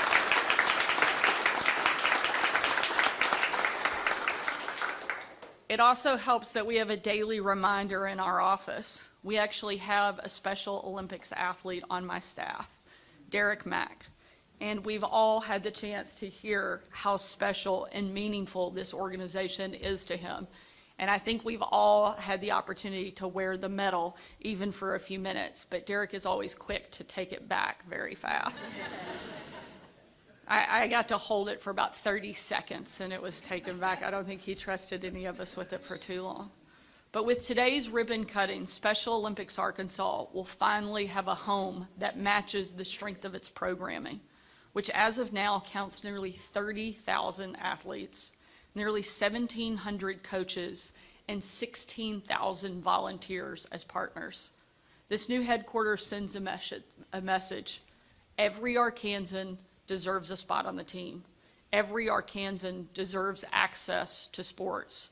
And every Arkansan is important to this state and to my administration. That's been the drive behind so many of the priorities that I've supported as governor, from education freedom accounts to free school breakfast for every kid to funding for facilities like this one.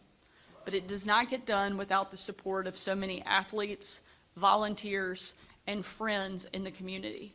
To every one of you who are here today who played a part in this project, thank you for helping stand with all Arkansans.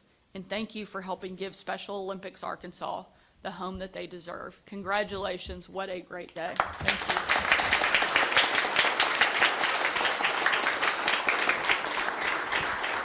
Thank you, Governor Sanders. Those were quite some powerful remarks. Now gives me great pleasure to bring to the podium Mayor Terry Hartwick. And does somebody have a birthday?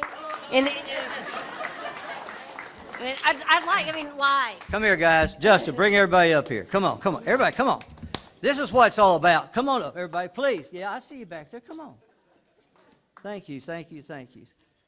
Everybody look that way. That's the camera. Don't look at me. This is Special Olympics. This is why we work so hard. This is why everybody gives so much for. Justin, where are you again?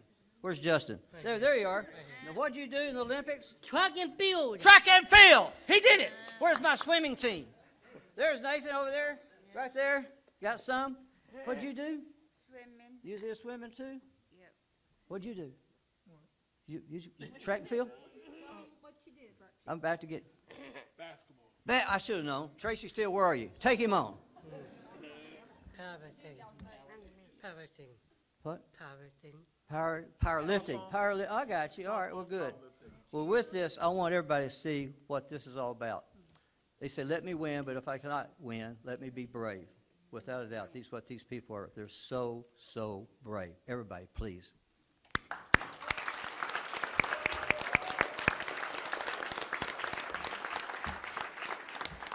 So let it be said today, greetings, that be known that I, Terry C. Hartwick, the mayor of the city of North Little Rock, do hereby proclaim the 7th day of July as Special Olympics Day in honor of their ribbon cutting. So Justin, do you want to take it? But I'll give it to Terry. Where's Terry at? Terry?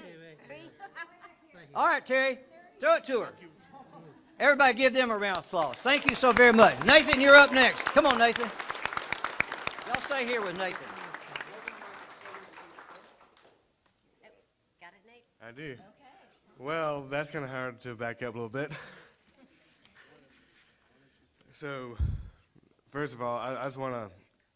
First of all, I want to thank everyone. This is like a dream come true for us athletes. Before I start the speech off, because if it wasn't for y'all, we wouldn't be standing right here right now. So, when I first joined Special Olympics, I didn't know what to expect as athletes. We participate for the sports, but there are things much bigger. We develop courage, we develop friendships with teammates and coaches and staff who become like family, and now this new facility has given this family a new home. And something even bigger, it's a place to become more than we ever thought possible. Special Olympics has given me so much confidence in swimming, taking me from the days of the death grip on my dad in the pool to winning medals at a national and international competitions. Of course, it has given me confidence to speak in public, lead other athletes, and to be a long-term employee at a job that I enjoy to every day. This building isn't just made of steel and walls. It's made of belief. It's a belief that we are strong and capable, and that our dreams are worth chasing. As athletes, we have learned to train and to compete. We rise after losses. We celebrate even the smallest wins. But most of all, disability doesn't mean limitation. It means determination. I love to imagine our staff and coaches gathering in this building to continue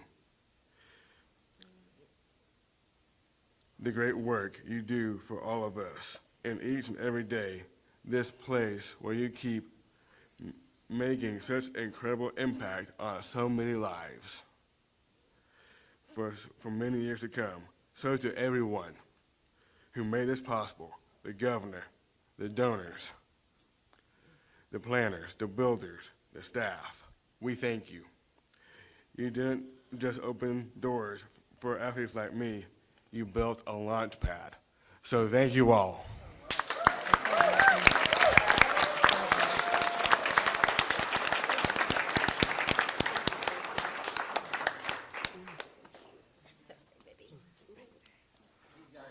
Well, no.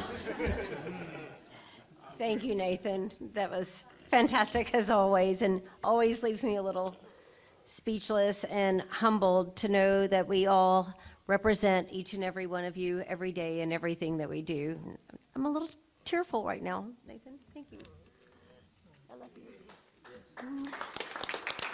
So now, at this time, it's time to go outside and cut that ribbon that we've been waiting to cut for a while. So if I'll have Ross Rideout, Sharon Johnson, Nathan, Governor Sanders, Mayor Hartwick, Butch Rice, John Fournier, Andrew McCarty, Matt Hartsfield, Colby Letting, and Abby Redmond. Let's go out there.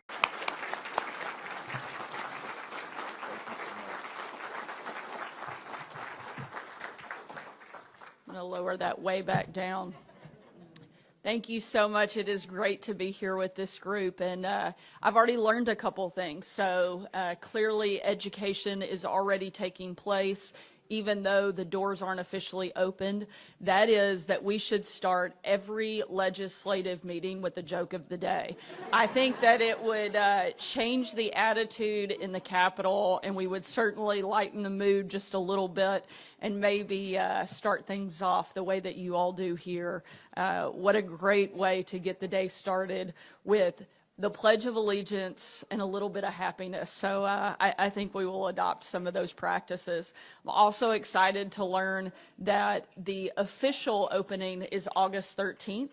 That's actually my birthday, and I cannot think of a better way to celebrate than watching and getting to see the smiles on the faces of the kids who will get to walk in and whose lives will be forever changed because of this place. So what an exciting day that will be on all fronts. And it is an honor to be back here for the ribbon cutting on your newest campus. I can't believe that it was less than a year ago that we were breaking ground on this project. If only we could get state government to move as fast as this project has. The speed at which you've been able to complete this new facility would never be possible if it was not for the amazing support from the Easter Seals leadership, from the staff, the parents, the students, and of course all of our donors that are here that made it possible. And I want to thank each one of you for helping make it happen. I know that the parents in this crowd are especially excited.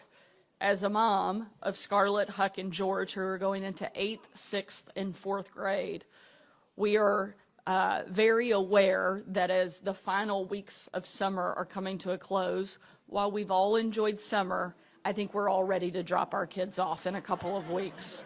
And I know that the parents here are just as excited as the rest of us. And this is actually the first time that there's been a governor with elementary-aged school kids since Bill Clinton was in office. I like to think that it keeps the governor's mansion just a bit more lively and certainly gives great perspective on some of the big priorities of our state. I love being able to be both a mom and governor. I think actually that the first title is the one that informs me most in my day-to-day life. It is made clear why education should and has been my top priority since taking over this office, in large part from my own personal experiences of sending my kids to school. When I was here for the groundbreaking last year, I had the opportunity to meet a young girl named Cheney. When she was born, her parents knew that they'd need a place with special resources for her to get the best education possible. So Cheney's parents actually picked up and moved to Little Rock for the sole purpose of enrolling her in kindergarten at Easter Seals. It wasn't just about making sure that she had the right resources. It was about giving her a long-term plan for safety and stability so that she could actually thrive. That alone is an enormous burden on parents and families. And my administration and our team in the legislature want to do everything we can to help make that just a little bit easier. So when Easter Seals first came to me, they had a wait list of more than 200 kids, and they were asking for $4.5 million to help with the expansion.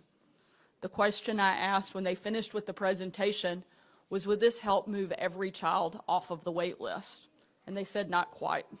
So I surprised my staff, who knows me as somebody who's always trying to cut spending, and I actually asked if we could do more. And we directed $6.5 million toward this project so that we could get every single kid off of the wait list and enrolled here at Easter Seals to watch life-changing activity.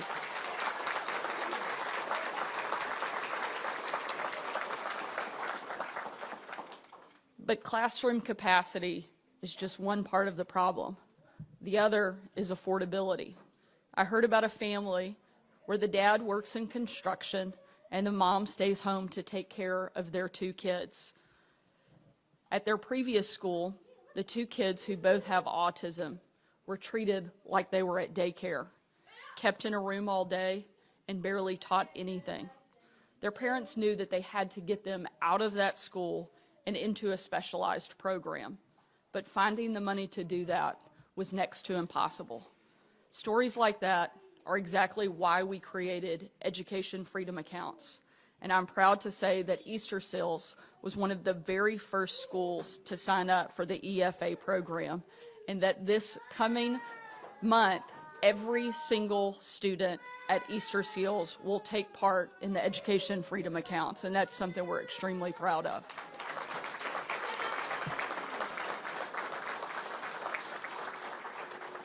Not only will every student here at Easter Seals get to take part in the program, we've now had nearly 50,000 families in the state of Arkansas who will participate in Education Freedom Accounts, making sure that every single kid in our state has access to the kind of education, not just that they need, but that they deserve. It's what transformational education reform looks like. And I'm proud to be leading a state who has made that a priority, because it's not just a good talking point, it's something that will actually transform lives and change our state. But I know none of this would happen and none of this would be possible today if it were not for the incredible staff, the parents, the teachers, the donors, and most importantly, the students who make Easter Seals such a special place. As a governor, as a mom, and on behalf of the entire state of Arkansas, thank you for what you do, thank you for making our state better, and thank you for changing the lives of these kids. God bless you. Ladies and gentlemen, it is my privilege to introduce the 47th governor of the great state of Arkansas, Governor Sarah Huckabee Sanders. Now, Governor Sanders, give you a little history, is the first woman to serve as the governor of Arkansas, bringing with her a lifetime of public service and leadership. Now, before becoming governor, she made history as the White House press secretary, where she was known for her strength, resilience, and commitment to service. Since taking office, Governor Sanders has worked to expand educational opportunities, to strengthen the economy, and ensure that Arkansas is a place where families can thrive. Through her leadership, she continues to chart a bold vision for the future of our state, rooted in conservative values and commitment to hard work and a passion for the people of the state of Arkansas. Please stand and join me in welcoming the 47th governor of the state of Arkansas, the Honorable Sarah Huckabee Sanders.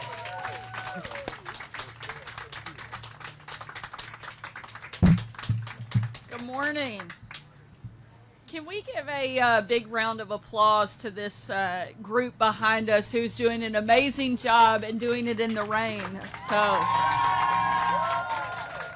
you guys grab your seats. I promise I'll be fast, hopefully, so we can get them out of the rain and dried off here quickly. But I want to say thank you for being here and extend a warm welcome to everyone who has traveled here from out of Arkansas. We are so excited for this event to take place here in our state.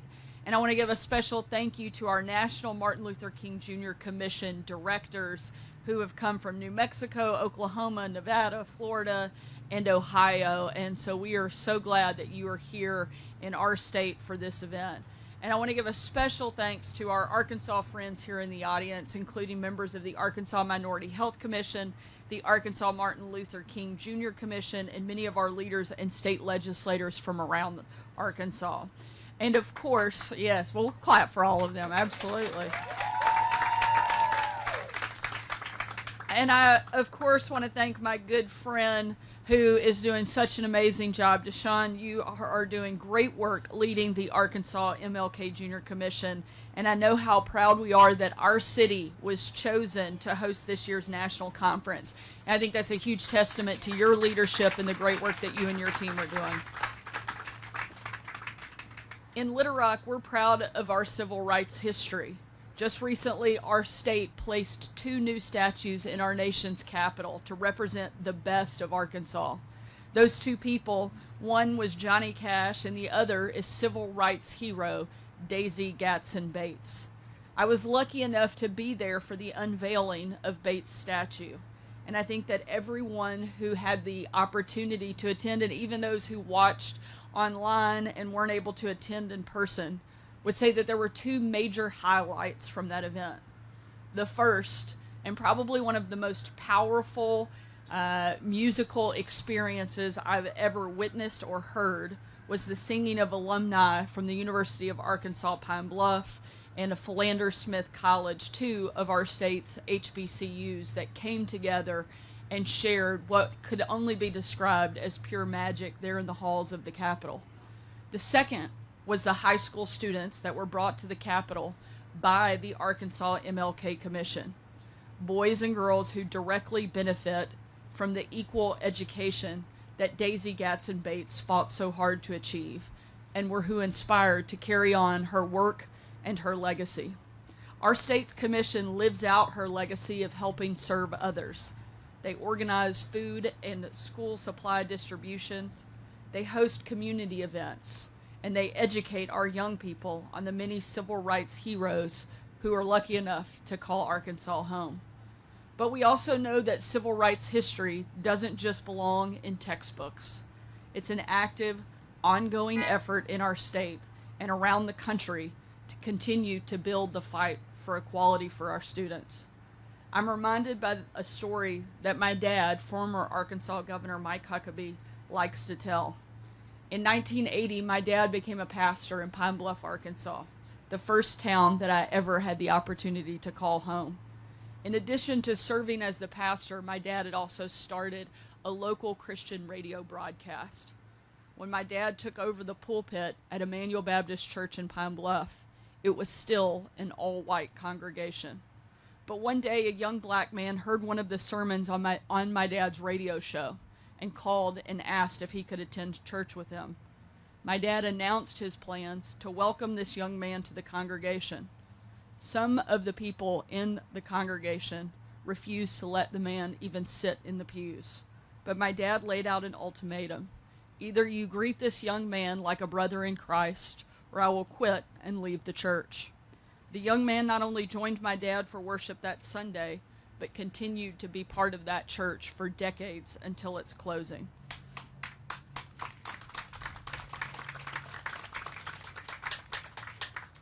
And for all of its years of operation after that, Emmanuel Baptist welcomed anyone into their doors. I was lucky to be raised by a man who knew that we were all made in God's image, and he wasn't afraid to say so. Later, when I was a student at Little Rock Central High, my dad joined then President Bill Clinton to ceremonially open the doors of the school to the Little Rock Nine, doors that 40 years prior to that had been closed to them because they were black. Today, those children who were once barred from the schoolhouse are now heroes memorialized in bronze at our State House. I met many lifelong friends and mentors while I was at Central, and I'm proud to say that one of them is being honored here today with the Lifetime Achievement in Education Award. I've known Dr. Linda Phillips Johnson since I was a sophomore in high school. She was actually my school counselor. And I think that enough time has probably passed and the statute of limitations has run out that I can say that I often spent time visiting in her office so that I could skip class. But it turns out it was time well spent because Linda loves her students and loved that her office was a place that we looked forward to going to connect and spend time with her. In fact, she's so dedicated to her students, she still reaches out and texts me several times a week. It's usually to tell me something she wants me to do, thinks I should do better, or to brag on her 2 adult sons who she regularly gives me updates on. But she's the exact type of person that we need in our schools and talking to our students, which is why my dad appointed her to the Arkansas Higher Education Commission and why I was proud to appoint her to the Arkansas Black History Commission. I'm so glad that she's being honored here today and that I have the chance to join in the celebration to do exactly that. Congratulations, Dr. Johnson. I also want to recognize Reverend Jeff Metters, the recipient of the 2025 Community Advocate Award. And I want to thank Tyson Foods for their work to supply this event and so many others with great food and help every time our state needs assistance. We have a lot to be proud of as Arkansans. Our nationally famous champions like Daisy Bates, as well as our local leaders like Dr. Johnson and Reverend Metters. Today is a day to recognize that history, to honor those heroes, and more than anything, to recommit ourselves to the principles of equality that Dr. Martin Luther King Jr. worked so hard to achieve. Thank you again for honoring us with your presence here in Little Rock and for your commitment to making our country just a little bit better every day. Thank you so much, and Deshaun, thank you for your leadership once again. God bless.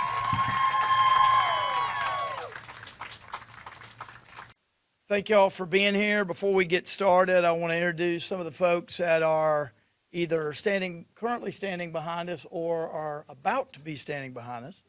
So Jonathan Thompson of the National Sheriff's Association is behind me. Lindsay Wallace, Secretary of Arkansas Department of Corrections.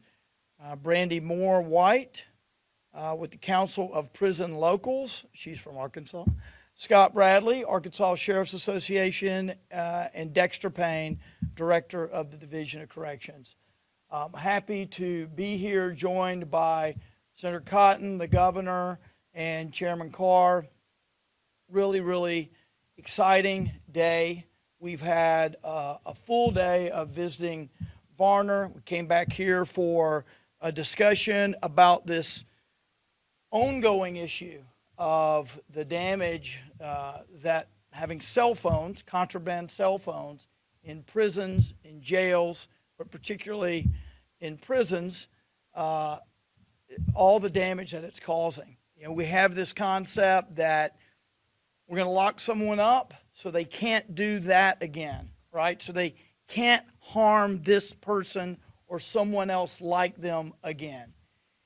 And that's not exactly what happens when they have the ability to communicate illegally through contraband cell phones in the prisons.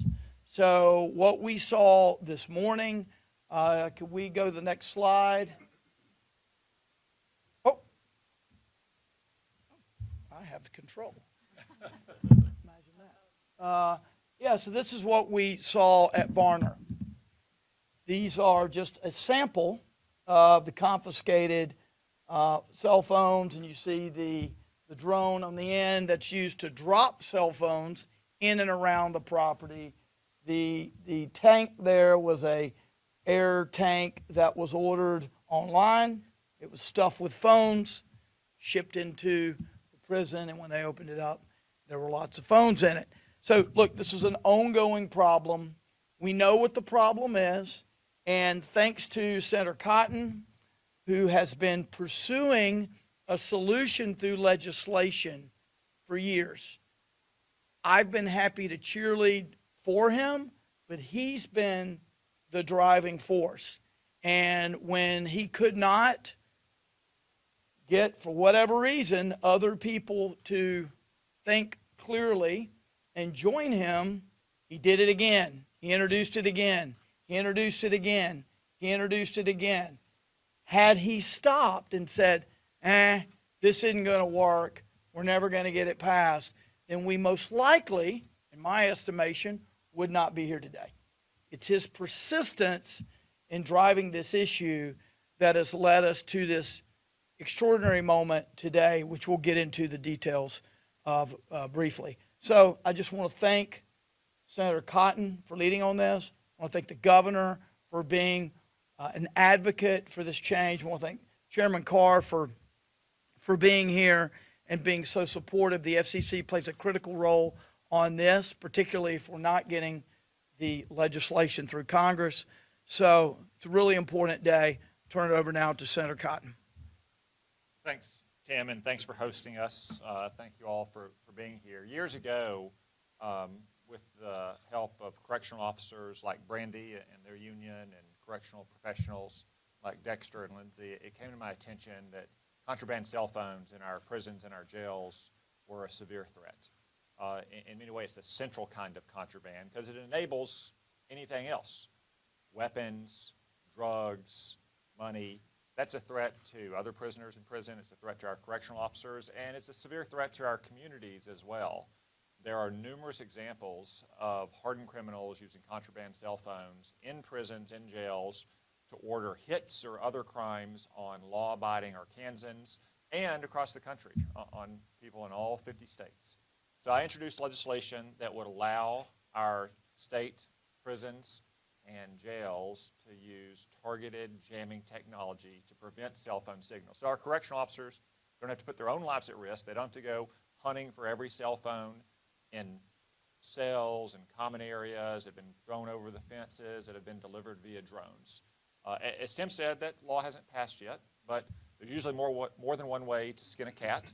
And what I'm focused on for the people of Arkansas is not necessarily passing laws or putting out press releases, but getting results, making a difference in their lives. And I'm pleased that we've reached the point because we have a president, President Trump, who's dedicated to law and order, and a FCC chairman in Brendan Carr, who is going to drive that agenda forward to allow our state prisons and jails to use new, modern, cutting-edge technology to put in jamming in place so contraband cell phones will be nothing more than dead paperweights inside of our prisons and jails to protect other prisoners, to protect correctional officers and guards, and to protect all law-abiding citizens outside of our prisons. So we welcome Chairman Carr to Little Rock. We're excited to hear what he has to say. First, though, we're excited to hear from our governor.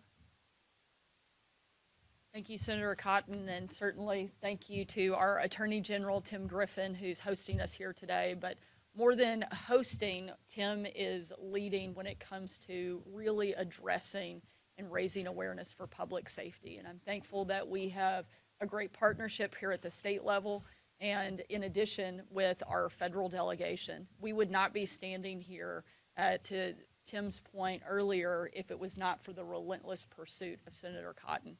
He's not only introduced legislation, but mostly he's raised awareness.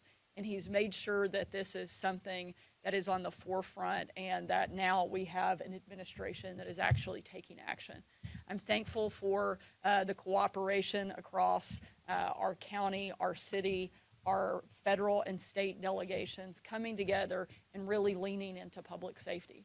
We know that one of the greatest responsibilities we have as public servants is actually helping create safer, better communities. And this is another way for us to do that. Unfortunately, we've made it easier for criminals and harder for our corrections officers to maintain safe facilities. And that stops today with the action and the partnership with our federal government. And we're very thankful, again, Tim, for you hosting us and for your leadership here at the state.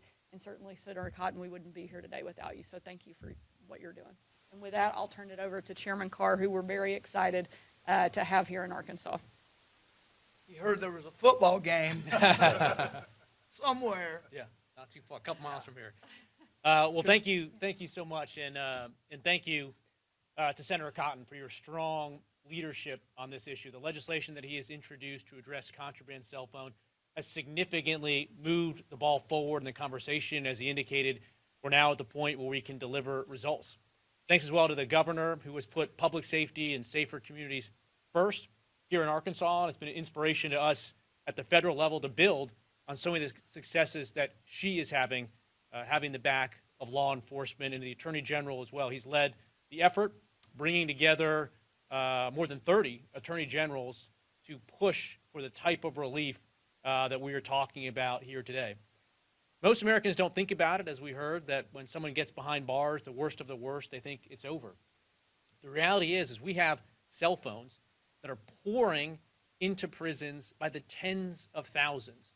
Georgia, one state alone, pulled over 15,000 contraband cell phones out of their prison in 1 year, and we're seeing that all across the country. These contraband cell phones are being used to run drug operations, to call in hits, to order kidnappings.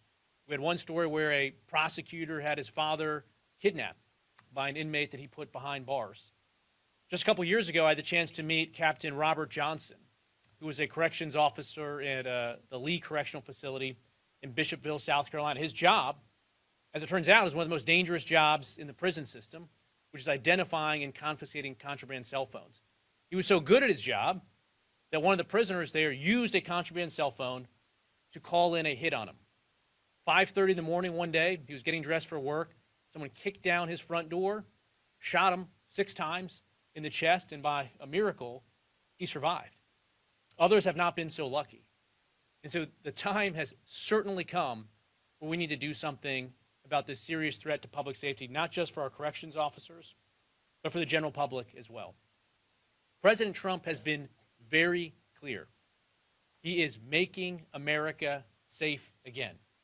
President Trump's been clear throughout his administration and the federal agencies that having the back of law enforcement is a top priority. For my part, I very much welcome the partnership with law enforcement, with Jonathan from the National Sheriff's Association, who's done great work advocating for the members of his association. So today what we're announcing is that the FCC, at our next monthly meeting in September 30th, we're going to vote on a proposal that will lift a federal restriction that has prohibited state and local prisons from jamming cell phones. Over the years, the FCC has authorized various different technologies to try to identify contraband cell phones and shut them down.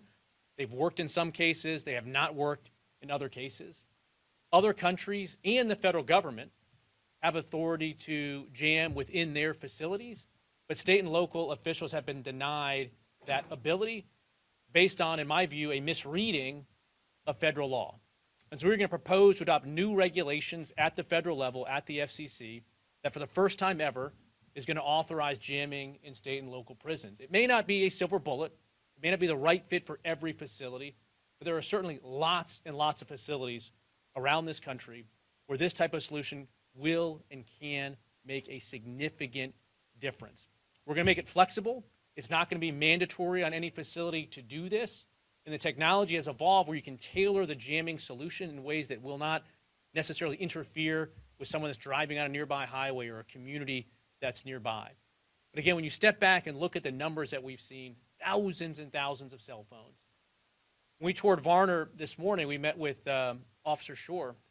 He said that contraband cell phones are the root of so many evils taking place, not just in prisons, but across the country for the crimes that people are phoning in and they're enabling. Again, President Trump has been clear that we want to have the back of law enforcement, of public safety, and we're going to do that at the FCC. The first vote, again, will be September 30th. That's a proposed rule.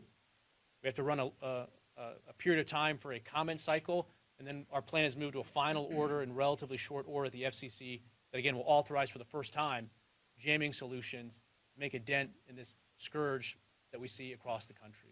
So with that, thanks again to the Attorney General. Great to be with you today. Thank you. I would just emphasize that we heard this morning loudly from officials at Varner, this won't solve every problem. This is almost a direct quote. This won't solve every problem in the prison, but it'll solve many, many of the problems.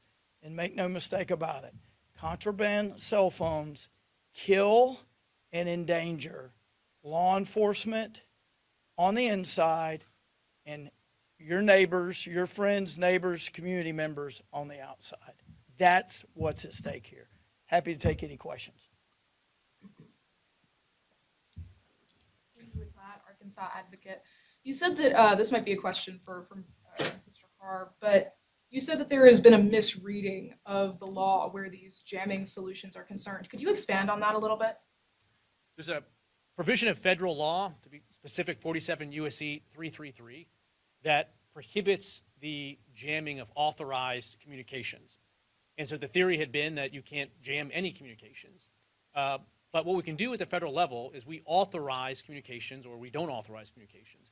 And so what we're going to do is we're going to deauthorize the lawful use of contraband cell phones within the confines of prisons. So once contraband cell phone use is not an authorized communication, then the federal law is no longer a prohibition to jamming it. And that's well within the FCC's authority to give that reading to federal law. So again, people thought there's nothing we can do. Federal law says you can't jam. But again, only you can't jam authorized communications, and we can simply deauthorize, from a federal authorization perspective, contraband cell phones. Vote is September 30th. When could this actually be in place? It usually takes a couple months to get to a vote, and so I would anticipate sometime next year that we might be in a position, obviously as early as possible in my view, to get these solutions in place.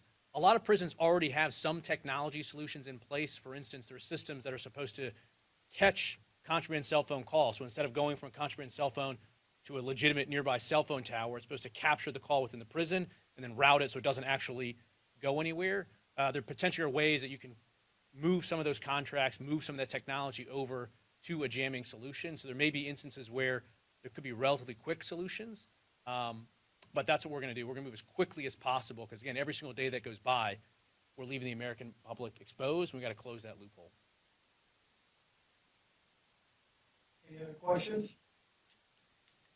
Senator Cotton, you said that there had been hits ordered on law-abiding Arkansans. Could you expand a little bit on that and provide a little more specific details about that? I'm sure I said law-abiding Arkansans, but law-abiding Americans in other states. We've had lots of crime here. I think Varner said they had collected over 350 cell phones in just the first 7 months of this year. Those are being used to get weapons into prisons, to get drugs into prisons, and they can be used, especially among gangs, to threaten people outside of the prisons. Chairman Carr gave the example, was it in Georgia, where one of the correctional officers who was in charge of confiscating cell phones was actually the subject of a hit from someone who had a cell phone inside the prison, because that's the thing about which the prisoners most care. More than weapons, more than drugs, because it enables them to continue to exert criminal control outside of the prison.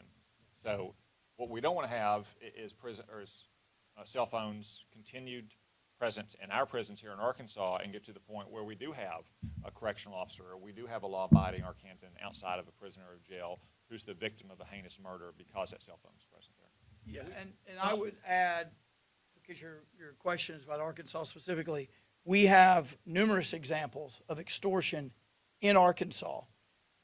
Some go further than others when they're caught, but when I was at your press conference, Senator, earlier in the year in Washington, I recall telling the story of an inmate who was contacting another inmate's mother on the phone and saying, if you don't get us this money, we're going to kill your son.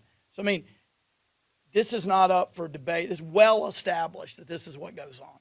We can give you all sorts of specific facts, but no credible person disputes the heinous crimes that are being committed with these cell phones.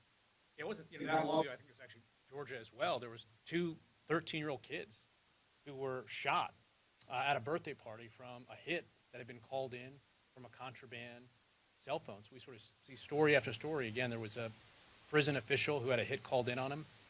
They shot and killed the person they thought was a prison official, but they got the wrong person. So a completely innocent person, just like law enforcement, completely innocent, but that had no connection at all to the prison, was shot and killed because of a hit called in. And so I think the scope and scale of the crime that's being enabled from contraband cell phones is something that everyday Americans may not be aware of, but it's a very real, serious threat. Yeah, and it's common sense that they're not calling in graffiti. They're not calling in speeding on Cantrell. They're calling in rape, murder, death, destruction, theft, human trafficking. That's what these people are dealing with. Because that's who are filling our prisons. So, any other questions? Yes, sir. I don't know how jamming, that technology works. Is it feasible cost-wise? Is it something that can be easily implemented in Arkansas? That's something that we've been talking about. I'm looking to see whether I can assist. But Yeah, I mean, look, cost is always going to be an issue. Again, up to now, there are technology solutions that are being contracted for and paid for that simply aren't as effective. And so those existing funding streams can now be shifted over to pay for jamming systems. Also, the cost of jamming is coming down. But again, this will be another issue that we're going to continue to work through. We do think that there are available federal or state funding streams that can be used to support this because, again, it isn't such an interest of the country to solve this. So we're going to work on all of those issues as well. If I could just add, I mean, in addition to potential federal grants or state appropriations, there's the simple fact of demand. Once the FCC acts and state prisons and county jails are able to actually use this technology, there's going to be a lot more demand for it here. You know, we were at Varner. We have a handful of prisons in this state, but we have 75 counties. They all have their own jails. A state like Texas has over 200 counties. So the demand for this technology will increase significantly after the FCC acts, which of course will create more competition and should bring price competition down. Money well spent, regardless. Ella McCarthy with the ADG. This is a question for the chairman. In regards to the jamming technology itself, how does it ensure that it doesn't interfere with official prison communications? There's a couple of solutions here. One, the item that we're going to vote on in September specifically seeks comment on various ways that we can ensure that it's going to be confined to a certain space. And obviously, no prison would do it except voluntarily. And so that prison can sort of dictate how it's designed in a way that's not going to interfere with their communication. So for instance, one way that you can do it is you can focus the jamming on a single cell block or a housing unit, and then the offices and places where public safety officials need legitimate radio communications would not necessarily be jammed. But again, we sort of are ultimately going to defer to the particular geography and layout of prisons for those officials to figure out how do we achieve our end without compromising our own ability to continue to communicate. And I'm just going to add a word on that as well. Sure. Because I've been working on this issue for 8 years now, and this is a concern I've heard repeatedly. Technology has improved a lot, just like the phones you have or your cars, your connected appliances. The same is true with this technology as well. And then the proof of the pudding is in the eating with the professionals here with us. You've got Jonathan Scott representing sheriffs. You've got Brandy representing correctional officers. You've got Dexter and Lindsay representing correctional managers. And they all want this technology. They want this technology and they know it's feasible and it's not going to block their cell phones, it's not going to block emergency communication. So the proof of the pudding is really in the eating, that the professionals who know the most and who are going to be using this technology are the ones who have been asking for it the longest. Yes, ma'am. There's like some mention of like flexibility, and is the goal to kind of try and do this at every prison and jail in Arkansas, or just prisons? Let me say something. So my understanding, he's the chairman, obviously. I'm not on the FCC, but yeah, I'm gonna let you handle that one. But it's my understanding, talking to the chairman and having our discussion, that to be clear, what the FCC is really doing, they're not dictating how to do this. They are removing activity out of the term authorized, right? And so they're basically getting out of the way because it's no longer something that they're authorizing, right? Contraband cell phone communications will not be authorized. That's genius. It shouldn't be, right? So that's going to be moved out of the way. So what they're doing is they're just saying, this isn't authorized. Y'all deal with this. And these folks back here who know a lot more about the problem, because it's their problem day to day in the prison. It's our problem outside the prison. But they know what to do. And if a jail says, not a problem here, they may say at a county jail level, we don't really need to deal with this. The next jail, maybe the one here, which is much bigger in Pulaski County, they may say, we really need this. So I think the flexibility is built into the solution. What they're doing is removing federal barriers and actually empowering to make the best decision, which is how it's supposed to work. And so that's exactly what we're getting to see through their leadership, is opening up and removing those barriers so that we can not have to have a one-size-fits-all, but each individual entity will be able to make that decision about what's appropriate and what's most needed. Are there things that that Arkansas is looking into or considering for this technology? Not yet. At this point. One more question. Yes, ma'am. This might be a question for Secretary Wallace, if that's all right. I know that there's been a lot of, that there was some discussion at last month's meeting about gang-related violence within the prisons. And we were just talking about how the cell phones are involved in gang activity within the prisons. Has there been any correlation between increases in gang activity within the prisons and the number of cell phones being confiscated? Yes, if the governor, if you want to talk about that, that's great, but I want to read this from Dexter Payne from earlier in the year. Let me just summarize this for you. So this is a memo he wrote me, or wrote, that I benefited from as I prepared to go to your press conference, Senator. And basically, they did a survey over all the prisons to see who's been having these cell phones. They're the worst of the worst. It says, quote, "We look back over several years and identified 230 leaders currently incarcerated, mostly administratively segregated at maximum security facilities across the state. These leaders are doing between 20 years to life in prison, have lengthy, violent criminal records, also, along with numerous violations while being incarcerated, ranging from disobeying direct orders to assault and battery.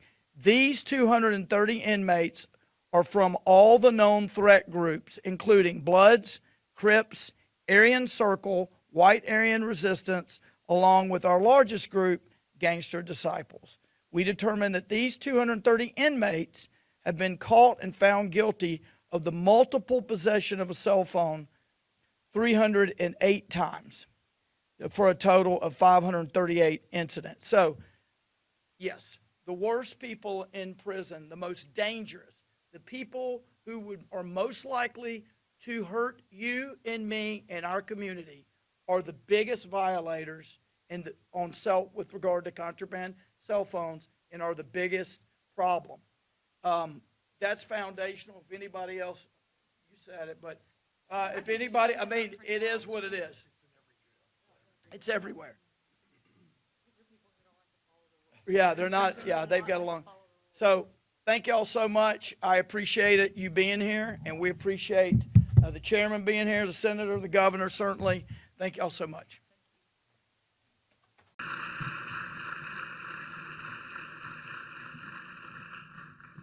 Good afternoon. It is great to be here and an absolute privilege to be back in West Memphis and to have the opportunity to announce a multi-billion-dollar investment right here in our backyard. Great job and so exciting.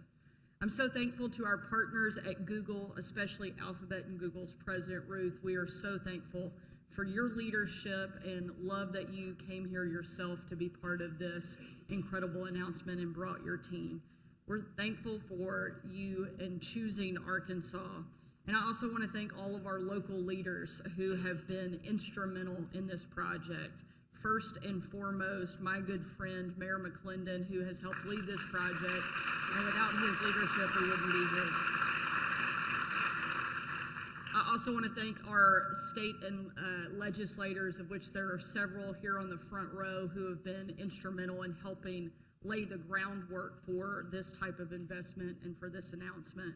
And last but certainly not least, one of the biggest partners and leaders of this project here on the ground and who made it possible are our friends at Entergy.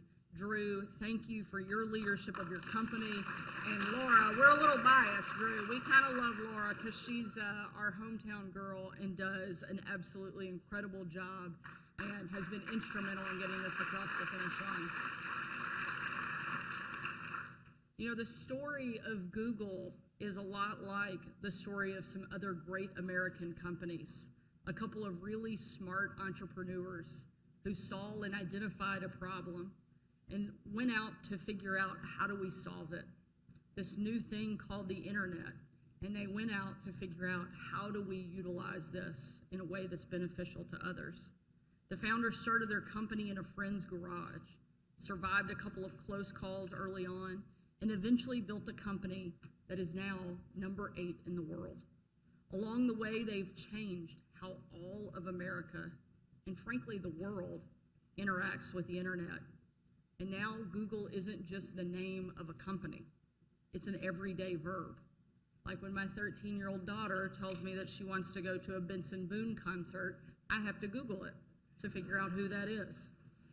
Google's story probably sounds familiar to a lot of Arkansans because we've had our own fair share of men and women who started small and changed the face of the world. Sounds a lot like Sam Walton, who turned a small town 5 and dime into Fortune 1 and completely changed American retail forever. It sounds like JB and John L. Hunt, who started their company by reusing discarded piles of rice hulls right here in the Arkansas Delta and redefined how we move things in America. It sounds like John Tyson, whose profit from his first chicken haul trip to Missouri was a measly $235, and he grew that revenue into the largest meatpacking company in the world. And in a broader sense, it's the story of Johnny Cash, a son of the Delta who started singing gospel on the radio and became country music's biggest star. It's the story of Daisy Bates, who grew up desperately poor on the Louisiana border and helped integrate schools across Arkansas and America. It's the story of Bill Clinton, the son of a single mom who became Arkansas's boy governor, and later, of course, went on to be the President of the United States.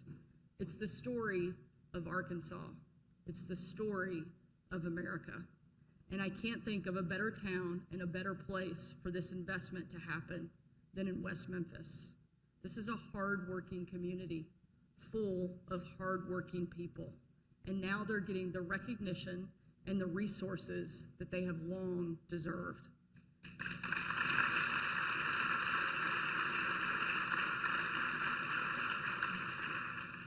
As governor, I know that government can't just make investments like this happen, but we can help pave the way and give Arkansans and their communities the tools they need to achieve their full potential. This past legislative session, I was proud to work with our legislators and sign a package called Arkansas Impact. One of the biggest achievements of that legislation was lowering the permitting time for new energy projects from 18 months down to 6 months. This will help Arkansans continue to enjoy some of the lowest electric bills in the nation, and one of the things that helped push this project forward.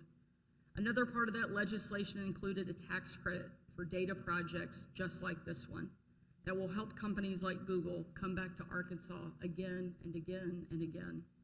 Just like the internet did 30 years ago, AI is going to change how we work and interact in ways that we are only starting to understand. We want to make sure Arkansans are able to adopt this technology safely and stay on the front end of one of the biggest shifts in our economy's history. That's why I'm thankful that Google is also partnering with our Department of Commerce to offer AI training and credentials to more than 10,000 Arkansans. Between Google's investment in this training, we're making sure that as AI transforms our economy, Arkansas is ready to take advantage of it and thrive in this new economy. I want to once again thank our partners at Google for today's incredible announcement. I'll now turn it over to one of this project's biggest supporters and biggest cheerleaders, my friend, Mayor Marco McClendon, to deliver. Good morning. Thank you guys for joining us bright and early on this Monday morning. It is so wonderful to be gathered here with so many people who have come from literally all over the state. And we always find it such a privilege to be able to welcome people from the community into our home. And so Brian and I are so thankful for each and every one of you for showing up here today and how excited we are about what we think this will mean for our state. I want to be sure and take a minute to thank all of our stakeholders for their role in what we're announcing today. This wouldn't have happened without the collaboration of a lot of different partners. I'd like to give a special shout out to Paul Chapman, the Executive Director of Restore Hope, Jeff Frey, Glue co-founder, Joe Konutnik, CEO of the Global Orphan Project, Secretary of DHS, Janet Mann, and the entire team at DHS, Secretary of Commerce, Hugh McDonald, and his entire team, many of our legislators who are throughout the room, as well as leaders of Arkansas's faith community that are all present here today. I also want to give a special shout out and thank you to Morgan on my staff, who is the director of the governor's office faith team, who has just done a tremendous, tremendous job in leading this effort and helping bring so many people to the table. Morgan, thank you for your dedication and hard work into making this happen.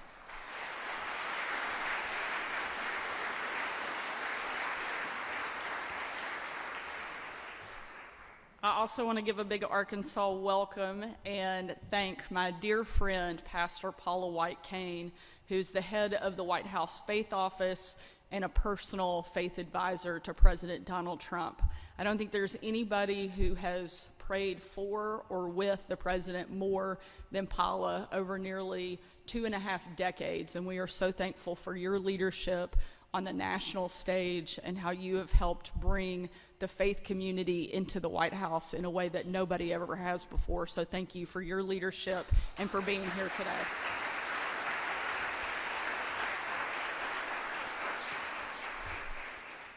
Not only are you lending your voice to this announcement, but you're also showing that what we're doing here in Arkansas matters to the Trump administration and to the entire country.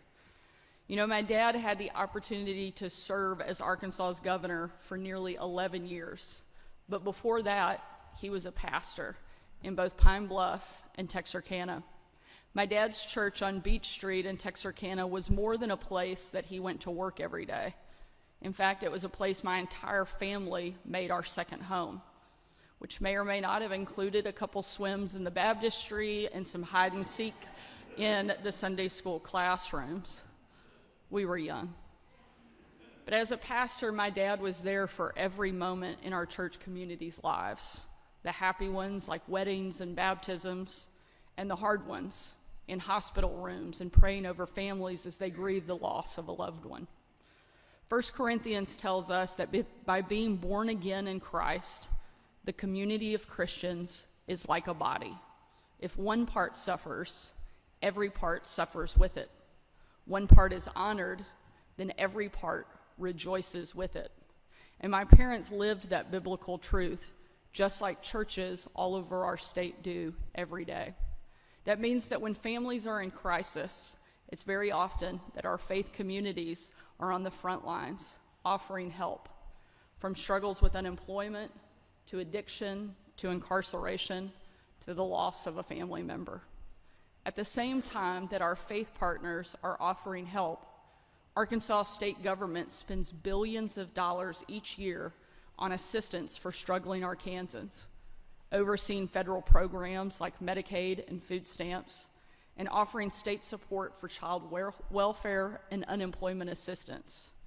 The issue that we've seen time and time again is when Arkansans show up at our door because they're hungry and need food stamps, or because they lost their job and need unemployment insurance, chances are those aren't the only services they need. We do a pretty good job of putting a temporary Band-Aid on problems, but we need to be doing more to move Arkansans from crisis to career and to let them know that they are loved and that there is hope for a better future. And that's where today's announcement comes in. We're here to announce a pilot program in Pulaski, Union, and Pope counties called the 1033 Initiative.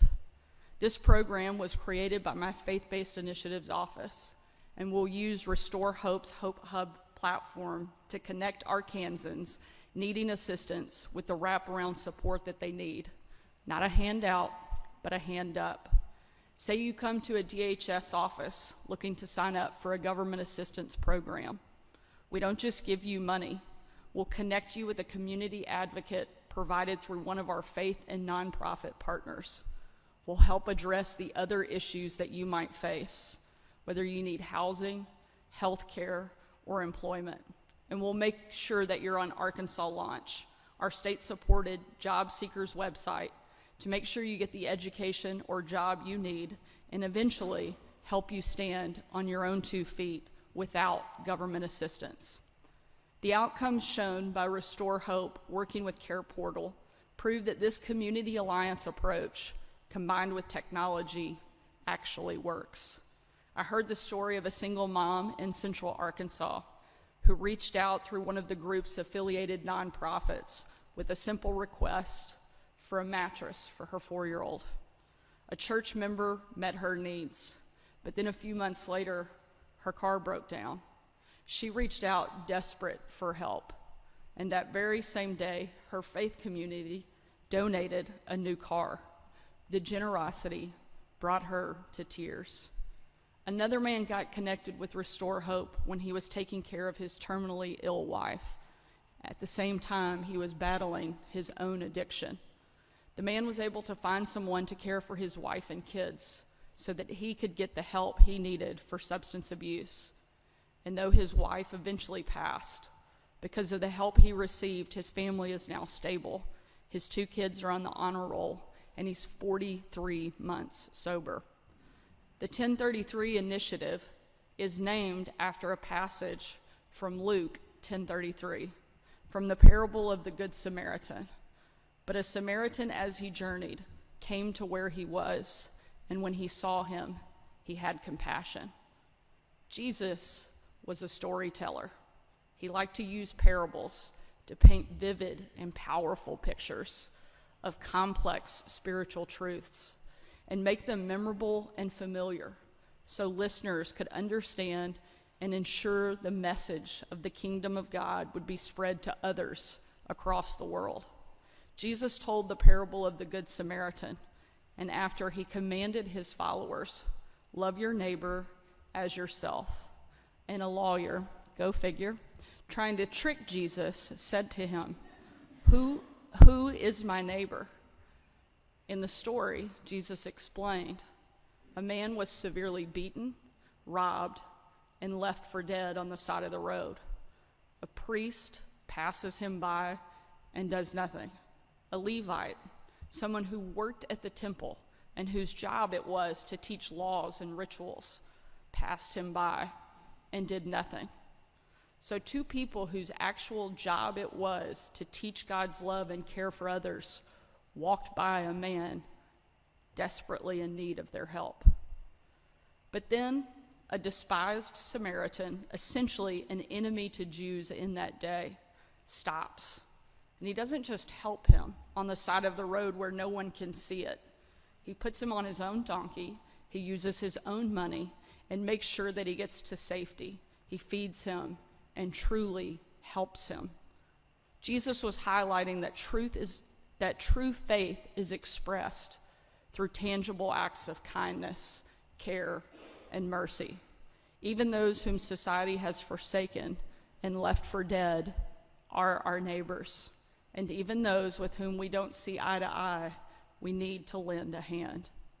Jesus ends the parable by commanding us, you go and do likewise, making it clear that we are all called to actively demonstrate this type of love and compassion to others.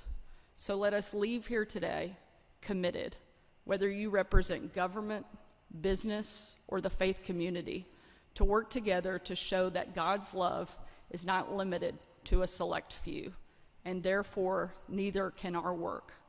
We will come together and we will help those who need our help the most. Thank you again for being here.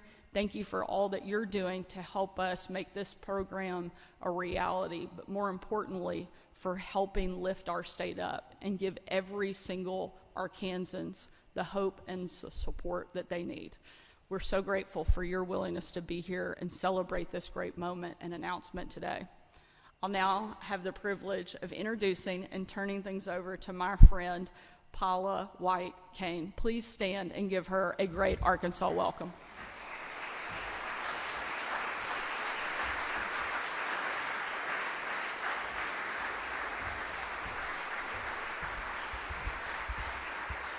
Thank you so much. What an honor and a privilege it is to be here in Arkansas. Back in my roots, I'm a Southern girl. I was just a state or two over from you. But it's so good to be with you, Governor, and with Brian. And please tell the children that we love them. And I was just with your dad in Israel and your mom. And it's just an honor to be here today for this very innovative technology and this forward-thinking, unprecedented partnership between government and people of faith. I want to sincerely thank you for the opportunity to join you and for your leadership. You really are a hero to so many of us and for the work that you're doing. As we are here with all the partners and the people of faith and people of government that have worked so tirelessly to make this happen, you are making Arkansas stronger through faith, community, and innovation. The 1033 Initiative, which I love the name, I love everything about this, is a forward-thinking and innovative approach that meets people right where they are and helps guide them toward restoration and independence. Of course, rooted in Scripture, it demonstrates where it means and what it means to truly love your neighbor, providing not just assistance, but a pathway to sustainability and to purpose.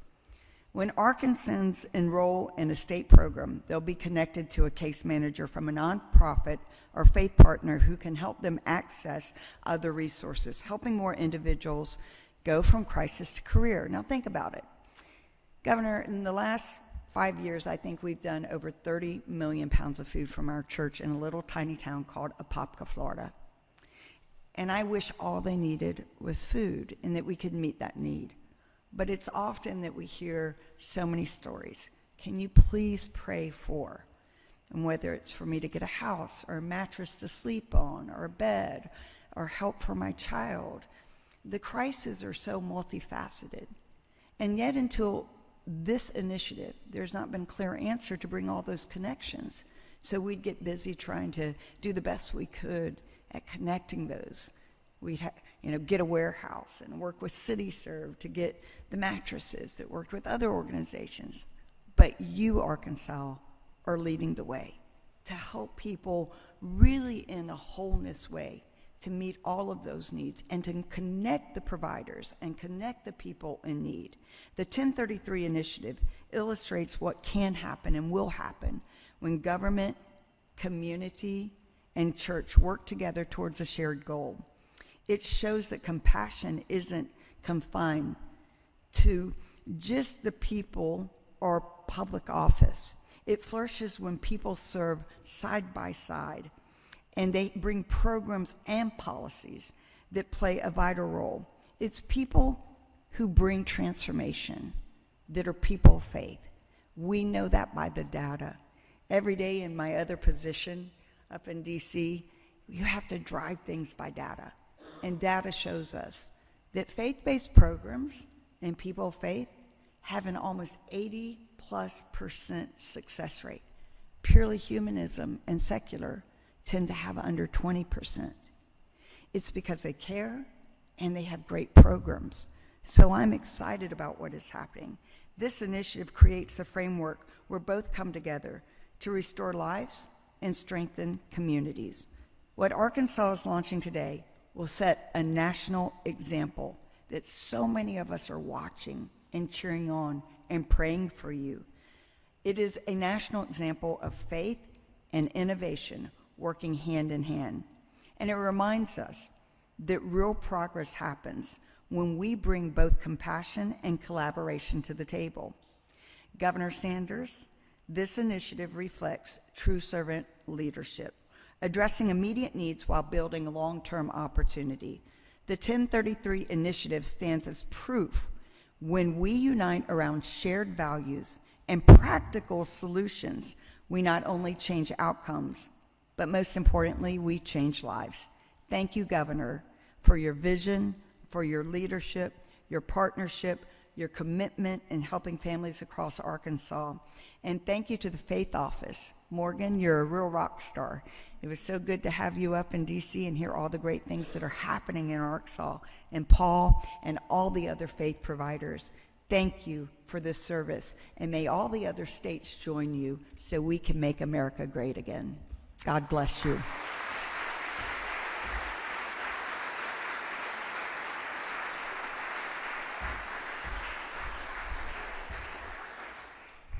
Well, thank you, Governor, for your leadership and casting a vision that brings government, business, and the faith community together to serve Arkansas families.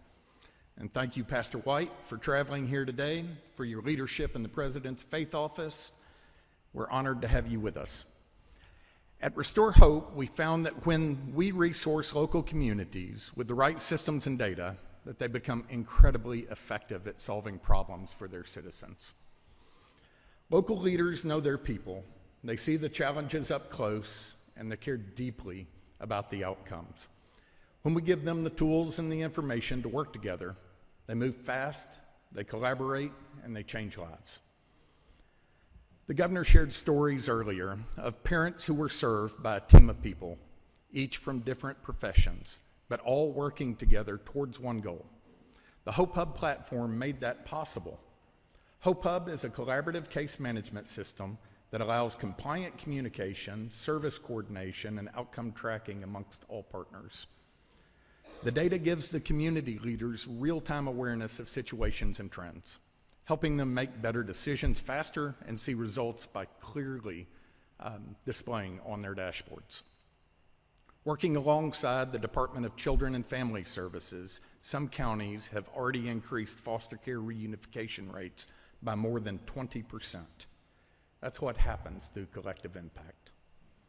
Now, through the Governor's 1033 initiative, this approach is expanding in a powerful way. The 1033 initiative will bring together government agencies, professional service providers, businesses, and the faith community into one coordinated system of care so that someone does not have to navigate crisis alone.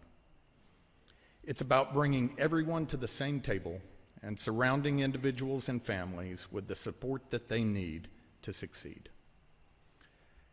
The Care Portal system connects churches directly to needs of individuals, like food, clothing, and transportation. As a part of the 1033 pilot, we will integrate Hope Hub and Care Portal so that a person in need can be surrounded by every level of support: government agencies, professional services, and caring neighbors, all working together. This means that when someone reaches out for help, they're not entering a maze, they're entering their community. That's what this model represents. It's for the community and it's by the community, helping people move along a pathway out of crisis and into career. An inventor once said, you never change things by fighting the existing reality. To change something, you build a new model that makes the old model obsolete. And that's what's happening here. Through the 1033 initiative, we will build a new model that connects every part of the community to help someone get the help that they need. And together, we're about to make the old way of doing things obsolete. Governor, thank you for your vision, for your faith in the people of Arkansas to lead the way in building something new. And Pastor, thank you for traveling here and making this an initiative that we hope becomes a national model. Thank you.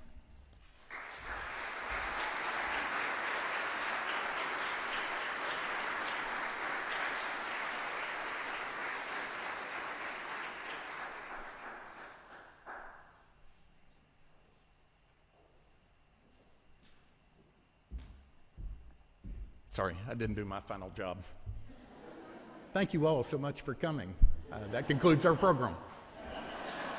Investors and most knowledgeable experts in this industry from really around the globe. Just 18 months ago, we hosted the inaugural summit. Then, we believed the potential was significant, and today the energy in this room is electric because what was once potential is rapidly solidifying into reality. We're here because Arkansas is no longer just talking about the future of lithium, we're actually building it. First, I want to thank everyone who made this event possible. An endeavor of this magnitude, of course, requires lots of collaboration from global industry veterans, state partners, community leadership, and to our summit sponsors. We're deeply honored by your commitment to Arkansas. Your investment here is a loud and clear endorsement of our state, our resources, our people, and our purpose. I want to personally thank all of our sponsors, but would like to also have a shout out for our lithium level sponsors, companies that are really staking big claims in the Smackover formation. Standard Lithium, Equinor, ExxonMobil, Chevron, Albemarle, and our friends at the Arkansas State Chamber of Commerce and MHPSI. Thank you. Your presence and your partnership is invaluable to us.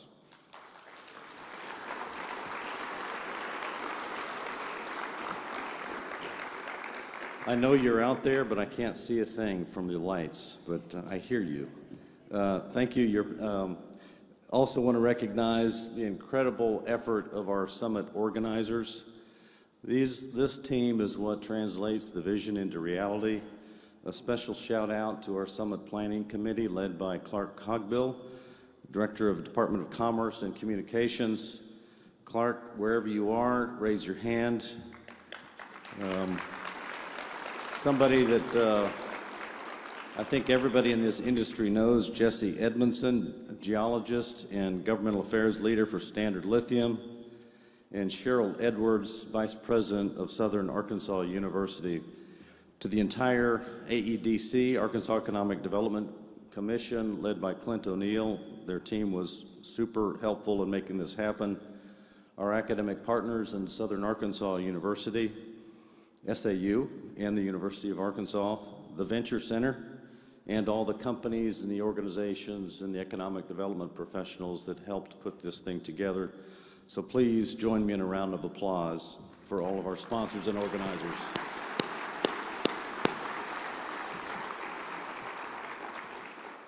So why are we here? Gathered here in the heart of Arkansas. We're here to advance a single critical mission: building an upstream and midstream industry ecosystem in Arkansas that serves a critical link to serve the nation's lithium, battery, and energy storage supply chain. We want companies, investors, and policymakers to know that Arkansas is the first and best place to invest in the upstream and midstream sectors of this industry. This summit is a vital exchange point where the resource, the technology, the capital, and the policymakers meet.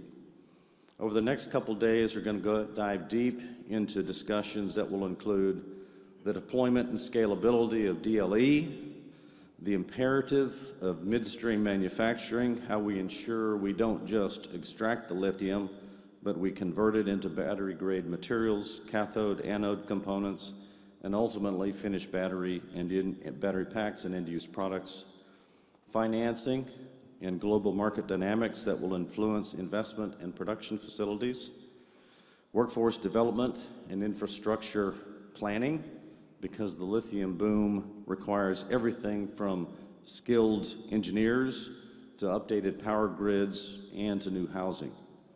And finally, state and federal policies that enable end-to-end development of the nation's lithium supply chain. This is a working summit. We expect actionable insights and new partnerships and relationships to emerge from these rooms. When we met in February 2024, we spoke of promise. Now in October 25, we speak of progress. Extraordinary progress has been made in Arkansas over the last 18 months thanks to the commitment of our partners all across the state and country. First, the resource. Last fall, the U.S. Geological Survey confirmed what was expected. The Smackover Formation in South Arkansas holds a staggering 5 to 19 million tons of lithium and some of the highest grade lithium in North America. Second, regulatory certainty and tax exemptions. Our state government moved decisively to meet this opportunity. The Arkansas Oil and Gas Commission acted to provide the necessary regulatory frameworks, approving the first brine production units and establishing a competitive royalty rate. That paves the way for commercial activity. The state legislature, in its 2025 session, also passed legislation, Act 1012, a package of tax incentives and regulatory clarity. This act provides sales and use tax exemptions on equipment and for nearly all aspects of the lithium and grid energy storage value chain, from extraction all the way to battery recycling. It also modernizes our severance tax and ensures that the local counties that are hosting these operations actually benefit. These actions do send a clear message, we believe, that Arkansas is open for lithium and grid energy storage business. Third, major projects continue to advance. Investment dollars are flowing. Three of the most notable: the Smackover Lithium joint venture between Standard Lithium and Equinor is targeting 22,500 tons of annual battery-grade lithium carbonate production in its first phase. ExxonMobil is moving at a pace toward their goal of producing enough lithium to supply the equivalent manufacturing needs of about 1 million EVs per year in the first half of the 2030s.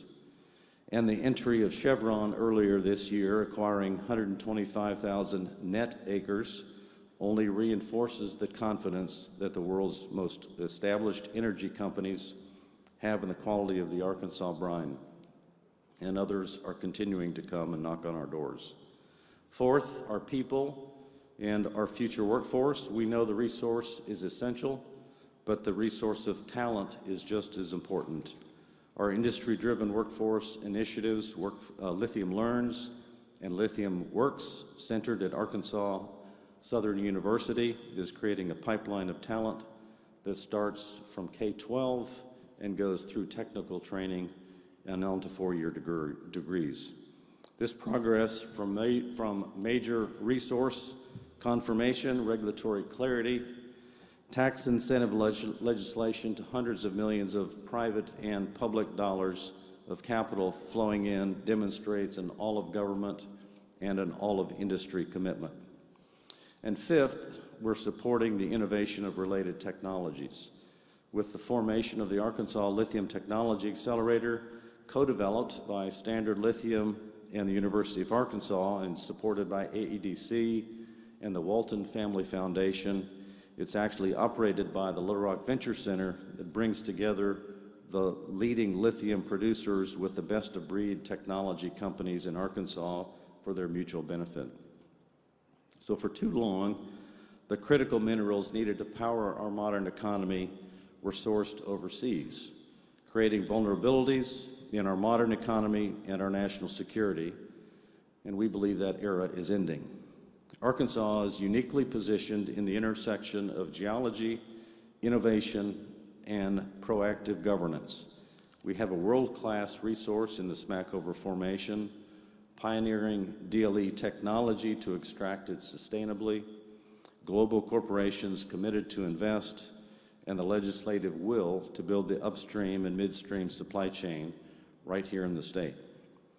We're not aiming to try to do everything, because it's just as important knowing what not to do as it is to know what to do.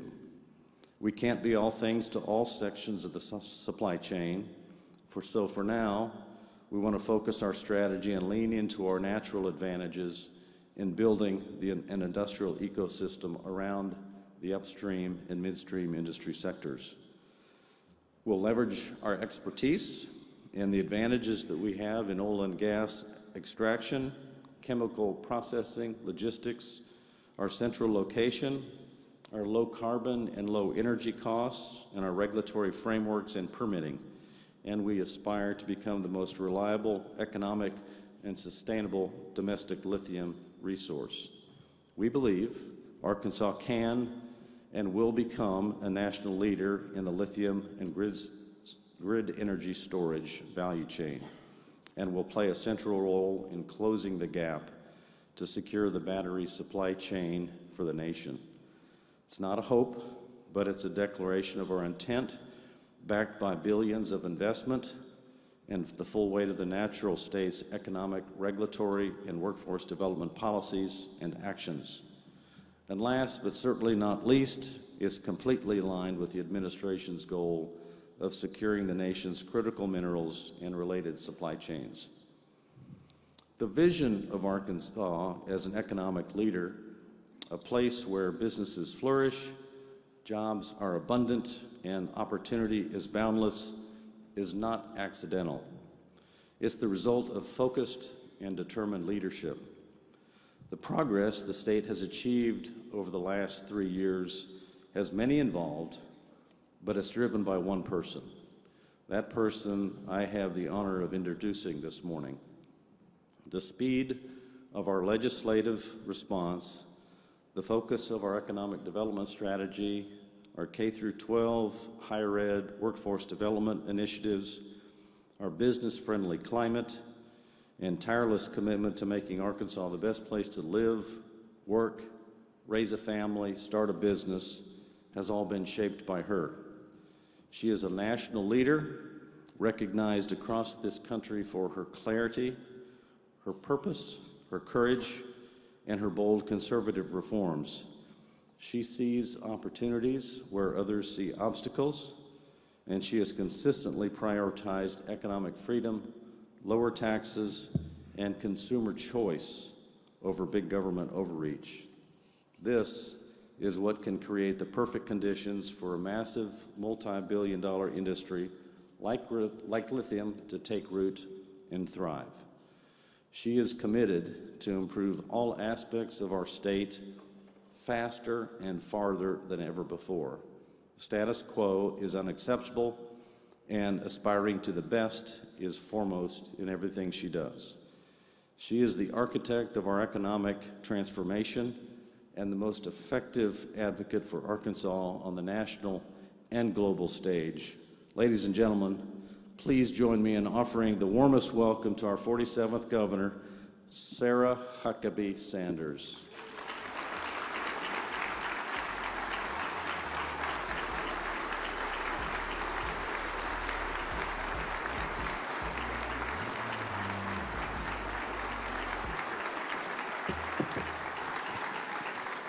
Good morning. You aren't kidding, these lights are pretty bright.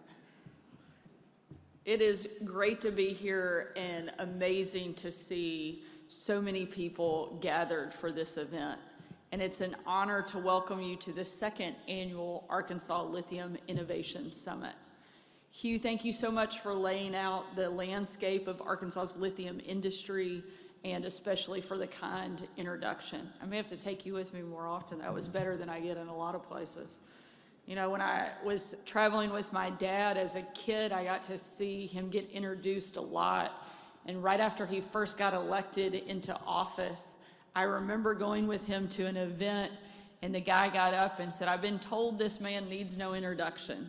And that's a good thing, because I've never heard of him. So we're already off to a much better start. But Hugh, your work to grow this industry in Arkansas's economy and job market over the past few years is second to none, and we are incredibly grateful for your leadership. Before Hugh took his job as the Arkansas Secretary of Commerce, he was the CEO of the largest energy company in our state. So this topic runs in his blood. In fact, we had to call him out of retirement to take this job, but if you know Hugh, you know that he's much happier in the arena than watching from the sidelines.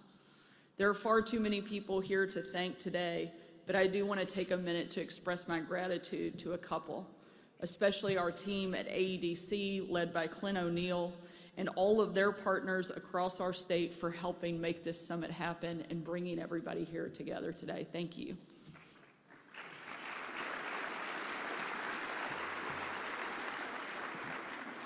I also want to thank our Lithium Summit sponsors, ExxonMobil, Standard Lithium, and Equinor, Chevron, Albemarle, the State Chamber, and MHPSI for fueling this event. I know many of you came in from out of state and even from out of the country to be here today. So thank you for traveling to Little Rock, and welcome. Hugh did a great job of explaining where we are today, poised to supply up to 19 million tons of lithium, on the verge of production at several major sites, investing in further growth through smart state-level tax credits, ready to be a leader not just in lithium extraction, but in upstream and midstream manufacturing as well. But I've always believed in one resource that Arkansas can count on above all others, and you'll be surprised, It's not timber or rice or steel or even lithium. While we do love those and we're very proud that they are here in our state, it's the great men and women who call Arkansas home who will be the difference makers for companies that invest here. Angela Meadows, a woman who grew up on the Arkansas-Louisiana border, who worked at a factory in El Dorado until it shut down, and then worked for 10 years as a school custodian. At the same time, she raised 3 kids alongside her husband, Anthony. At 48 years old, Angela was sitting in the hospital, scrolling on Facebook after her mother was recovering from knee surgery. She came across a post promoting something called the South Ark College Catalyst Program. It's a skills course offered in partnership with several chemical and lithium companies. Angela says it was completely out of her character, but something in that moment compelled her to apply, and she was accepted. During the day, she worked her job as a custodian, and 2 nights a week, she drove to El Dorado to learn how to be a chemical operator in the lithium industry. She graduated in September of 2023, and not long after was hired as a chemical operator by Standard Lithium. After a leap of faith and just 4 months in class, Angela literally doubled her income, something that was life-changing for her family. And she isn't just investing in her own household. She's contributing to a great industry and helping our entire state to thrive. We want stories like that to become the norm, not the exception across South Arkansas. That's why we're so happy to have you here, and it's why I hope this event inspires you to continue to grow in our state. But as much as lithium is a local issue, we also know it's a global one. Lithium is a critical component in the batteries found in everything from cars and cell phones to power tools. Unfortunately, batteries we currently buy are overwhelmingly from communist China. In fact, China controls more than 2/3 of the global lithium chemical supply. And make no mistake, the communist Chinese aren't making so many cheap batteries out of the goodness of their hearts. They want to control the entire global technology and critical mineral supply so that they can exert power over the United States and other countries. And we're not going to let that happen. I was proud to be the first governor in the country to kick communist China off of our farmland and out of our state. And now that President Trump is back in the White House, his team is working hard to unleash America's energy and critical mineral supply. Arkansas is ready to answer that call. We're training the workforce your industries need, investing in programs like the one Angela took part in all across our state through a slate of reforms called Arkansas Access. And we created an employer and job seeker site called Arkansas Launch. Think of it more like a sophisticated in-state LinkedIn to connect the workers you need with the jobs they need to fill and helping them identify the training and certification required. We've cut permitting time for new energy products from 18 months down to just 6, and we're delivering capacity to the steady, affordable electricity that companies need. We've slashed taxes not once, not twice, but 3 times, lowering the top rate by 20% in the last 3 years alone. And we have leaders ready to pick up the phone and answer your questions day or night, because we don't just want to do lithium extraction. We want to build out the conversion, the refining, and the manufacturing, all right here where this valuable resource sits. And with your help, we know that Arkansas will be a leader and an innovator in the global lithium market and help put this industry on the map for the United States. Thank you for joining us in Little Rock, and I hope the next 2 days are an opportunity for you to see all that Arkansas has to offer. I now have the opportunity to introduce one of my good friends, the chairman of the House Natural Resources Committee and Congress's only forester, Congressman Bruce Westerman. Now, I know that for those of you visiting from up north, you may notice that Congressman Westerman has a pretty strong Southern accent, but don't let it fool you. He's one of the smartest people I know, and holds a master's degree from Yale University. He also has the honor of representing most of South Arkansas in Congress and understands industries like lithium more than anyone else on Capitol Hill. Congressman Westerman, thank you for your leadership. Thank you for all that you do for the state. Thank you for being here today. God bless you.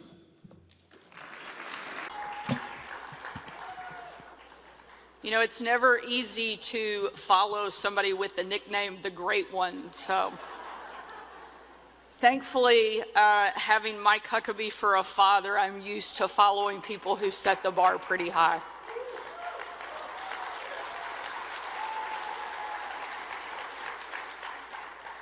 Good afternoon. It is an honor to be back at RJC. And I want to thank the organizers of this event who year after year put on an amazing show of support for conservative values and our friends in the Jewish community. The last time I was here in 2023, the mood in the room was very different. It wasn't even a month after the October 7th attacks. And it seemed like in the battle of good versus evil, evil was winning. Thankfully, things have changed. With the support of groups like this one, Donald Trump as our president, his administration standing firmly behind Israel, and him building the foundation for peace in the Middle East. That couldn't have happened if it weren't for the groundswell of help from RJC and its many supporters.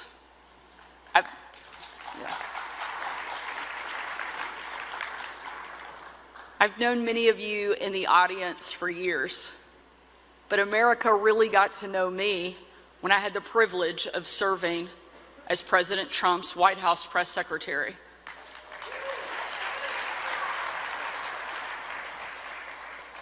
When the president hired me, I was only the third woman and the very first mom to ever serve in that job.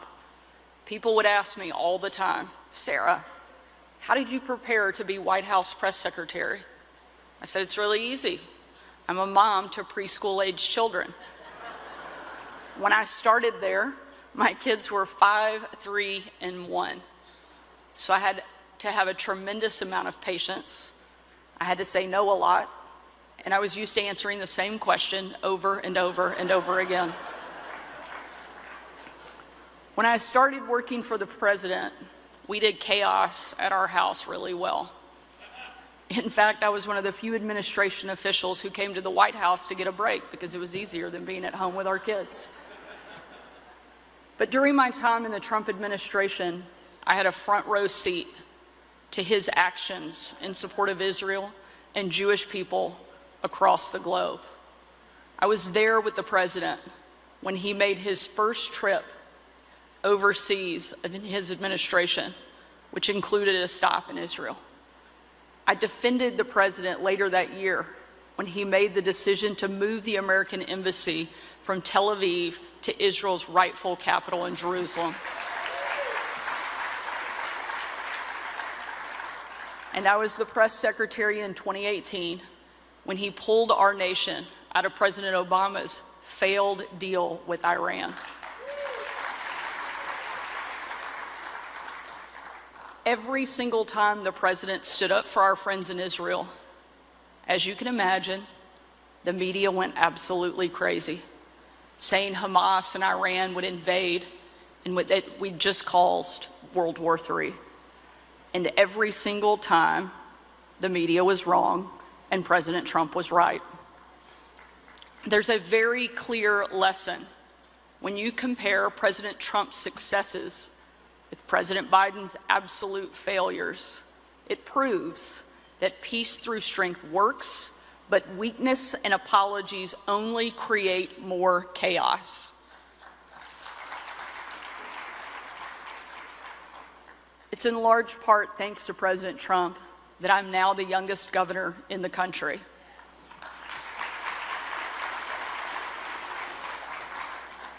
You know, I get introduced that way pretty often, and as long as I continue to be the youngest governor in the country, I'm going to let them keep saying it. However, my kids are kind of tired of hearing it. And I was at an event a few weeks ago, and my youngest son, George, was with me in the room when I got introduced as the youngest governor. And when I sat back down after my speech, George turned to me and he said, "Mom, are you still really the youngest governor in the country?"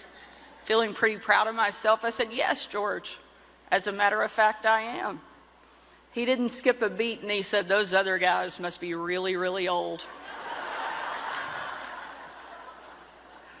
Well, whether you think I'm too young or really, really old, over the first 3 years of my administration, we've had the chance to shake things up in Arkansas. One of my top priorities has been to show our public support of our friends in Israel in any way we can to show our help.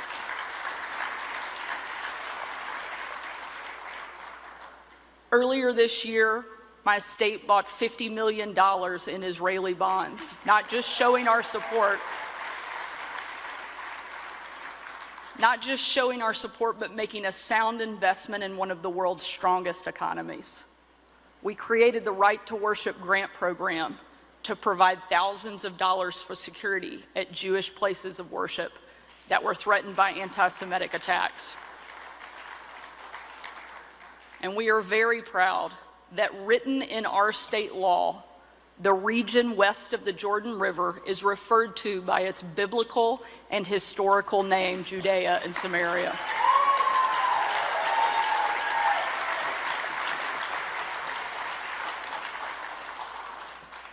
This past summer, I had the chance to visit Israel when they were still in the thick of the fight against Hamas. And again, to show my state's support for our friends there in the Middle East. My dad likes to say that Israel is the one place in the world that you can visit for the first time and it feels like you're coming home.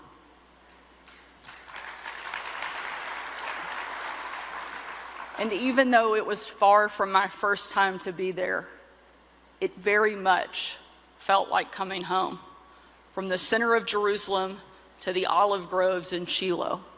One thing I was especially proud to tell our Israeli friends is that Arkansas produces critical components for Israel's Iron Dome missile defense system, which has saved thousands of lives in the conflict against Hamas. And I'm proud that we're expanding our production lines so that we can help even more. We will not back down. But this visit especially felt like coming home because I got to see my mom and dad.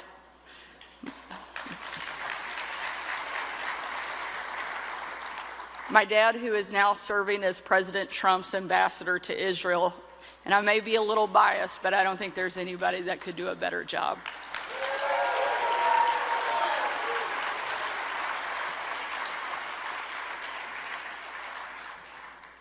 My dad has had a lot of important titles throughout his career. He's been a pastor, a governor, a talk show host, even a candidate for president. But I honestly believe that God put him in this role at this time for a very specific reason.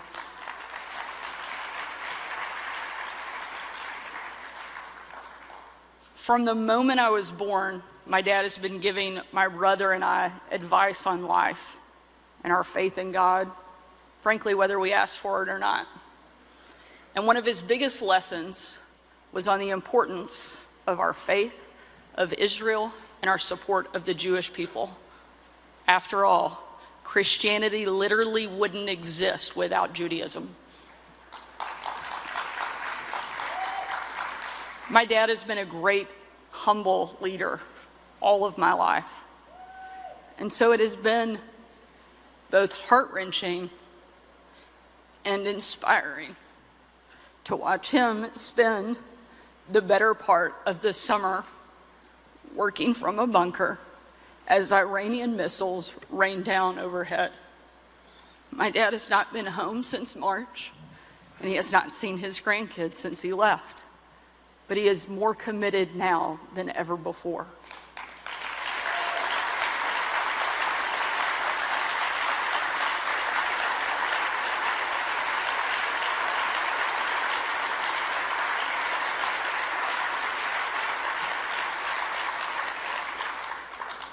In the midst of the firestorm, my dad sent text to President Trump, and I quote, "Mr. President, God spared you in Butler, Pennsylvania, to be the most consequential president in a century, maybe ever.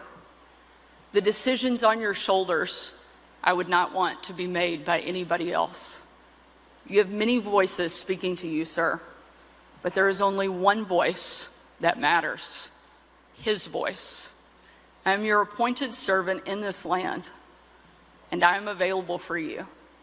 But I do not try to get in your presence often because I trust your instincts. No president in my lifetime has been in a position like yours. Not since Truman in 1945. I don't reach out to persuade you, only to encourage you. I believe you will hear from heaven, and that voice is far more important than mine or anyone else's. You sent me to Israel to be your eyes, ears, and voice, and to make sure our flag flies above our embassy. My job is to be the last to leave.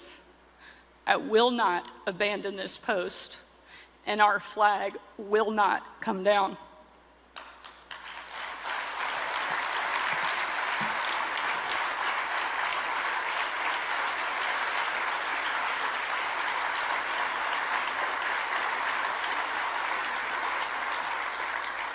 You did not seek this moment, but this moment sought you.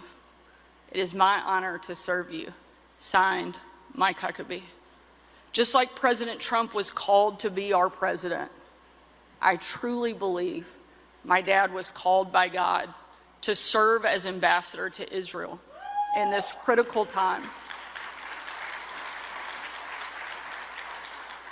for both that country and our own. Even if that meant my husband and I lost our best free babysitters. He's been going to Israel for more than half a century, and I still consider the first time he took me to the Holy Land to be one of the most transformational experiences of my childhood. You may have heard this story before, but it's one I want to tell again because I really think it shows what this fight is all about. On that very first trip I ever took, I was 11 years old, and one of the last stops on our trip was to Yad Vashem, which, as you know, commemorates one of the darkest eras in all of human history, the Nazi genocide against the Jewish people. I was only 11 years old, but my parents wanted me to understand the importance of standing up against evil, so he decided to take my brothers and I to that place. Yad Vashem sits on Mount Herzl, often referred to as the Mount of Remembrance. Yad Vashem in Hebrew means a memorial and a name, and its goal is to memorialize the Holocaust, and in particular, all of the Jewish people who were killed and had no descendants left on earth to carry on their name. We walked through the museum where I looked at the photos of the bodies who had been starved to death. I listened to the voices of survivors tell of the horrific things that they had been through. And I watched the videos of the kids who had their shoes removed and stacked high before they were marched to their death. I didn't speak as we walked through Yad Vashem. At one point, I did reach up and grab a hold of my father's hand, and I gripped it tightly for the next hour and a half. But I didn't say a word, and he never once left my side. He stayed with me, watching and waiting, hoping I understood why he had brought me there in the first place. He wanted me to see it. He wanted me to understand what happens when good people sit by and let evil prevail. We got to the end and there was a guest book for visitors to sign. placed on a podium much like the one I'm standing behind right now. I knew my dad always kept a pen in his pocket, so I reached up and I took it out. Looking over my shoulder, he watched as I inscribed my name and address in the book. And then I paused at the comments section, and he waited to see if I would write something in that place that let him know I understood why had brought me there. I still hadn't spoken, but in the book I carefully wrote words both he and I will never forget. Very simply, why didn't somebody do something? At a young age, I understood that all it takes for evil to win is for good people to do nothing. And let me be very clear, and if you hear nothing else I or anyone else say today, the rise of anti-Semitism we are seeing in both parties is vile, disgusting, and unacceptable, and we cannot sit back while it happens. We must be vocal and we must fight back.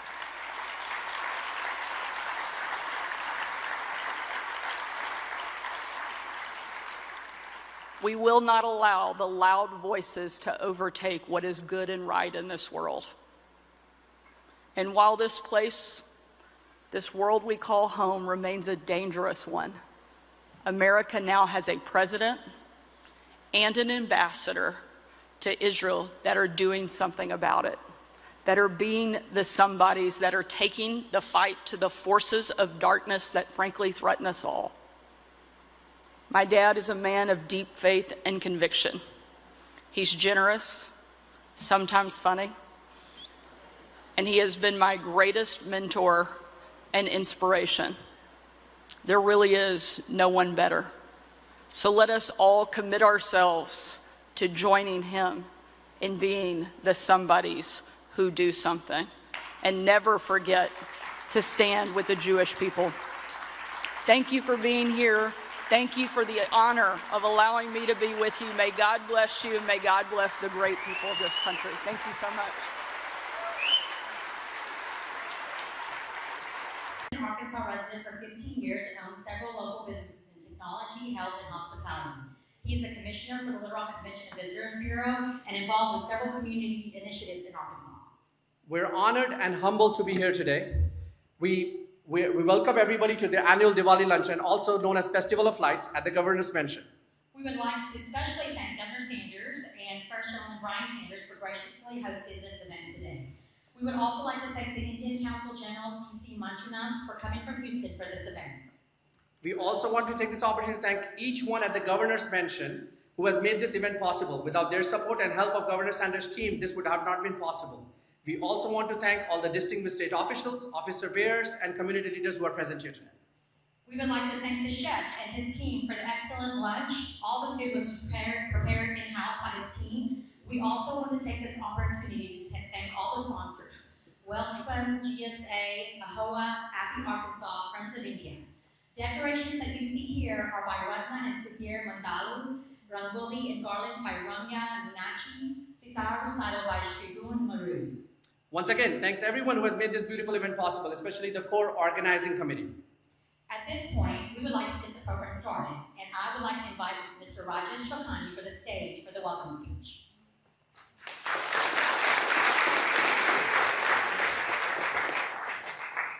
Well, thank you so much, Kate and Yogi. You're doing a wonderful job keeping us right on the schedule, and thank you so much, Governor, for being here. Good afternoon, everyone. On behalf of the entire Indian diaspora of Arkansas, it is my great honor to welcome you all to the Governor's Mansion for this special Diwali celebration. We are deeply grateful to our gracious host, the Honorable Governor of Arkansas and the First Gentleman, for opening their beautiful home and for celebrating the Festival of Lights with our community. Your continued support reinforces the values that define our state. We are privileged to have with us Consul General of India from Houston, distinguished state and local elected and appointed officials, and community leaders who champions the progress and the prosperity of Arkansas. Our community reflects the incredible diversity of India and is represented today by regional organizations representing most of the 28 states of India and speaking over 22 languages. We are also joined tonight by dynamic business leaders representing thriving partnerships between Arkansas and India in manufacturing, technology, and AI. It is evident from this that the Indian diaspora is not only culturally violent, but it is economically impactful. Whether through healthcare, technology, artificial intelligence, manufacturing, hospitality, education, entrepreneurship, or the many small businesses we run, our community continues to create jobs, invest in local neighborhoods, and contribute to the growth of Arkansas's economy. We are proud to be part of the state's future story, the one of innovation, resilience, and shared progress. As we celebrate this evening, may the Festival of Light guide us in strengthening friendships, building opportunities, and fostering prosperity, good health, and harmony for all across Arkansas. Thank you once again for being here and wishing everyone a very happy Diwali.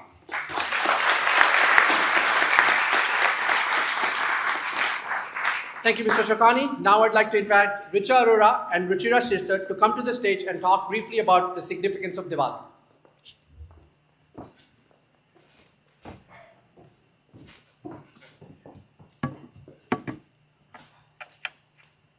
Thank you, Yogi. And good afternoon, everyone, and a happy Diwali to all. Diwali, also known as Deepavali, meaning row of lights, is one of the most widely celebrated festivals in India and by Indian communities around the world. At its heart, Diwali is more than just a festival. It symbolizes the victory of light over darkness, good over evil, and knowledge over ignorance. While we rejoice with lights, sweets, and festive cheer, Diwali's true essence lies in igniting the inner light that guides us towards goodness. Thank you, Ruchira. To add to what Ruchira said, it also reminds us to let go of negativity, spread kindness, and bring joy and hope to all around us. It is also a time that goes beyond religion and culture. It reminds us to renew relationships, express gratitude, and celebrate togetherness, values that unite us all, regardless of where we come from. So as we celebrate this festival of lights, let's hope that all our lives are filled with brightness, peace, and prosperity. Let's carry the spirit forward, igniting not just our homes, but also our hearts and communities. Thank you, everyone, and a very happy Diwali.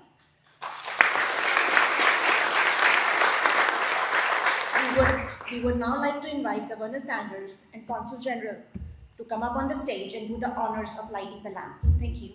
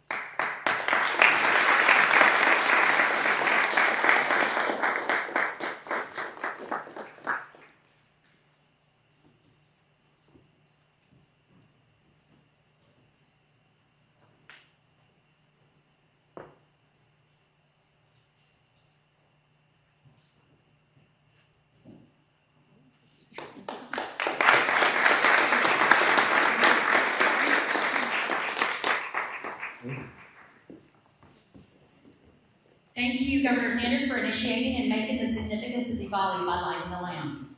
Now, I would like to invite Mr. Mihir Desai to the stage to introduce the council gentleman. Thank you, Kate.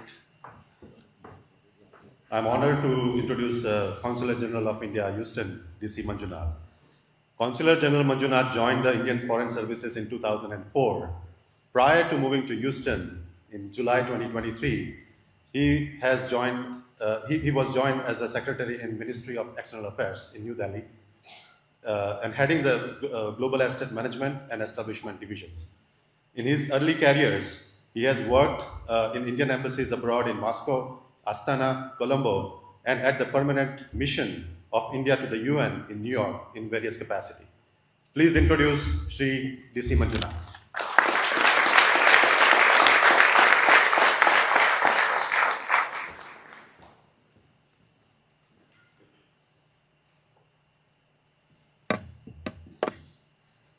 Very good evening and namaskar to everyone. A very happy Diwali to each and every one of you. At the outset, I would like to thank Honorable Governor Sanders and the First Gentleman for graciously opening up this beautiful Governor's Mansion and hosting this wonderful event, I understand, for the second time in a row.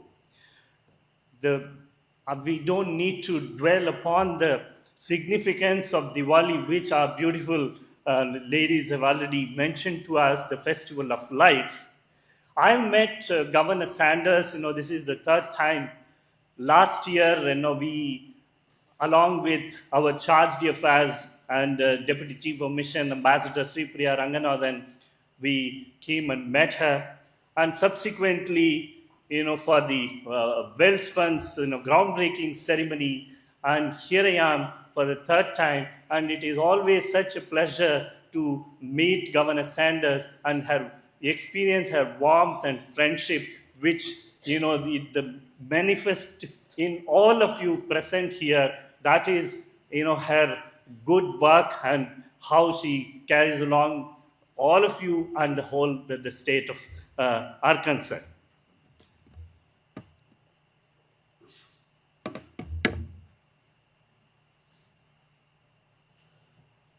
I would like to dwell upon we have already heard about the great relations, how the India-Arkansas relations, Mr. Rajesh Chauhani has already mentioned, but few facts. India and Arkansas, people to people, and the trade and investment relations are robust and growing. We have a significant growth in the 2024, the trade statistics compared to the 2023. We are close to 224 million US dollars, and the trend continues in the current year. For the past 6 months, we have already crossed 141 million US dollars. That is more than 50%. So the robust growth between India and this beautiful state of Arkansas continues. I also understand under the leadership of, it is not only, India, and domestically also, I have seen the Google coming here and the lithium production and so many other things. I think, we all have to give another big round of applause to Governor Sanders.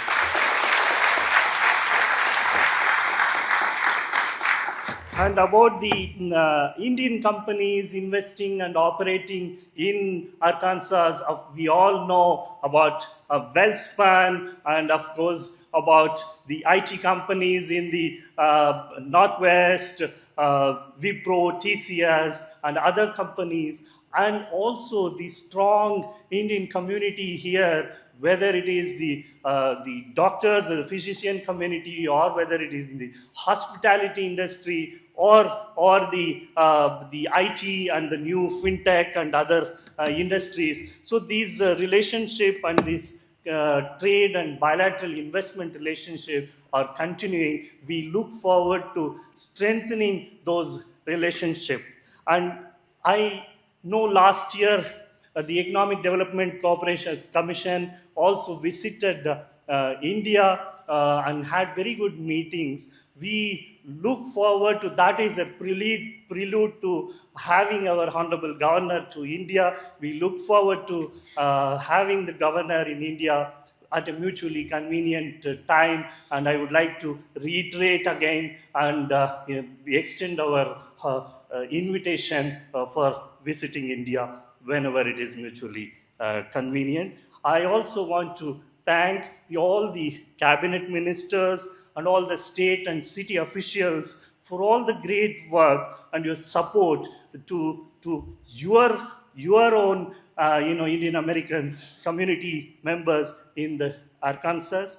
last but not least, but I want to thank all the Indian community leaders and also the various organizations, we have heard, multiple times, who have put together this beautiful event today, along with the governor's office, Wellspan, Nahoa, OPI, and forgive me if I have missed out anybody, but and each and every one of you who are present here, a very big thank you. And I also want to mention that the coming Saturday on 8th, we are going to have a consular camp at the Southwest Community Center. I thank the city officials and Honorable Governor for also facilitating the provision of consular services to the community. The consulate, although I'm in Houston, we are based there, but we are here to support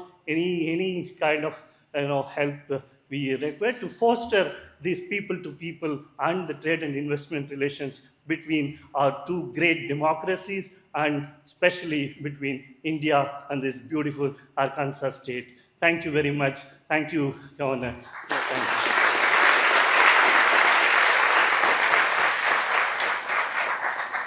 Thank you, Council Journal, for coming from Houston and being here with us today. Now I would like to invite Mrs. Komal Patel and Dr. Prasad Padala to come on the stage and introduce the governor.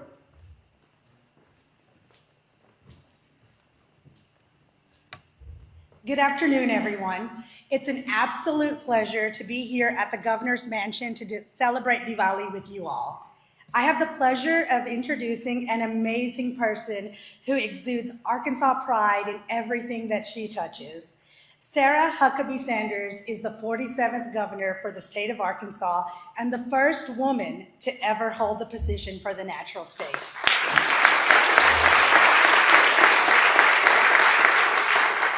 She is also the youngest presiding governor in the country, and she was also the first mother as the White House press secretary. Since taking office, Governor Sanders has enacted transformational conservative reforms in public safety, tax cuts, and streamlining state government. She has been paramount in promoting the tourism economy with the Natural State Initiative, which focuses on bringing Arkansas onto the map for outdoor enthusiasts. Governor Sanders has been paving the path forward everywhere she has been, and we are so happy to have her leadership for us here in Arkansas. But before we request Governor Sanders to come to stage, I would like to ask Dr. Padala to recognize the governor with a special award. Thank you.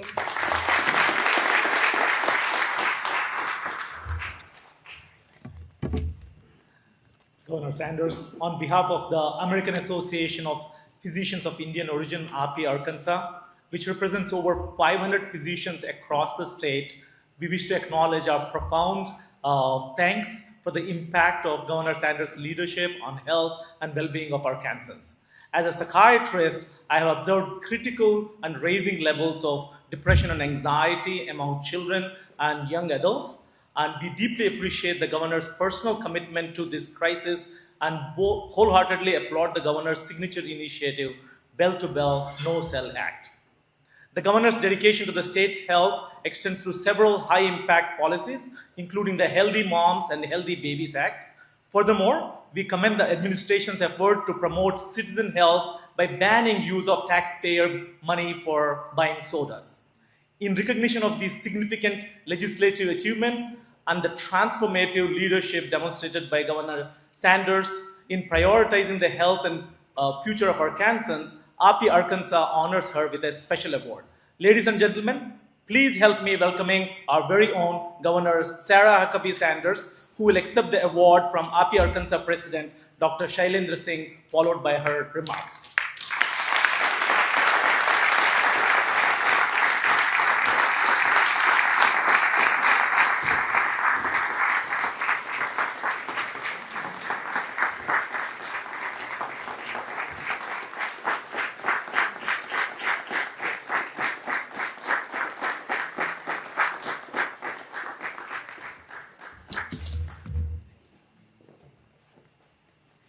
I can take it.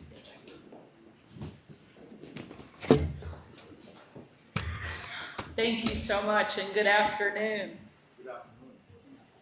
I don't know if I've ever seen this room so bright and so energetic, and certainly never so festive. And so it is such an honor to welcome you here and wish you a happy Diwali. We're so honored and proud that we get to host this year's second ever Diwali celebration, and I think we're getting better at it. So thank you to the incredible team here at the Governor's Mansion, as well as all of those of you who have helped sponsor and make this event possible. I had the chance last night to walk through and look at everything while the room was empty and bring my kids through and talk to them about the importance of what we were doing and what we would be celebrating here today. And so it is such an incredible and just true honor to welcome and host this event. And I have been told, and I don't know if it's true, but we're gonna say it anyway, that this is the largest Diwali celebration in the entire state. And so honored for your presence. Thank my friend Dr. Patil for helping to organize this year's festivities. He is on our staff at the State Department of Health and does great work there to keep all of Arkansas healthy, as I know many of you work and serve in that community, and so honored for all that he does and grateful for your friendship. I also want to welcome the Consul General and thank you for being here and helping us celebrate this event and for honoring us with your presence back here in Arkansas. Honored to have you here.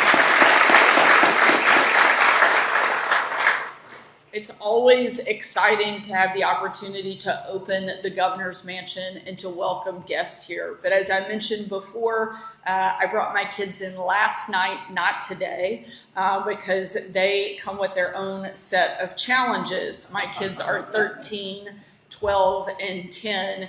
And if we thought there was energy in here now, they could double that with just the three of them. And this is the first time in a long time that we have had school-aged children living here in the Governor's Mansion. The last time we had elementary-aged kids, it was Chelsea Clinton, and there was only one. So we have certainly taken this place by storm, and our kids are leaving their own mark here at the Governor's Mansion. Not long after we moved in, I was looking for our boys and couldn't quite find them. As you might notice, there's a pretty good amount of space and property here. And so as I was searching for them and couldn't quite lay eyes on them, instead of seeing them, I heard them. And I could hear noise coming from outside. And I went out to find our two boys, Huck and George, who had, I apologize, but stripped down to basically their underwear and were swimming in the front fountain of the Governor's Mansion. I asked them, what in the world are you doing? And George, my youngest, who was about 8, he looked up with a very serious face and he goes, Mom, be cool. It's not like we're gonna drown. I said, George, the issue isn't that we're worried about you drowning in ankle-deep water. It's the fact that you have no problem swimming in your underwear in the front yard of the Governor's Mansion. So our family is certainly keeping things interesting and putting our fair share of challenges in mark here at the Governor's Mansion.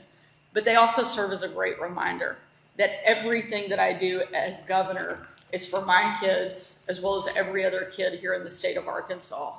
And I know that family plays a key and critical role in Diwali celebrations. We're not just lighting lamps here at the mansion. All across our state, Indian American families are doing the same. They're gathering to spread a message of light, of compassion, and of hope. It's also no accident that this festival of light takes place just as we enter into the part of the year when our days are shortest and our nights are longest. Just as our Jewish friends begin their festival of lights, Hanukkah, and in my Christian faith, we celebrate the birth of Jesus Christ, the light of the world. For that reason, even if many people in our state did not grow up celebrating Diwali, we can certainly all appreciate its message, the victory of light over darkness. Today, more than ever, when we look at our very broken world, it's It's comforting to be reminded that light is always more powerful than darkness.